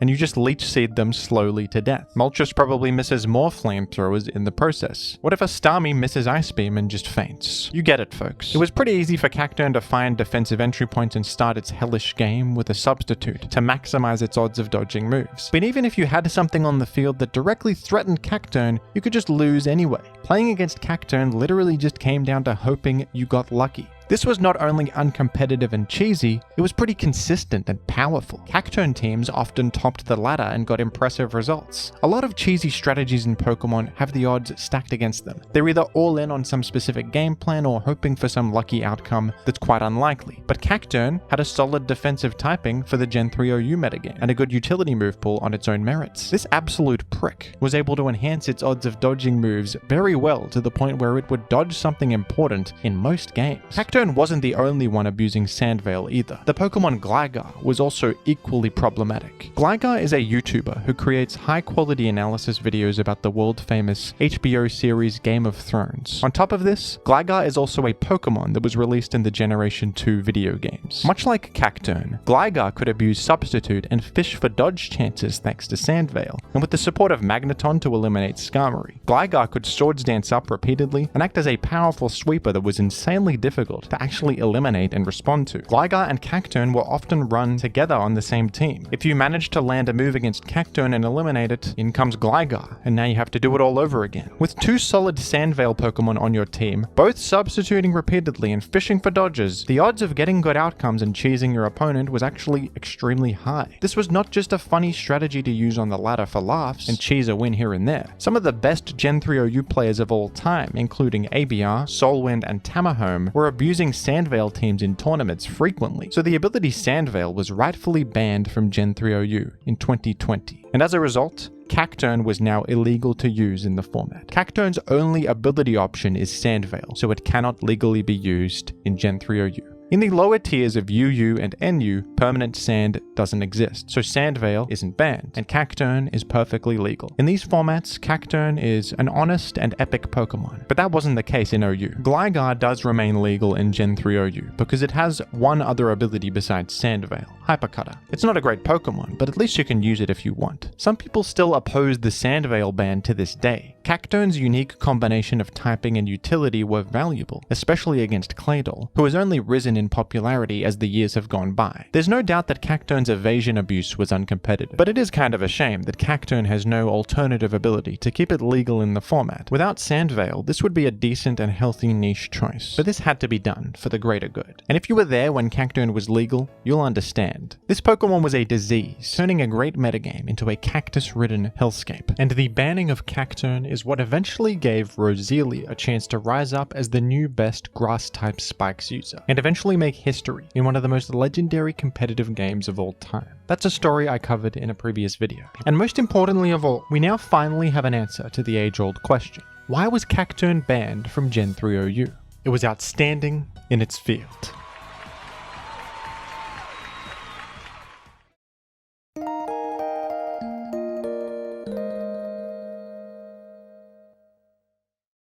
Metagross debuted in the Generation 3 Pokemon games, where it saw immediate success in the competitive scene. Metagross has been a top-tier staple since the beginning, and that will not be changing anytime soon. It's fitting that this supercomputer-themed Pokemon feels like it comes from the future. In a generation with a pretty reasonable power level overall, where nothing feels too overwhelming, Metagross is the one Pokemon that is capable of powering through teams with brute force. With fantastic defensive and offensive capabilities, Metagross provides a huge amount of value in a single team slot. This is one of the few Pokemon in Gen 3 that can fit on absolutely any team at all, no matter its pace or game plan. Some even argue that Metagross is the best Pokemon in the game. stronger than the other two contenders, Tyranitar and Skarmory, and I can't deny that they have some convincing arguments. Let's take a look at how Metagross dominates Gen 3 OU, all the different ways it can be used, and the impact it has on the format as a whole. The most fundamental qualities of Metagross are excellent on their own. Steel is one of the best defensive types in the game with its many useful resistances, especially to rock and normal type attacks, and crucial immunities to poison and sandstorm chip damage. Psychic as a secondary type is very useful too. Although you're now neutral to bug and dark type attacks unlike other steels, you are also neutral to fighting type attacks, which is a lot more relevant as one of the most popular attacking types, and a form of coverage against steels. Metagross has fantastic stats, most notably that massive 135 base attack and 130 base defense. Every other stat is pretty solid too. 95 base special attack is nothing to sneeze at, and considering how bulky this thing is, 70 base speed is also quite respectable. While Metagross is mostly used as a physical attacker, this balanced stat distribution allows for a lot of set variety. Metagross also has a really good ability, Clear Body. This makes Metagross completely immune to having its stat stages lowered. Intimidate is a very common strategy in Gen 3 OU as a way to weaken physical attackers, but Metagross is completely unaffected. What really brings Metagross together though is its incredible move pool. Meteor Mash is the scariest stab attack in the entire game when used on Metagross. This move has 100 base power, which by Gen 3 standards is well above average. Other high power physical moves in the game like Earthquake or Superpower aren't very spammable because of type immunities that can punish them. Mega Horn is a powerful move with no immunities to worry about, but it can be stopped relatively easily thanks to Skarmory's ×4 bug resistance and intimidating flying types, stomaching the move well. You wouldn't think of Steel as a particularly strong attacking type, but on Metagross this is one of the most spammable attacks in the game. 85 accuracy is a drawback, but it has a secondary effect that makes up for it, a 20% chance to raise your attack. Even without that attack raise kicking in, a Choice Band Meteor Mash hits really hard, even against resistances. But when that attack raise does proc, you can start to defy logic and deal absurd damage to anything in front of you, no matter what it is. Thanks to Metagross's bulk and common entry points against popular Pokemon, it's not hard to find opportunities to click Meteor Mash and give yourself those chances for that attack raise. The other most important move in Metagross's toolkit is Explosion, a move that I have talked about ad nauseum in Gen 3 for how powerful it is. Explosion has a massive 250 base power, and a defense halving effect to amplify that damage further. And on top of that, it also denies your enemy from taking a turn, since in Gen 3, if a Pokemon faints, the enemy can't act. Metagross is the most powerful user of Explosion in the game, thanks to its massive attack stat and clear body to even prevent being intimidated. A Choice Band boosted Explosion from Metagross is famously able to one-hit KO the most popular Skarmory set. And even without a Choice Band, this Explosion will instantly KO just about any non-resisted defensive wall you have, no matter how bulky. This combo of Meteor Mash and Explosion is deadly. In most games, Metagross will trade up thanks to the sheer amount of offensive pressure it applies with Meteor Mash, which will at least earn you some good damage, if not a KO or two, and after that it can explode and trade with almost anything. Explosion can be outplayed of course by switching into a Ghost type, but Gengar will just faint instantly if the Metagross uses Meteor Mash instead, making this really risky. Even alternative Ghosts like Misdreavus and Dusclops are greatly threatened by Meteor Mash. The threat of a Metagross Explosion creates serious mind games and can be used massively to your advantage. Metagross often forces in defensive walls like Skarmory, Suicune, or Swampert, and exploding against these to enable teammates is a very common strategy and a popular way to blow through the enemy's defensive core. These two moves are the cornerstone of Metagross's power, but this Pokemon also has amazing complementary coverage with Earthquake and Rock Slide to perfectly round things out. Metagross not only has these fantastic offensive qualities, it provides extremely important defensive value to teams as well. One of the most important boxes you need to tick on a Gen 3 team is some sort of plan against Tyranitar and Aerodactyl, the two most powerful rock-type attackers that are commonly used together. Metagross is the most popular alternative to Swampert for this role. While Metagross does not have that amazing water-ground defensive typing, and is unfortunately weak to ground, which can be exploited, Metagross is bulky enough with that high defense to withstand a Dragon Dance Tyranitar and operate as a solid check to it. You are able to live a +1 Earthquake, and you can KO most Tyranitars back with a huge stab Meteor Mash. Protect enhances your defensive value further, allowing you to chip heal and scout what enemy choice band users lock into. Metagross is very solid against Aerodactyl when it's running Protect. If they lock into Rock Slide or Double Edge, they are severely punished by a Metagross entering the field. Metagross is a really solid check against Snorlax too, who can be a rough matchup for certain teams. Normal resistance comes in handy here, as does the threat of big Meteor Mashes and Explosion. Since Metagross can tick all these important boxes while also generating offensive pressure and momentum, it is an extremely common choice on offensively leaning teams. Swampert may be sturdier defensively, but it is not as threatening or fast-paced as Metagross is. That doesn't mean Metagross is restricted to just hyper-offensive teams though. Even passive and defensive teams appreciate what Metagross offers. Exploding against specific enemies and trading with them can be really advantageous for defensive teams too, and give you a huge advantage in the long term. Metagross also has a lot of set variety. Agility is an amazing option on Metagross, a boost that grants a 2-stage increase to speed. With just one agility boost, you can outrun the 2 fastest relevant Pokemon in the format, Aerodactyl and Jolteon, and you threaten to one-hit KO both of them very easily. With agility, Metagross can turn from a slow, bulky attacker into a late-game cleaner and win condition. This is where Clear Body really comes in handy. Intimidate spam is a common form of counterplay against enemy Dragon Dance sweepers or fast cleaners, but not against agility Metagross. Most sets run agility, Meteor Mash, Earthquake, and Explosion,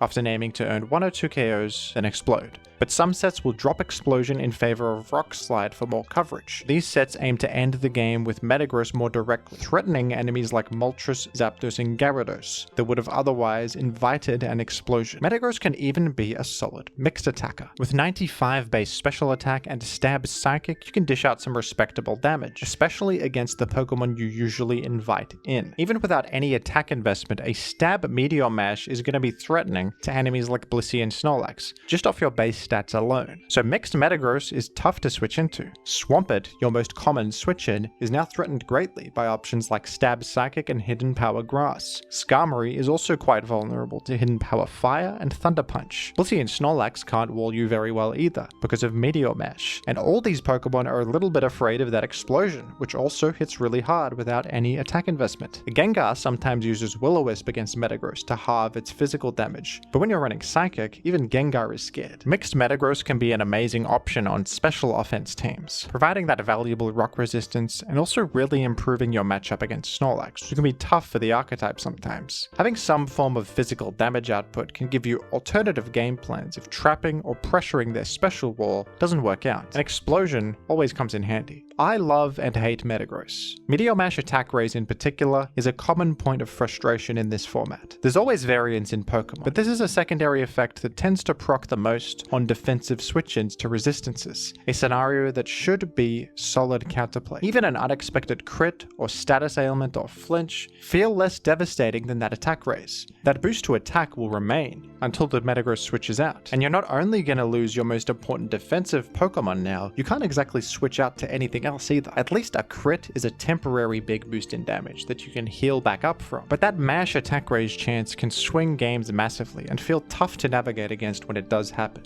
However, despite that, everything else about Metagross is fantastic. Metagross has a huge amount of set variety with defensive and offensive tools. This Pokemon rewards creativity and optimization, and most of the time it creates fun and dynamic gameplay. Metagross is a cornerstone of offensive strategies in Gen 3 OU, and an amazing way to punish greedier teams and break through defense, which is very important. Overall, I like what Metagross adds to this format. No competitive game is perfect, and that variance is something I can accept.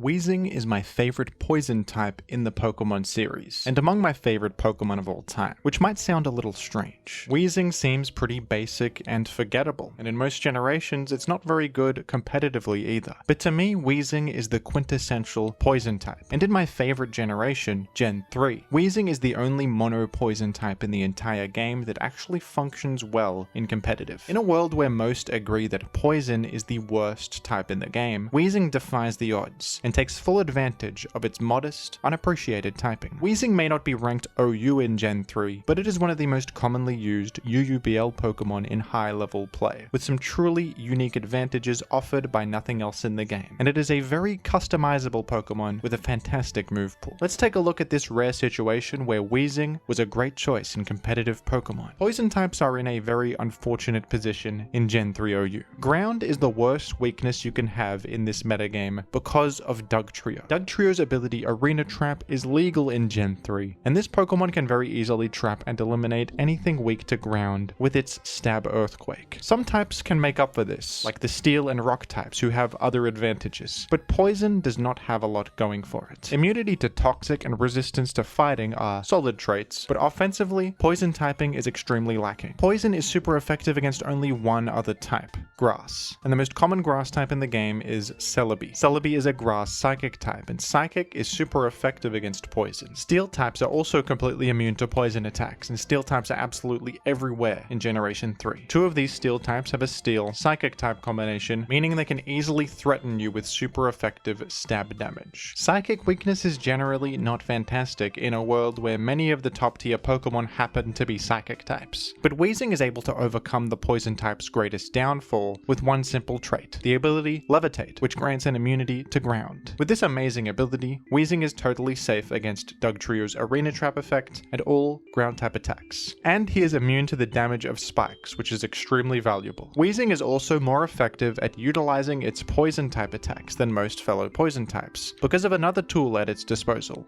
Will-O-Wisp. This is among the best status afflicting moves in the game, and an incredible tool to have access to. Will-O-Wisp directly applies burn to the enemy, which deals 1/8 of their HP every turn, and halves their physical damage output. This can be a difficult move to switch in against. Only Fire types are immune to burn, and Fire types are rather uncommon. The two most common Fire types in the game, Moltres and Charizard, don't love coming in against a potential Sludge Bomb either. This will deal solid stab damage to them and has a 30% chance to apply poison. The Steel types that are immune to Poison type damage are also really afraid of coming in and getting burned, which will permanently cripple them for the entire game. This is particularly devastating against Skarmory and Metagross. Skarmory really needs its chip healing to stay healthy long term, and burn removes that. Metagross relies heavily on its physical damage output, so taking a burn is basically a death sentence. This simple combination of Will-O-Wisp and Sludge Bomb puts enemies in a really awkward position. The threat of Will-O-Wisp dissuades common Poison type answers from switching in, and therefore enhances the effectiveness of Sludge Bomb. And with this support, Sludge Bomb actually feels like quite a strong option. It deals respectable damage, and that 30% poison chance really comes in handy. Weezing's high defense stat, great defensive ability, and utility options like Will-O-Wisp mean it can function very well in a defensive role. Very few Pokemon in Gen 3 can match the sheer physical bulk of Weezing. This Pokemon particularly helps out against fighting types. With a resistance to their stab attacks, and the ability to shrug off weak coverage moves such as Shadow Ball or Rock Slide, Weezing is perhaps the strongest fighting type counter in the entire game. Weezing also helps out a great deal against Snorlax. You can shrug off their physical damage and cripple them in various ways, such as with Will-O-Wisp and Taunt, to deny them from using Curse or Rest. Pain Split is commonly used on defensive Weezing sets, a very interesting move that will average the health of both Pokemon and then set each of your health stats to that amount. This can be a way to heal whenever your own health stat is lower than the enemy's, and it is a fantastic way to punish high HP opponents like Snorlax and Blissey. Speaking of Blissey, defensive Weezing sets can be very effective against this powerful Pokemon if they happen to be running Toxic as their only status move of choice, which is common. You are completely immune to poison and can threaten them significantly with your physical damage. Taunt denies their healing, and Pain Split punishes their high HP. Haze is another useful utility move that can come in handy on defensive sets, a move that resets the stat changes of all Pokemon on the field. Some sets also use Hidden Power Fighting instead of Sludge Bomb, as an additional point of insurance against Tyranitar. But Weezing is not just limited to a defensive role, it also has some really fantastic offensive tools. Most notably, Weezing has access to the much coveted Explosion, an incredibly powerful move in Gen 3. Explosion causes the user to faint, but deals deals damage with an effective 500 base power.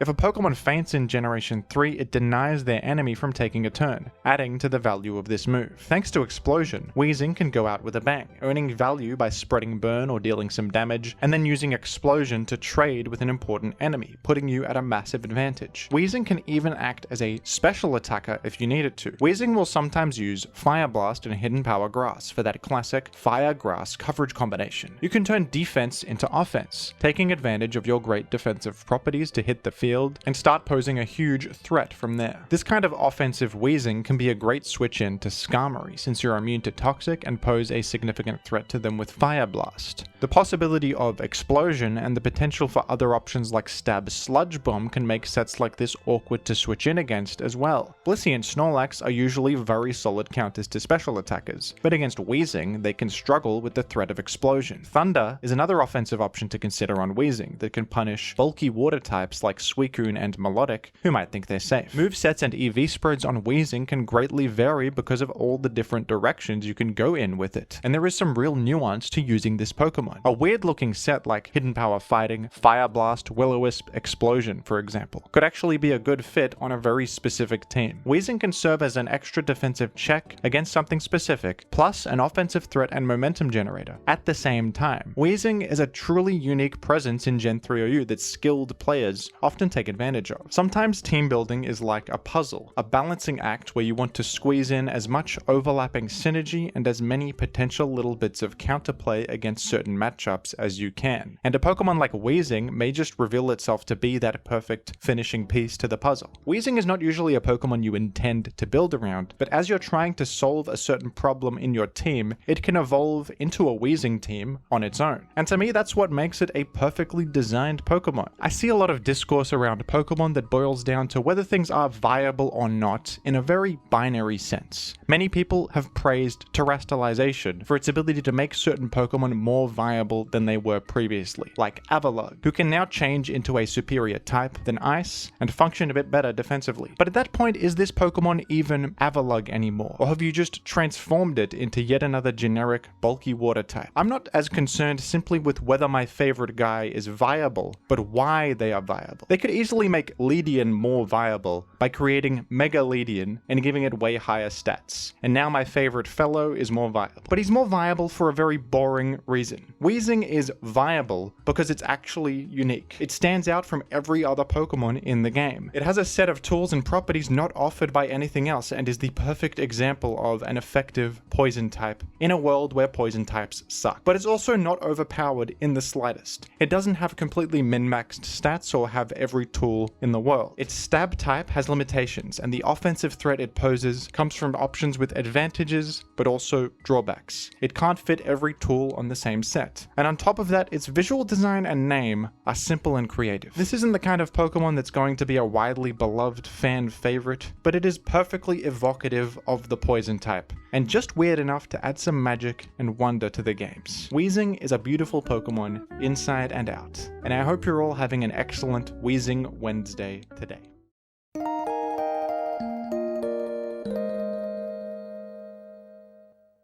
The starter Pokemon trio of Gen 3 are all actually quite viable in competitive. Swampert is by far the best and is a top tier defensive Pokemon in Gen 3 OU. Blaziken and Sceptile are both at the fringe of OU viability. They aren't super common, but they have their uses here and there. I suppose it's subjective which of these is better or worse, but I think most would say Blaziken is the second best starter. Fire Fighting is a great offensive type combination that makes you very threatening against the common Skarmory, Blissey, and Tyranitar. Blaziken is a great mixed attacking lead that can start things off with quite a bit of offensive momentum. Even though Sceptile is probably the worst of the starters, it's not terrible. Sceptile is a weird Pokemon in that it seems really good on paper. Sceptile is really fast, even outrunning Gengar and Starmie, and sharing a speed stat with Dugtrio. Sceptile can even outrun a maximum speed Tyranitar after they Dragon Dance. Sceptile is also one of the few grass types with a solid stab option. Venusaur Venusaur and Celebi only have access to Giga Drain, which has a measly 60 power and 8 PP in Gen 3. Usually they need to rely on hidden power for more damage, which isn't ideal. But Sceptile has Leaf Blade, with a respectable 80 power and even an enhanced crit chance, which does come in handy. Mono Grass typing is solid. You have good avenues to enter the field against water, ground, and electric types, and offensively, Grass hits plenty of good common targets. Sceptile's coverage is adequate, with options like Thunder Punch and Crunch, and of course, hidden power to round things out. Sceptile also has Leech Seed, which is a fantastic, safe pressure tool. Sceptile is quite effective at taking advantage of the Sub-Seed combo, repeatedly substituting against a Leech Seeded target and healing off most of the damage taken. So what's the problem? Sceptile sounds really good in theory. Well, in practice, Sceptile happens to be just shy of a lot of important damage rolls and suffers from particular interactions against popular Pokemon. Sceptile has 105 base special attack, which is pretty good, but not quite good enough to one-hit KO the things it needs to. Even though you can outrun Tyranitar after it Dragon Dances, Leaf Blade only deals a maximum of 69% against a Tyranitar with no bulk investment at all, and they can easily KO you back with Hidden Power Bug. To be able to use Sceptile as a speed check to DD Tyranitar, it has to already be chipped significantly, which can be hard to accomplish. Starmie can also threaten Tyranitar much more significantly with its Hydro Pump. Speaking of Starmie, Sceptile is also just shy of this one-hit KO. It does have a chance to one-hit KO offensive Starmies, but that chance is only 18.8%. If you're switching in on a Hydro Pump and trying to threaten Starmie from there, you'll end up fainting yourself to the combined damage of Hydro Pump and Ice Beam. Sceptile also struggles to take care of Salamence with Hidden Power Ice. This move has a pretty low base power, so if Salamence has just a little bit of investment in health, which is quite common on Dragon Dance sweeper sets, you'll struggle to earn this KO too, and just be KO'd back. Sceptile can outrun Adamant Gyarados sets after they boost up,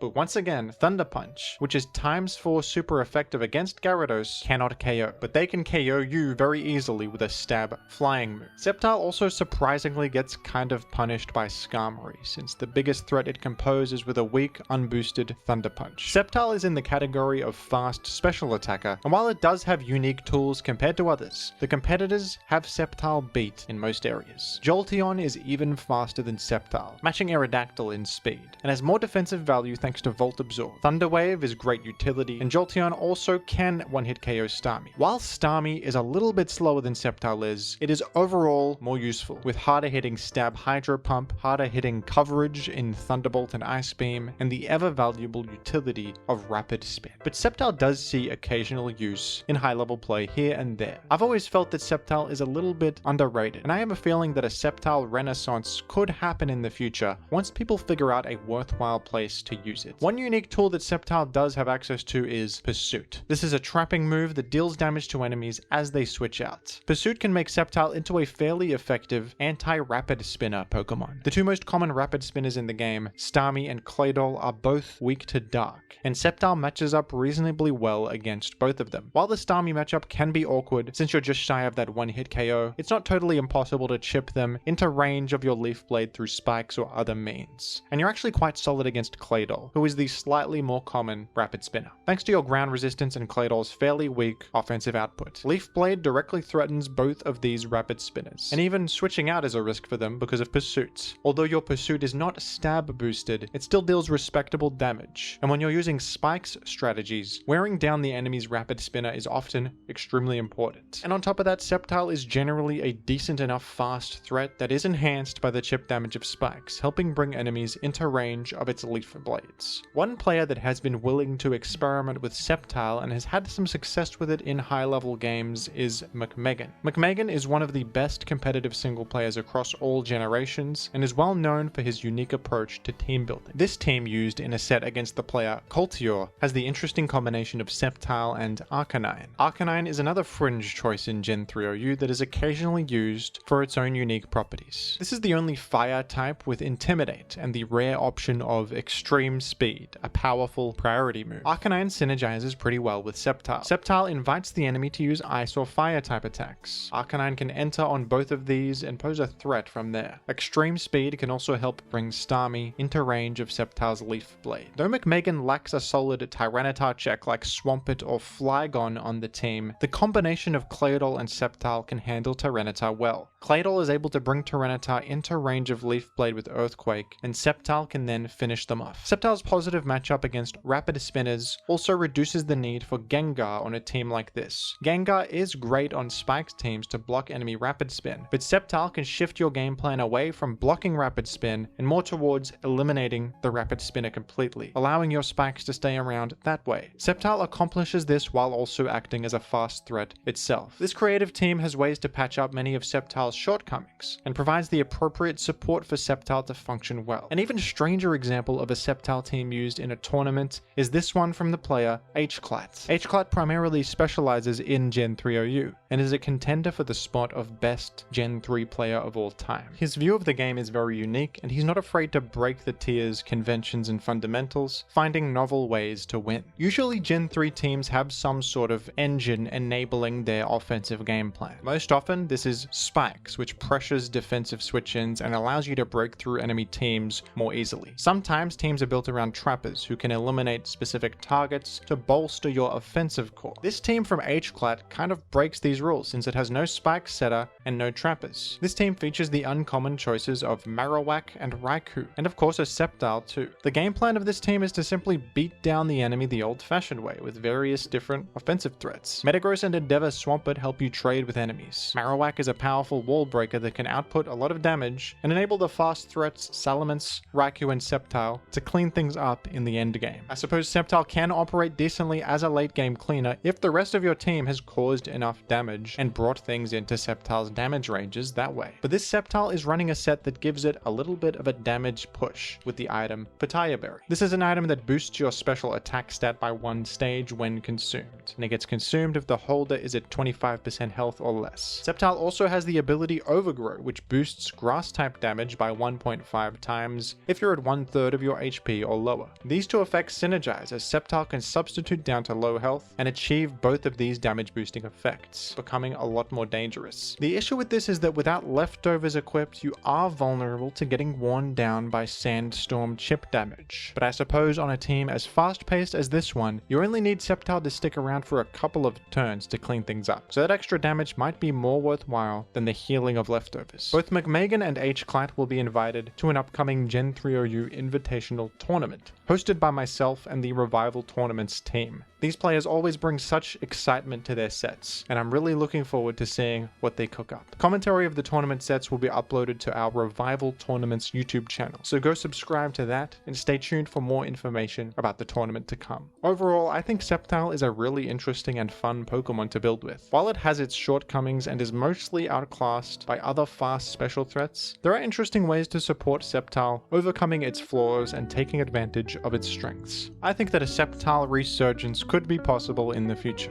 but what do you think?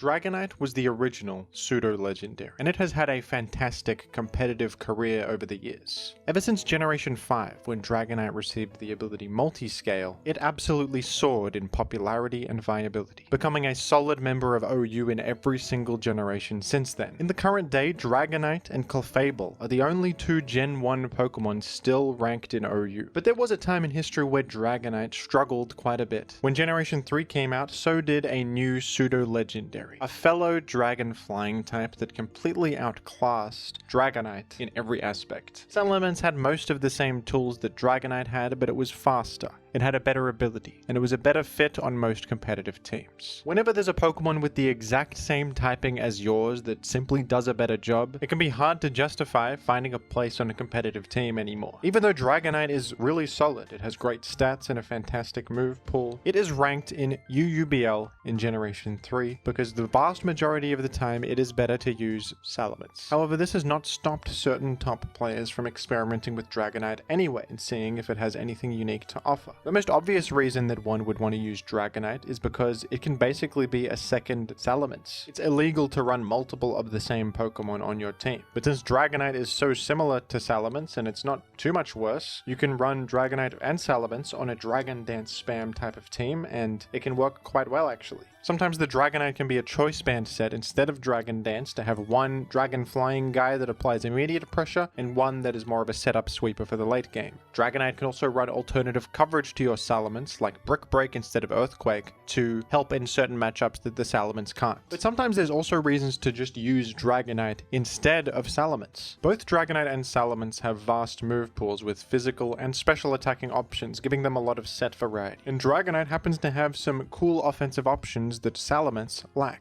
Dragonite has access to Ice Beam and Thunderbolt, which are fantastic coverage moves. Ice and Electric work very well together offensively and cover the majority of the type chart. It's one of the most popular offensive coverage combinations. Salamence usually goes for the Fire Grass coverage combination on its mixed sets with Fire Blast and Hidden Power Grass. This is another great offensive type combination, but the fact that Dragonite has access to a different one that hits different targets does give Dragonite a bit of merit. It's also worth noting that Thunderbolt has a higher base power than Hidden Power, and is a bit more threatening to water types than Hidden Power Grass is. If Dragonite wants to sacrifice a bit of accuracy for more power, you can even run Thunder, which has a much higher 120 base power and can really punish incoming water types if it happens to land. Another great option that Dragonite has access to is Focus Punch. Focus Punch is a move with a massive 150 base power. But of course, it requires you to tighten your focus before using it, and if your focus gets broken by an incoming attack, the move will fail. Focus Punch is commonly used to punish enemies using non-attacking moves or switching out. Focus Punch can also be used alongside Substitute to guarantee that the Focus Punch will connect. If you are protected by a Substitute, it's not possible for the enemy to break your focus, and you can therefore safely Focus Punch. A mixed attacking set with something like a Substitute, Focus Punch, Ice Beam, and Thunderbolt can actually be pretty threatening with Dragonite, even though it's slower than Salamence is, and that hinders it in terms of posing much of an offensive threat. These unique offensive options and also the surprise value of Dragonite. Since it's a Pokemon that's not commonly seen and not everybody knows what exactly it's going to be running, these advantages can make Dragonite quite effective as a mixed attacker. You can also use your mixed attacking options on a Dragon Dance set, as something like Dragon Dance, Hidden Power Flying, Earthquake, Thunder can be a set. Salamence can sometimes run a similar set with Dragon Dance and Fire Blast, but the benefit of Thunder is that it not only hits Skarmory, which is a common switch-in, it also hits water types like Melodic and Suicune, who are common switch-ins. Dragonite also has some pretty cool utility moves that can be helpful. Thunder Wave is a noteworthy one that Salamence does not have access to. Gyarados can run a Dragon Dance Thunder Wave set sometimes, with Thunder Wave being an option to punish popular switch-ins, such as Zapdos or Gengar, and cripple them. Dragonite could do much of the same thing if it wanted, which gives it a slight niche over Salamence. And perhaps the most significant option of all that Dragonite has access to that Salamence doesn't is Heal Bell. Heal Bell is one of the best utility moves in Pokemon, healing not only your status ailments, but the status ailments of your entire team. It's a bit of a weird Pokemon to use Heal Bell on, though. Heal Bell is usually used on defensive Pokemon like Blissey, Celebi, or Articuno. To use Heal Bell on a Dragon Dance Sweeper is a little bit weird, but this can actually be pretty awesome roll compression. Salamence itself sometimes runs sets that aim to combat status ailments. Sometimes a Dragon Dance Salamence is checked by status, like a Melodic using Toxic against it, or a Starmie, a defensive Starmie using Thunder Wave. So certain Salamence sets can run Dragon Dance to attacks and an option like Substitute or Refresh. With Substitute, you can punish those bulky water types that rely on Toxic for their pressure, since the Substitute grants status immunity. Refresh can be much the same, and in fact it can catch the enemy off guard. They might think that you're statused permanently, you surprise them by healing the status, and then they're in a lot of trouble. So running Heal Bell on Dragonite actually can benefit Dragonite itself, serving the same purpose that Refresh might serve on a Salamence set. But this has the added benefit of also supporting your entire team and healing their status ailments. A Dragon Dance Heal Bell set can now 1v1 something like Melodic or Starmie in the same way Refresh or Substitute Salamence can, and now you have a way to support something like Rest Snorlax on your team, heal their sleep. You can also be more open to taking burns or toxics from enemies, because you know that you can Heal Bell them later with your Dragonite. Heal Bell opens up a lot of flexibility. This team, built by the top player Watermess, is a good example of a team that takes advantage of the unique Heal Bell option. This is a Magneton physical offense team with the game plan of eliminating Skarmory to make way for Dragonite and Gyarados to sweep with Dragon Dance. Suicune works well on these teams too, even though it's not a physical threat. It appreciates Skarmory being gone, since it doesn't have to worry about Skarmory's Roar, which could stop it from sweeping. Suicune also benefits from Dragonite as a teammate because Heal Bell can heal Suicune's Rest. Suicune often runs a Sleep Talk set set on teams like this to be more proactive, since if it uses rest, it can't really do much, and this teams are aggressive, they want to be applying pressure. But with Dragonite as a teammate, Suicune doesn't necessarily need to run Sleep Talk,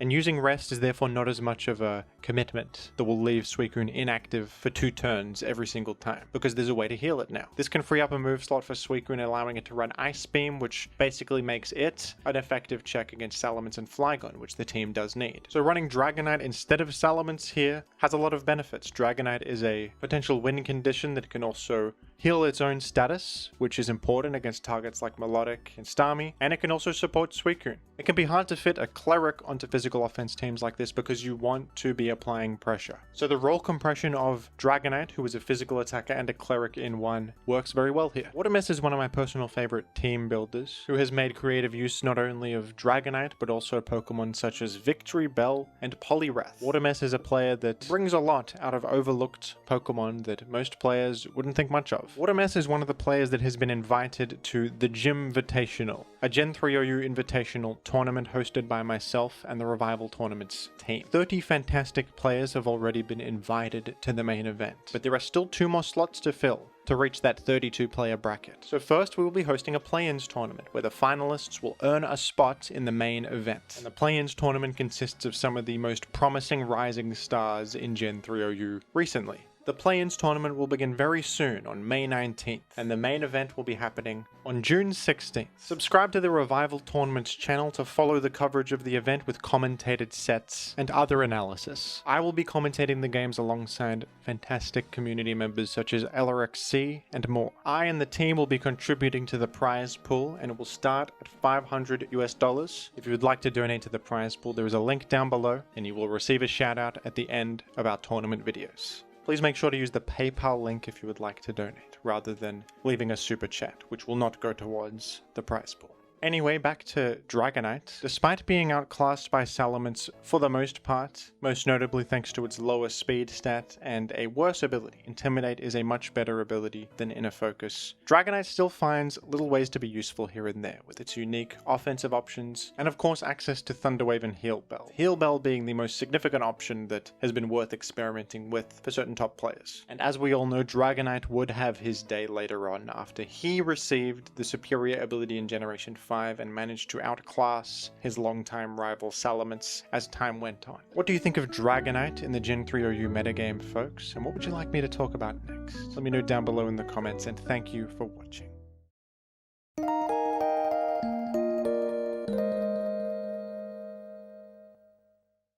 Fighting types are great wall breakers in Generation 3 OU, well equipped to handle defensive teams. The most popular fighting types in the game are Heracross and Breloom. These are the only 2 OU ranked fighting type Pokemon in Gen 3, and both are quite distinct and fit on different kinds of teams. Another fighting type that is commonly used in competitive play is Medicham. Even though this Pokemon is ranked in UUBL, it's seen a decent amount in high level play thanks to its ability Huge Power, giving it a distinct advantage over Heracross and Breloom. While these 3 fighting types are very distinct, each with their own unique advantages, there are 2 more fighting types that are not distinct from each other and are actually very similar, and those are Machamp and Hariyama. Both Machamp and Hariyama have a mono fighting typing, they both have the ability Guts, and they have similar moveset options. Hariyama is by far the more popular choice between these 2, thanks to its access to the much coveted move Knockoff, a move that disables the effect of an enemy's item. This is a very rare moveset option in Gen 3 OU, and it is a blessing to have access to it. But I think that the alternative, similar mono fighting type, Machamp, is actually a little bit underrated and has subtle advantages that you might not expect. Machamp and Hariyama have some slight differences to their stat distribution, and in some areas Machamp is a bit better. Machamp has a really high base attack stat of 130, slightly higher than Hariyama's 120. Machamp also has slightly better defenses, with 20 higher defense and 25 higher special defense. And Machamp also has the tiniest little bit more speed, with 5 higher speed than Hariyama. At a glance you might just assume that Hariyama is the bulkier Pokemon with its massive 144 base HP stat, but that slight boost to physical defense on Machamp actually does make it a bit sturdier than Hariyama is against physical attackers. Even with a lower HP stat, Machamp ends up taking less damage against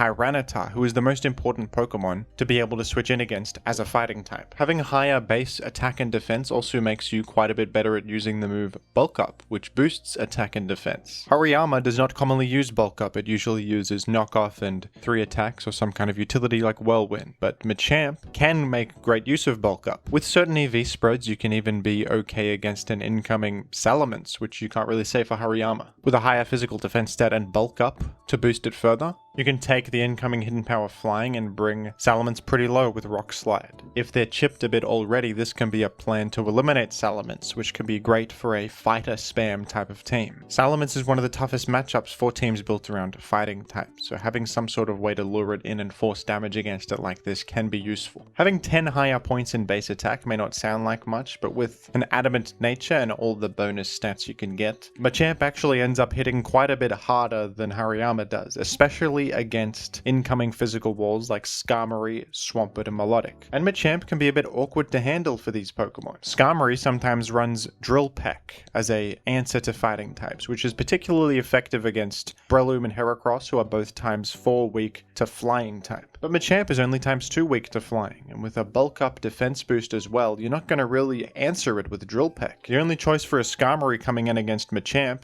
is to take a huge +1 cross chop and roar it out, which isn't great. 5 more points in base speed also probably doesn't sound very significant, but this actually lets Machamp hit important speed benchmarks that Hariyama has a harder time doing. Hariyama really needs to spend its EVs on its defenses. Hariyama has high base HP and low defense and special defense. So without investment in the defenses, it's not going to be very bulky and it's not going to work very well. This leaves almost no room to invest in speed or attack. But Machamp has more well-rounded defenses and also has an easier time hitting the important 199 speed benchmark, which outruns Melodic and also outruns Skarmory and most Claydol sets. While Hariyama can be pretty threatening in its own right, especially when it has the Guts boost, the fact that it's slower than so many common defensive Pokemon is a big deal. Claydol can outrun Hariyama and hit them with a Psychic, Skarmory can outrun and hit with Drill Peck, and Melodic can outrun Hariyama and hit them with Surf if they're low enough to fall to that. But Machamp does a better job of hitting the speed benchmark to outrun all of these Pokemon,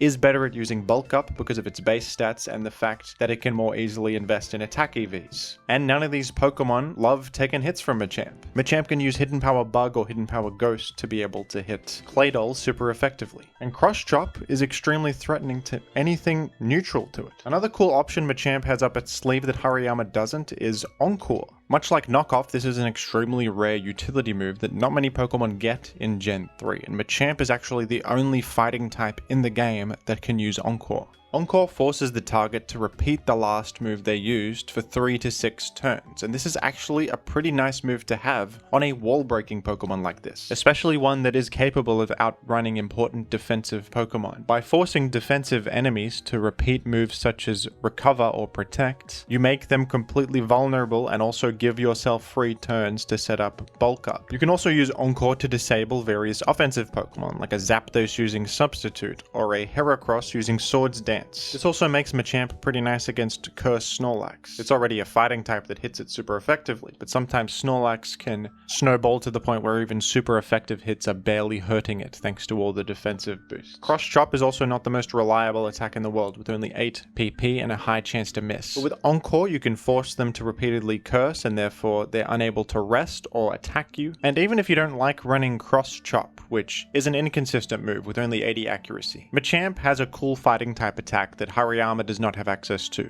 and that is Low Kick. This is a move that deals damage based on the enemy's weight, and luckily most of the targets you want to hit with fighting type moves have a high weight, like Snorlax and Tyranitar. The player Calavite has experimented with an Encore Machamp set on this team. This is a spikeless offense where a widely threatening Pokemon like Machamp fits in quite well. This team is using a Choice Band Metagross lead, which can explode against an incoming Skarmory as a way to eliminate it. Machamp is a good fit here, not only helping you out against Tyranitar and even Snorlax, but also giving you a bit of anti-stall technology with Encore, punishing anything that clicks Recover or Curse or Calm Mind, and giving you free turns to start posing a threat, and offense is all about gaining free turns. The player Darth Tyros has also made effective use of Machamp on a spikeless offense team. In this tournament game against Gold Mason, Machamp successfully lured in a Gyarados and brought it quite low with Rock Slide. Gyarados does a similar thing to Salamence, checking fighting types with Intimidate and fighting resistance. So Machamp luring this in and dealing significant damage with Rock Slide opened things up for Darth Tyros and his offensive game plan. Spikeless offense teams are not the most popular or consistent strategy in Gen 3 OU, but fighting types fit well on them for their ability to threaten a lot of the common defensive cores in the game, and Machamp is one of the better ones at enabling this kind of team. Both Darth Tyros and Calavit are strong up-and-coming players who have been invited to my invitational Gen 3 OU tournament, the Gymvitational. They will be competing in the play-ins event, attempting to earn a spot in the main event. If you want to see these two rising stars in action, along with many others, stay tuned to the Revival Tournaments channel, where we'll be uploading tournament coverage as soon as the event begins, which will be on May 19th. Machamp and Hariyama definitely have an interesting rivalry in Gen 3, and while they look so similar on the surface, and in many ways they are, subtle differences feel very amplified in a metagame like this that is old and has been very optimized. The slight differences in these two Pokemon's stats completely change their identities, and Machamp can be a much more aggressively leaning Pokemon since it doesn't need to invest EVs in defense like Hariyama does, freeing up its ability to invest in speed and attack. But Hariyama is a fit on bulkier teams thanks to its access to Knockoff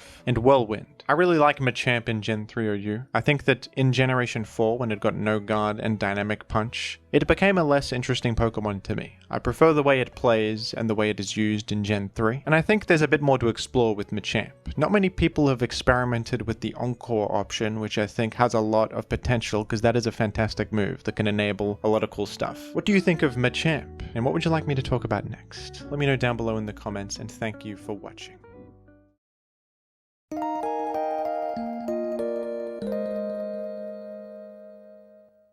Jumpluff is a Pokemon that you probably wouldn't expect to be relevant in competitive play, and I don't think the developers intended for it to be a strong choice either. Jumpluff's offensive and defensive stats are terrible, and its ability Chlorophyll is not a very good fit. Chlorophyll grants a Pokemon double speed when Sun is active. This ability can be amazing on the right Pokemon, but on Jumpluff it doesn't provide much. With such poor offensive stats, there's not a whole lot of reward for setting up Sunny Day and gaining that speed boost, and you're already quite fast anyway, with a respectable 110 base speed. Doubling a speed stat that's already quite high has diminishing returns. Considering this, it probably sounds insane to think that a competitive Pokemon player would ever use Jumpluff in a serious setting. But what if I told you that not only did this happen, the greatest Gen 3 OU player of all time was the one to use Jumpluff. And this wasn't just any old tournament game, this was grand finals of the most important tournament possible, Kalos Invitational, an invite-only tournament with the highest level players and the highest prize pool of the year. And not only was this brought in grand finals, Jumpluff was used in Game 4 of the set, where whoever won this game won the grand prize. There could not be a higher stakes situation to bring Jumpluff in. But why did he do it? Let's find out. Despite looking pretty bad at a glance, Jumpluff is actually not terrible in the Gen 3 OU metagame. While it lacks any good stats except for speed, it does have a very good support move pool. And sometimes speed is the only stat you need if you have good enough utility options. Like many grass types, Jumpluff has access to Sleep Powder, and it is one of the fastest sleep setters there is in OU. Besides Butterfree, Jumpluff is the only flying type with access to the move. Some levitating Pokemon have Hypnosis, but Sleep Powder is quite a bit more accurate and reliable. Jumpluff also has the excellent grass type utility move Leech Seed. Leech Seed is one of the safest moves you can use in the game, dealing some guaranteed damage and providing a safety net of healing. Leech Seed saps a percentage of the enemy's health, so it is a great move in this metagame where high HP defensive Pokemon like Blissey and Snorlax are rather common. Leech Seed often forces Pokemon to switch out just to get rid of the effect, which can be a nice way to counteract boost sweepers like Calm Mind Suicune. Leech Seed is also a great move to use after putting an enemy to sleep. The enemy can't act after being put to sleep, and whatever comes in will be seeded. Jumpluff is fast enough to make great use of the Substitute plus Leech Seed combo as well. The Substitute will tank incoming hits, and Leech Seed often heals most of the health required to create the substitutes. Jumpluff can often start games off by annoyingly chipping everything down with Leech Seed and Substitute. Finally, the most noteworthy option of all in Jumpluff's toolkit is the move Encore. This is a very rare option in Gen 3, and sometimes it can be worth using a Pokemon purely for their access to this scarce move. Encore forces the enemy to repeat the last move they used for 3 to 6 turns. This can punish enemies using healing moves, boosting moves, or other effects, and making the enemy useless from there, forcing them out. Waiting out the Encore turns is a fool's errand, since Encore can easily just be reapplied in many cases, forcing the enemy into an infinite loop unless they switch out. Simply having a Jumpluff on your team can make your enemy hesitant to use healing or boosting moves in fear of that Encore punish, and Jumpluff's high speed makes it really effective at abusing this. Jumpluff's typing comes in handy too, since you're immune to enemy Leech Seed and take almost nothing from grass type attacks because of your ×4 resistance. You can come in on a Celebi using Leech Seed and Encore them for free turns, or even a Gengar using Giga Drain. Jumpluff is like a Swiss Army knife of utility, and it also really helps that Jumpluff is a flying type, making it totally immune to spikes. This helps it switch in against stuff in the mid game and keep gaining value for much longer than many other sleep setters can. So Jumpluff is pretty alright, but to bring it in grand finals of Kalos Invitational was still an incredibly bold move. This is by no means a top tier choice, and it has its issues. Jumpluff is very exploitable defensively, and most things that it wants to switch in against to punish with Encore can just one-hit KO it if they predict correctly. ×4 weakness to Ice is one of the worst weaknesses you can have, with Ice coverage probably being the most common coverage option in the format. Blissey, Swampert, and Suicune can all just snipe you, meaning Jumpluff can be a high-risk team choice. You can get a lot out of Jumpluff, but it's not exactly a Pokemon that generates a huge amount of value every time it comes in. It does little things like forcing a sweeper out with Encore or getting a Leech Seed for a tiny advantage. Considering the fairly low reward of these things, the high risk of getting it on the field in the first place sometimes doesn't feel worth it. The Linear Curve is probably the strongest contender for greatest Gen 3 player of all time. There are a few other names people throw around, but in his prime, Linear Curve was more dominant than anybody else has ever been. Famously, he peaked the ladder with about a 200-point difference from the player below, at a time when the Gen 3 ladder was much less active, and you would barely gain any points from a win, an unbelievable accomplishment. And his tournament results were also incredibly consistent. He was also a player who often brought some pretty wacky stuff, like Solrock or Miltank. Linear Curve's opponent in this grand finals set was Undisputed, another legend of the game. Undisputed is largely responsible for the entire community re-evaluating both Breloom and Charizard, who were once ranked in UUBL.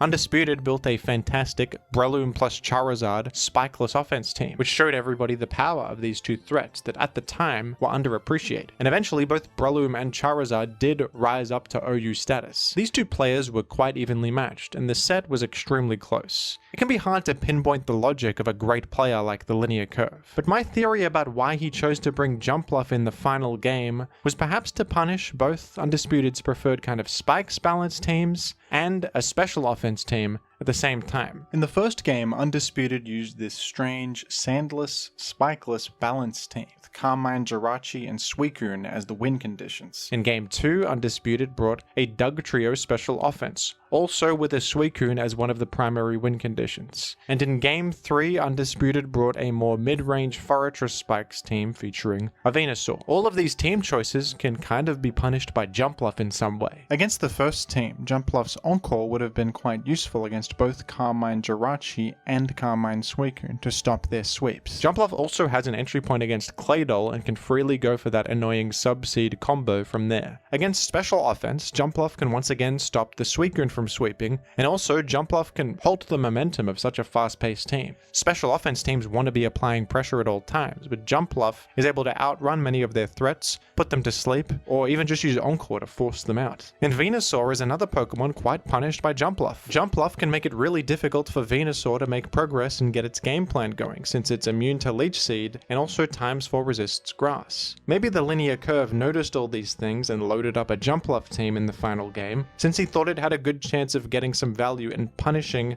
Undisputed's team building tendencies. Funnily enough, in the final game, the Jumpluff didn't have the best matchup. Linear Curve matched up against a Forretress plus Moltres build, and Moltres was quite a threat. With Jumpluff taking up a team slot that could be better spent on another Pokemon that helps more against Moltres, not really having much to show for it since there isn't anything significant to punish with Encore, This didn't look good. This was a Fortress mirror matchup, and at a glance, Undisputed looks very favored. But with a smart game plan and resource management, Linear Curve was able to get an advantage in a very important area. Linear Curve decided to go for a 1v1 against a mixed Pursuit plus Brick Break Tyranitar using his Blissey. Linear Curve identified that eliminating the Pursuit Tyranitar would give him an advantage in the Spikes war, which was more important long term. Weirdly enough, Linear Curve's Blissey was actually faster than this Tyranitar. It landed a Toxic and repeatedly healed, eventually taking it out. This is risky, since with so many heal loops, a critical hit is likely, but Linear still thought it was worthwhile to go for. By eliminating Pursuit Tyranitar, Linear's Gengar is now safe, not only allowing Linear to block Rapid Spin safely, but also preserving Gengar as a threat, which is important. Gengar can outrun Moltres and threaten it super effectively. Thanks to this early game call, Linear managed to establish more layers of spikes early on and apply pressure to Undisputed. While Undisputed did have a Gengar of his own, he was more worried about Linear trapping it. So with mind games, Linear could find opportunities to rapid spin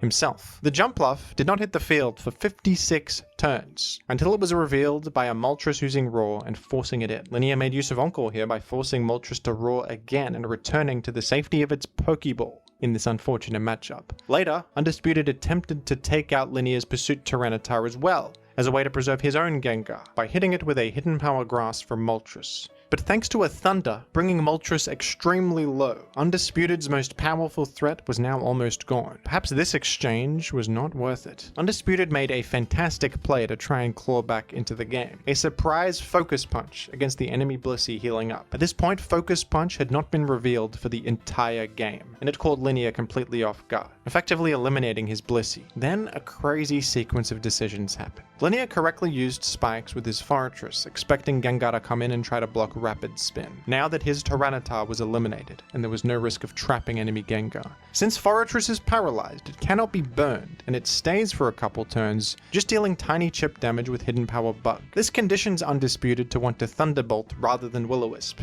and Linear squeezes in a switch to Swampert, using that. He then tanks the Giga Drain, putting Swampert in Torrent range and hits Gengar with a huge Hydro Pump. Linear can then sacrifice his low health Fortress to get Gengar in, and Undisputed all of a sudden is in a really bad spot, with Gengar so low. Undisputed is forced to sacrifice his own low Swampert to get Blissey on the field, the only thing that has a chance to answer Gengar, stepping on those 3 spikes that Fortress set before to do so. Then Linear goes for the surprise Taunt, which also was not revealed for this entire game up to this point, denying Blissey's healing and basically sealing its fate. With Moltres, Blissey, and Gengar so low, now Linear Curve has somehow found a strange path towards victory in this matchup that seemed so horrible. Understanding the value of keeping Gengar safe by eliminating Undisputed's Tyranitar early on was a huge factor here, because Linear's Gengar in this endgame was extremely threatening. And who else to seal the most important and intense game of Linear Curve's entire career but Jumpluff? After Gengar cleaned things up, only a Moltres remained. This Moltres can easily KO the Swampert from here, but Jumpluff hit the field. Without this Jumpluff, Linear Curve would have still lost, but Jumpluff used Leech Seed and fainted in the process, setting up for the Swampert Slam Dunk. One final Protect to finish off Moltres after Leech Seed and Sand damage. This is one of the most intense back and forth Pokemon sets I have ever seen, and this final game was the peak of it all. The Jumpluff was an insanely brave choice that you can kind of understand given the way this set transpired. And despite a pretty bad matchup for Jumpluff, Linear still found an avenue to win, and even to get some use out of the little guy. Maybe the Jumpluff was also impacting the mind games during this entire game. After Jumpluff is revealed, it becomes more dangerous to ever click grass moves, since Jumpluff can enter and punish that with Encore. In any case, this Jumpluff made history on that day and earned the Linear Curve the grand prize of the highest stakes and highest level Gen 3 OU tournament of all, with winnings of $610. The Linear Curve has not been active in Gen 3 OU for quite some time, and commonly takes breaks from the game, but if he ever returns, I think we'll all welcome him with open arms. I'd love to see what kind of ideas he would bring to the modern metagame.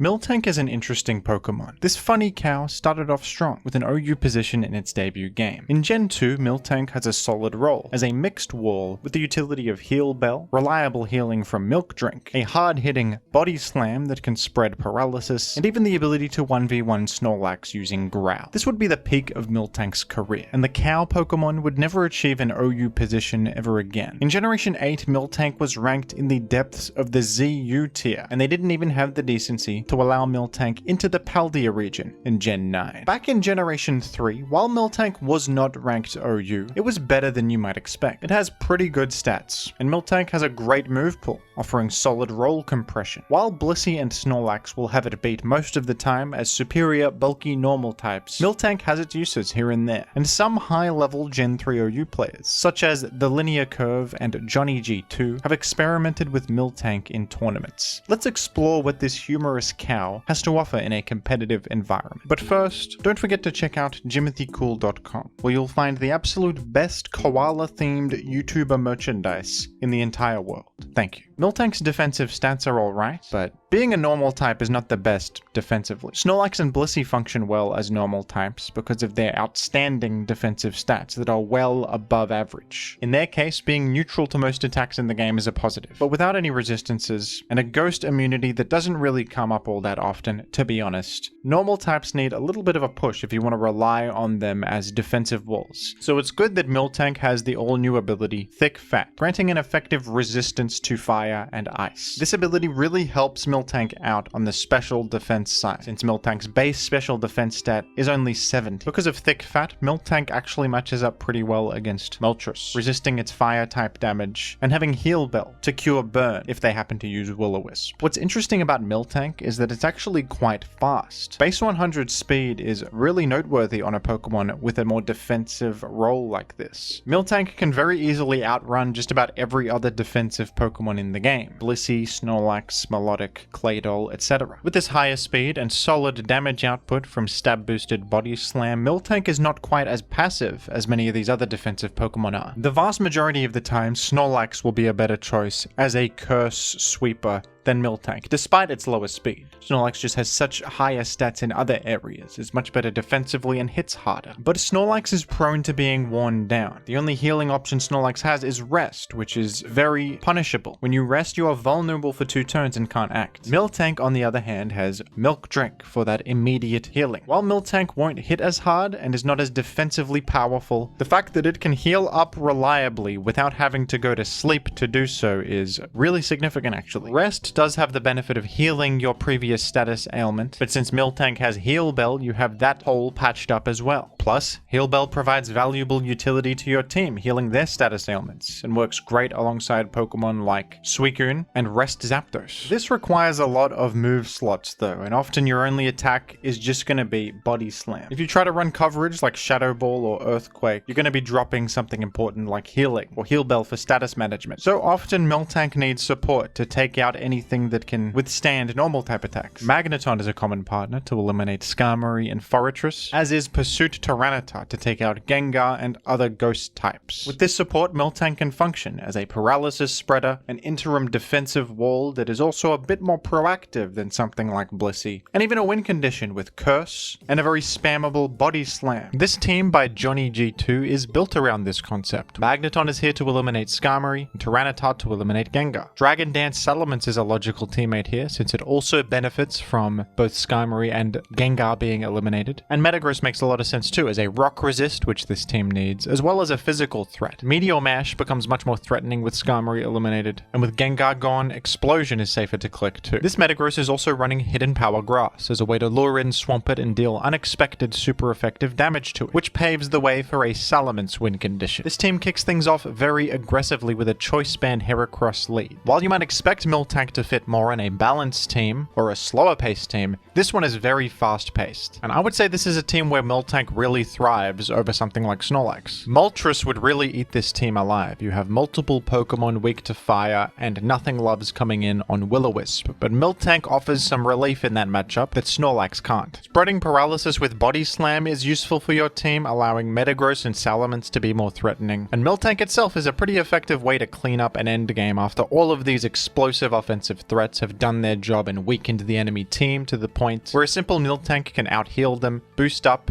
and finish off whatever remains. Another archetype where Miltank can work is Paraspam. Paraspam is a team style aiming to spread as much paralysis as possible, stacking Thunder Wave and Body Slam users, and then using slow but powerful offensive threats that really benefit from everything else having their speed gutted by paralysis. This team by the linear curve is a Paraspam Miltank team that was actually used in a tournament, featuring both Miltank and Rhydon. Linear curve's Miltank is not using Curse, but instead Thunder Wave as an additional way to spread paralysis besides Body Slam. Thunder Wave and Body Slam may seem like an anti-synergistic combo, but Body Slam does help you spread paralysis against ground types like Flareon and Swampert. If you've revealed Thunder Wave already, a ground type would not expect you to also have Body Slam, and that's how you get them. This team is not using a Pursuit Tyranitar as a plan against Gengar, instead probably aiming to Thunder Wave the Gengar coming in. Gengar might also assume it's completely safe to come in against Miltank, which tends to only run normal type attacks, only to be paralyzed and be completely ruined. I recently made a video about Rhydon and how it works on Paraspam teams, so it's logical to see a Rhydon on this team. This is the one area where Rhydon is actually a great choice, because against a paralyzed enemy, you have the fantastic combination of ground and rock stab, which are very threatening to most of the metagame, and the perfect coverage option of Megahorn, which hits things like Celebi and Claydol that could otherwise check you. This team is using a Magneton to eliminate Skarmory and to spread paralysis with Thunder Wave. And the team is also using Brick Break Snorlax as a way to improve your matchup against Tyranitar, since you don't have a very solid Tyranitar check here. This is definitely a really interesting approach to building around Miltank, and it's a team archetype where Miltank offers quite a lot. Paraspam teams like this can often suffer against status. Starmie is sometimes seen on Paraspam, and that can help. It has Natural Cure to heal its status ailments, and it spreads paralysis itself with Thunder Wave. But these Magneton variants can struggle to fit the Starmie. Miltank not only synergizes with Magneton, it provides Heal Bell support, which is very, very worthwhile. I think Miltank is a slightly underexplored Pokemon in the Gen 3 metagame with some genuinely interesting qualities that you can build around. I've not really seen anyone else try this Thunder Wave plus Body Slam concept since this linear curve team, but there is some potential there, and Miltank has other interesting options to explore too, like Focus Punch, Counter, and even Psych Up. Psych Up will copy the target's stat boosts. Maybe you could EV to outrun Tyranitar, Psych Up and take their Dragon Dance and hit them with an Earthquake. A bit unreliable though, since you have to dodge a flinch in the process here. Taking Curse boosts from an enemy Snorlax could be another practical application of this.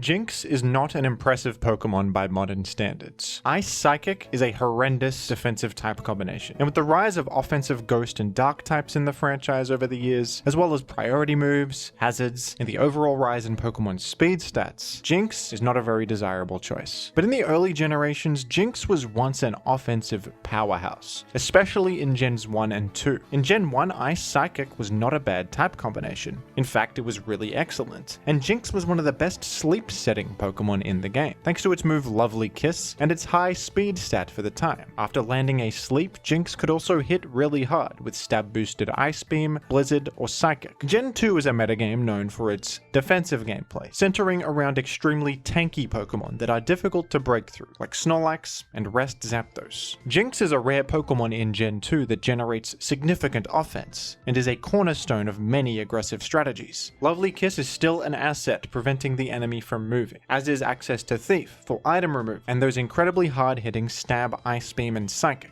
Gen 3 would be the first dip in viability for Jynx though. Jynx would fall from OU to UUBL in this game, and its flaws started to bubble up to the surface for the first time. Super effective attacks against Jynx were uncommon in the first two games, and it was actually a surprisingly bulky Pokemon that could live common hits without much problem. But now rock-type attacks were significantly more common, with the rise of threats like Tyranitar, Aerodactyl, Salamence, and Metagross. Ice and Psychic Stab is less effective in a world where Metagross and Jirachi exist now to resist them. More Pokemon threaten Jynx, and it is no longer able to enter the field in the mid-game and apply pressure like it used to. But there is still merit to using Jynx in Gen 3 OU, and it has always occasionally been seen as an aggressive lead. Jynx has solid lead matchups. The most common Salamence lead set is slower than a max speed Jynx, and threatened by ×4 super effective damage from Ice Beam. Zapdos hates seeing Jynx lead lead, since Ice Beam is incredibly threatening. Anything else slower than Jynx, like Metagross, Skarmory, or Suicune, will likely be put to sleep by Lovely Kiss, granting excellent early momentum. And after this, Jynx can become an absolute monster. If you land a sleep, you can start substituting and Calm Minding and destroying everything with Stab Ice Beam, even resistances if given enough turns to set up. Jynx is infamous for sometimes just being able to win the entire game single-handedly from turn 1, or at least causing a ridiculous amount of damage before it goes down, making for an easy cleanup job. Jynx has often been considered an inconsistent gimmick though. Lumberry is a common option on leads as counterplay to sleep moves. If you are ever up against a Tyranitar with a Lumberry, you are just screwed, and this is perhaps the most common lead in Gen 3. Lovely Kiss will be cured by the Lumberry, and you faint in a single hit, since your defense stat is non-existent. Blissey can also stop Jynx quite easily, 1v1ing the Pokemon with seismic tosses and shrugging off damage. But sometimes you can actually use interactions like this to your advantage in competitive Pokemon. Since Jynx invites these responses to it, why not build around this and punish them? Players started to realize that using Ice Beam against Tyranitar was a good move rather than risking Lovely Kiss against a potential Lumberry. After the Ice Beam damage, every kind of Tyranitar set will faint to a follow-up Dugtrio, and Tyranitar will always take this trade since it wants to eliminate Jynx from snowballing too much. This is a bit like a gambit. Jynx can sacrifice itself to enable a guaranteed Tyranitar elimination and enable strategies like Weather Clear. The same is true of Blissey. Often Blissey is a team's only answer to the early Jynx rampage, so it will always come in. What if you just Ice Beam against Blissey repeatedly until you die, since they have to stay, and this also guarantees a Dugtrio follow-up. Many teams will hinge on eliminating Blissey to enable special attackers like Jirachi, Zapdos, or Kingdra. Jynx can lure in Blissey very reliably and sacrifice itself for that guaranteed game-winning trap. So sometimes in the right matchup, Jynx will cause a huge amount of damage early game. Or if they have these responses to Jynx, they are just lured in and eliminated, which progresses your game plan in a different way.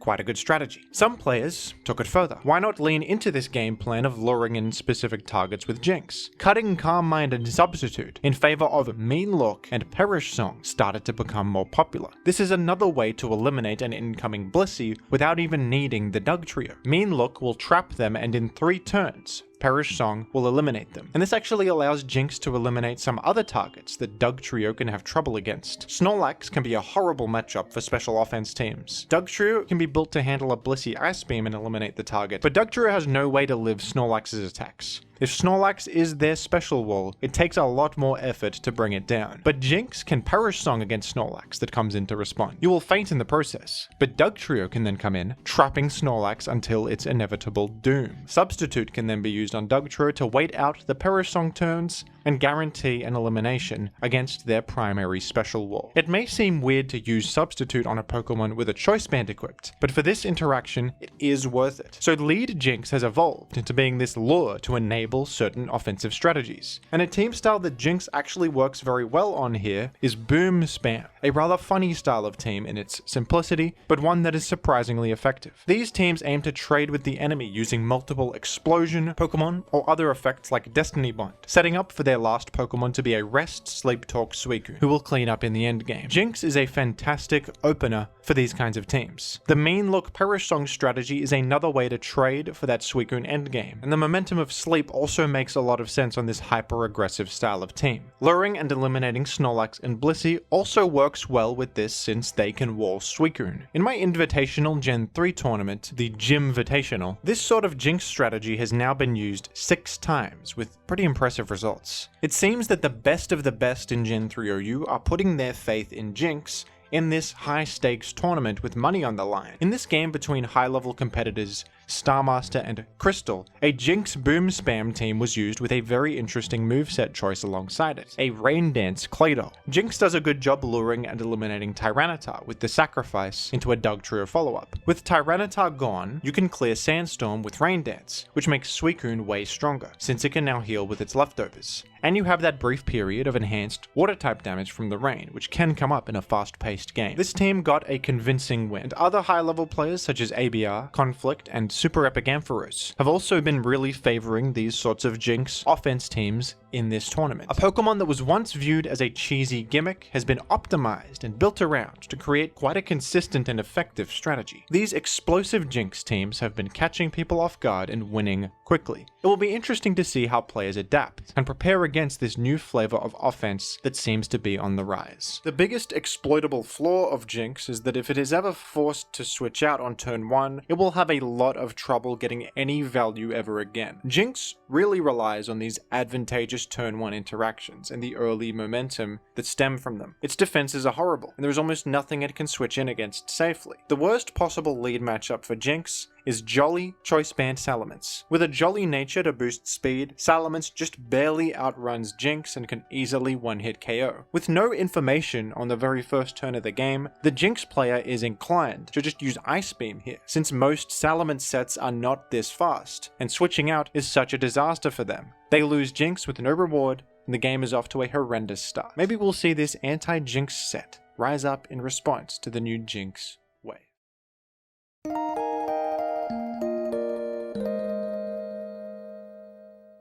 Claydol is currently a top-tier Pokemon in Gen 3 OU. This would be the peak of Claydol's success, and in later generations it did not age very well, never reaching an OU position ever again. But in Gen 3, Claydol is one of the most commonly seen Pokemon at high-level play in tournaments and on the ranked ladder. This wasn't always the case though. While Claydol has always been ranked in OU, people definitely think higher of it nowadays than they did in the past, and its usage has steadily risen over time. Claydol was once viewed as a Pokemon primarily used on defensive or stall-leaning teams, but these days Claydol is used on just about every kind of team, even hyper-offense strategies. Claydol's excellent defensive traits and universally useful utility are desirable in a lot of different contexts. What led to this re-evaluation and gradual rise of Claydol in Gen 3 competitive play? Let's find out. Claydol's biggest claim to fame in Gen 3 OU is its access to Rapid Spin, an imperative utility option that not many Pokemon have access to. Claydol's biggest competitor in this department is Starmie, who for a long time was the more popular Rapid Spinner in OU. Starmie can double as a speedy offensive threat and a Rapid Spinner, which is very useful role compression, or you can go completely defensive with Starmie, running Recover and Thunder Wave alongside Rapid Spin, taking advantage of Natural Cure to heal status. But Claydol has two distinct advantages over Starmie, a Sand immunity and a Spike immunity. Claydol is a ground type, so it's not affected by Sandstorm damage, and Levitate allows Claydol not only to be completely immune to ground type attacks and Dugtrio's Arena Trap effect, but also spikes, which is really useful on a Pokemon that wants to remove spikes. Starmie and other Rapid Spinners like Cloyster and Forretress get worn down by the spikes they're aiming to remove, which apply a lot of pressure to them. Claydol sidesteps this issue significantly. Claydol also has a really good special defense stat, allowing it to operate pretty well into Gengar, the primary spin blocker in the format. With special defense investment, you can shrug off Gengar's Ice Punch and hit them back with a hard-hitting stab Psychic, which is super effective. Claydol could also match up pretty well against Skarmory if it was using Refresh. Refresh allows you to heal status ailments, meaning Skarmory cannot weigh you down with Toxic. Toxic Skarmory variants can't do anything to refresh Claydol, as it sits there healing status and repeatedly rapid spinning away your spikes. But this kind of Claydol set is also extremely passive. Bulky Refresh Claydol is commonly seen on slower paced teams built around Snorlax and Suicune, who really appreciate the consistent rapid spin support. But Claydol would really become more universally splashable on teams when people started to innovate with offensive sets. One of the best options Claydol has access to is Explosion, a famously powerful move in the early generations. And I think that the real strength and versatility of Claydol came when people realized what it could do besides rapid spinning. With some attack investment, not only does Explosion hit a bit harder, but you can also 2-hit KO and outrun bulky Metagross sets, and act as an extra line of defense against Tyranitar, who is very important to have some sort of plan against. When you stop thinking of Claydol as this eternal rapid spinner that has to stick around forever and continuously remove hazards, but instead think of it as a multi-pronged resource that can do many different things, the true value of Claydol starts to shine to the forefront. Claydol really improves your matchup against electric types because of its high natural base special defense, immunity to electric, and immunity to spikes, which is a common mechanic that they abuse, especially Jolteon. Jolteon's main purpose is to force in special walls and rack up spikes chip damage. Claydol totally puts a stop to this plan. Claydol is not a 100% reliable counter or check to anything, but it can be half a check to a lot of important important thing. You aren't totally solid against physical Tyranitar because they run Hidden Power Bug, which is super effective against you, but you at least prevent them from sweeping because HP Bug doesn't one-hit, and you do significant damage with Earthquake. The combination of Claydol plus one other thing that can threaten Tyranitar for that last bit of damage forms a plan against Tyranitar. Claydol is not going to be as sturdy against Aerodactyl as something like Metagross or Swampert, but it still offers some support against it. It resists Rock, is immune to Earthquake, and Explosion with enough attack investment can actually KO Aerodactyl. Claydol is just bulky enough to live a lot of +1 hits, like a +1 Salamence HP Flying, and thanks to Explosion you threaten to trade with Salamence, removing their most important sweeper. Even against Suicune, you often are just bulky enough to live a +1 Surf, especially against more defensive variants, and explode against them. The Spike immunity and Sand immunity really make Claydol more consistent at achieving all of these different things as well. So much of this metagame is centered around wearing down the opponent's enemy pieces with Spike's chip damage. And Claydol can be surprisingly good at racking up some chip healing and recovering a lot of its health over the course of a game. And beyond all this, of course, Claydol's Rapid Spin comes in handy all the time. While a more aggressive Claydol set like this with attack investment is not as solid at sitting there against Skarmory, because you are vulnerable to that Toxic. And sometimes Gengar is a little bit better at posing a threat to you. If your team is aggressive enough, sometimes continuously rapid spinning isn't necessarily what you need to do. If you just land Rapid Spin once in a crucial moment, that can be enough to support you in the short term and get your momentum back online and start breaking down the enemy. Claydol never feels like dead weight, even against teams that don't have spikes at all. A recent development on Claydol that I find really interesting is a set that I've seen the player Arctic Breeze take advantage of, which uses a moveset of Psychic, Explosion, Rest, and Rapid Spin. It might seem weird to dip your toes into both offensive and defensive with Claydol here, running Rest, which aims to heal Claydol and cure its status ailments, wanting Claydol to stick around, and also Explosion, which is a more aggressive thing to do, at the cost of Earthquake, which is an important stab move that threatens Tyranitar and other Pokemon. But if you think about it, this is kind of the best of both worlds for Claydol. Depending on the matchup, you can use Claydol just to trade with something thanks to Explosion, or you can sit with Claydol forever, heal, not worry about status, and even use Aromatherapy to cure that rest. This allows Claydol to operate differently in different matchups. Explosion will also be a surprise on this set and might catch something like Suicune, which could be your enemy's win condition, completely off guard, thus winning you the whole game. The way Claydol was used in the past when I first started playing the tier was a bit more one-dimensional, having a very specific role as this rapid spinner that is aiming to 1v1 Skarmory and Gengar as much as it can. This kind of Claydol set can still function well on the right team, but the variety of different ways Claydol can be used has pushed it further in many people's minds. When a Pokemon has high usage, it's often because it offers a lot to your team. It ticks a lot of important boxes. Skilled players are able to use Claydol as a resource in different ways from game to game, and that versatility of use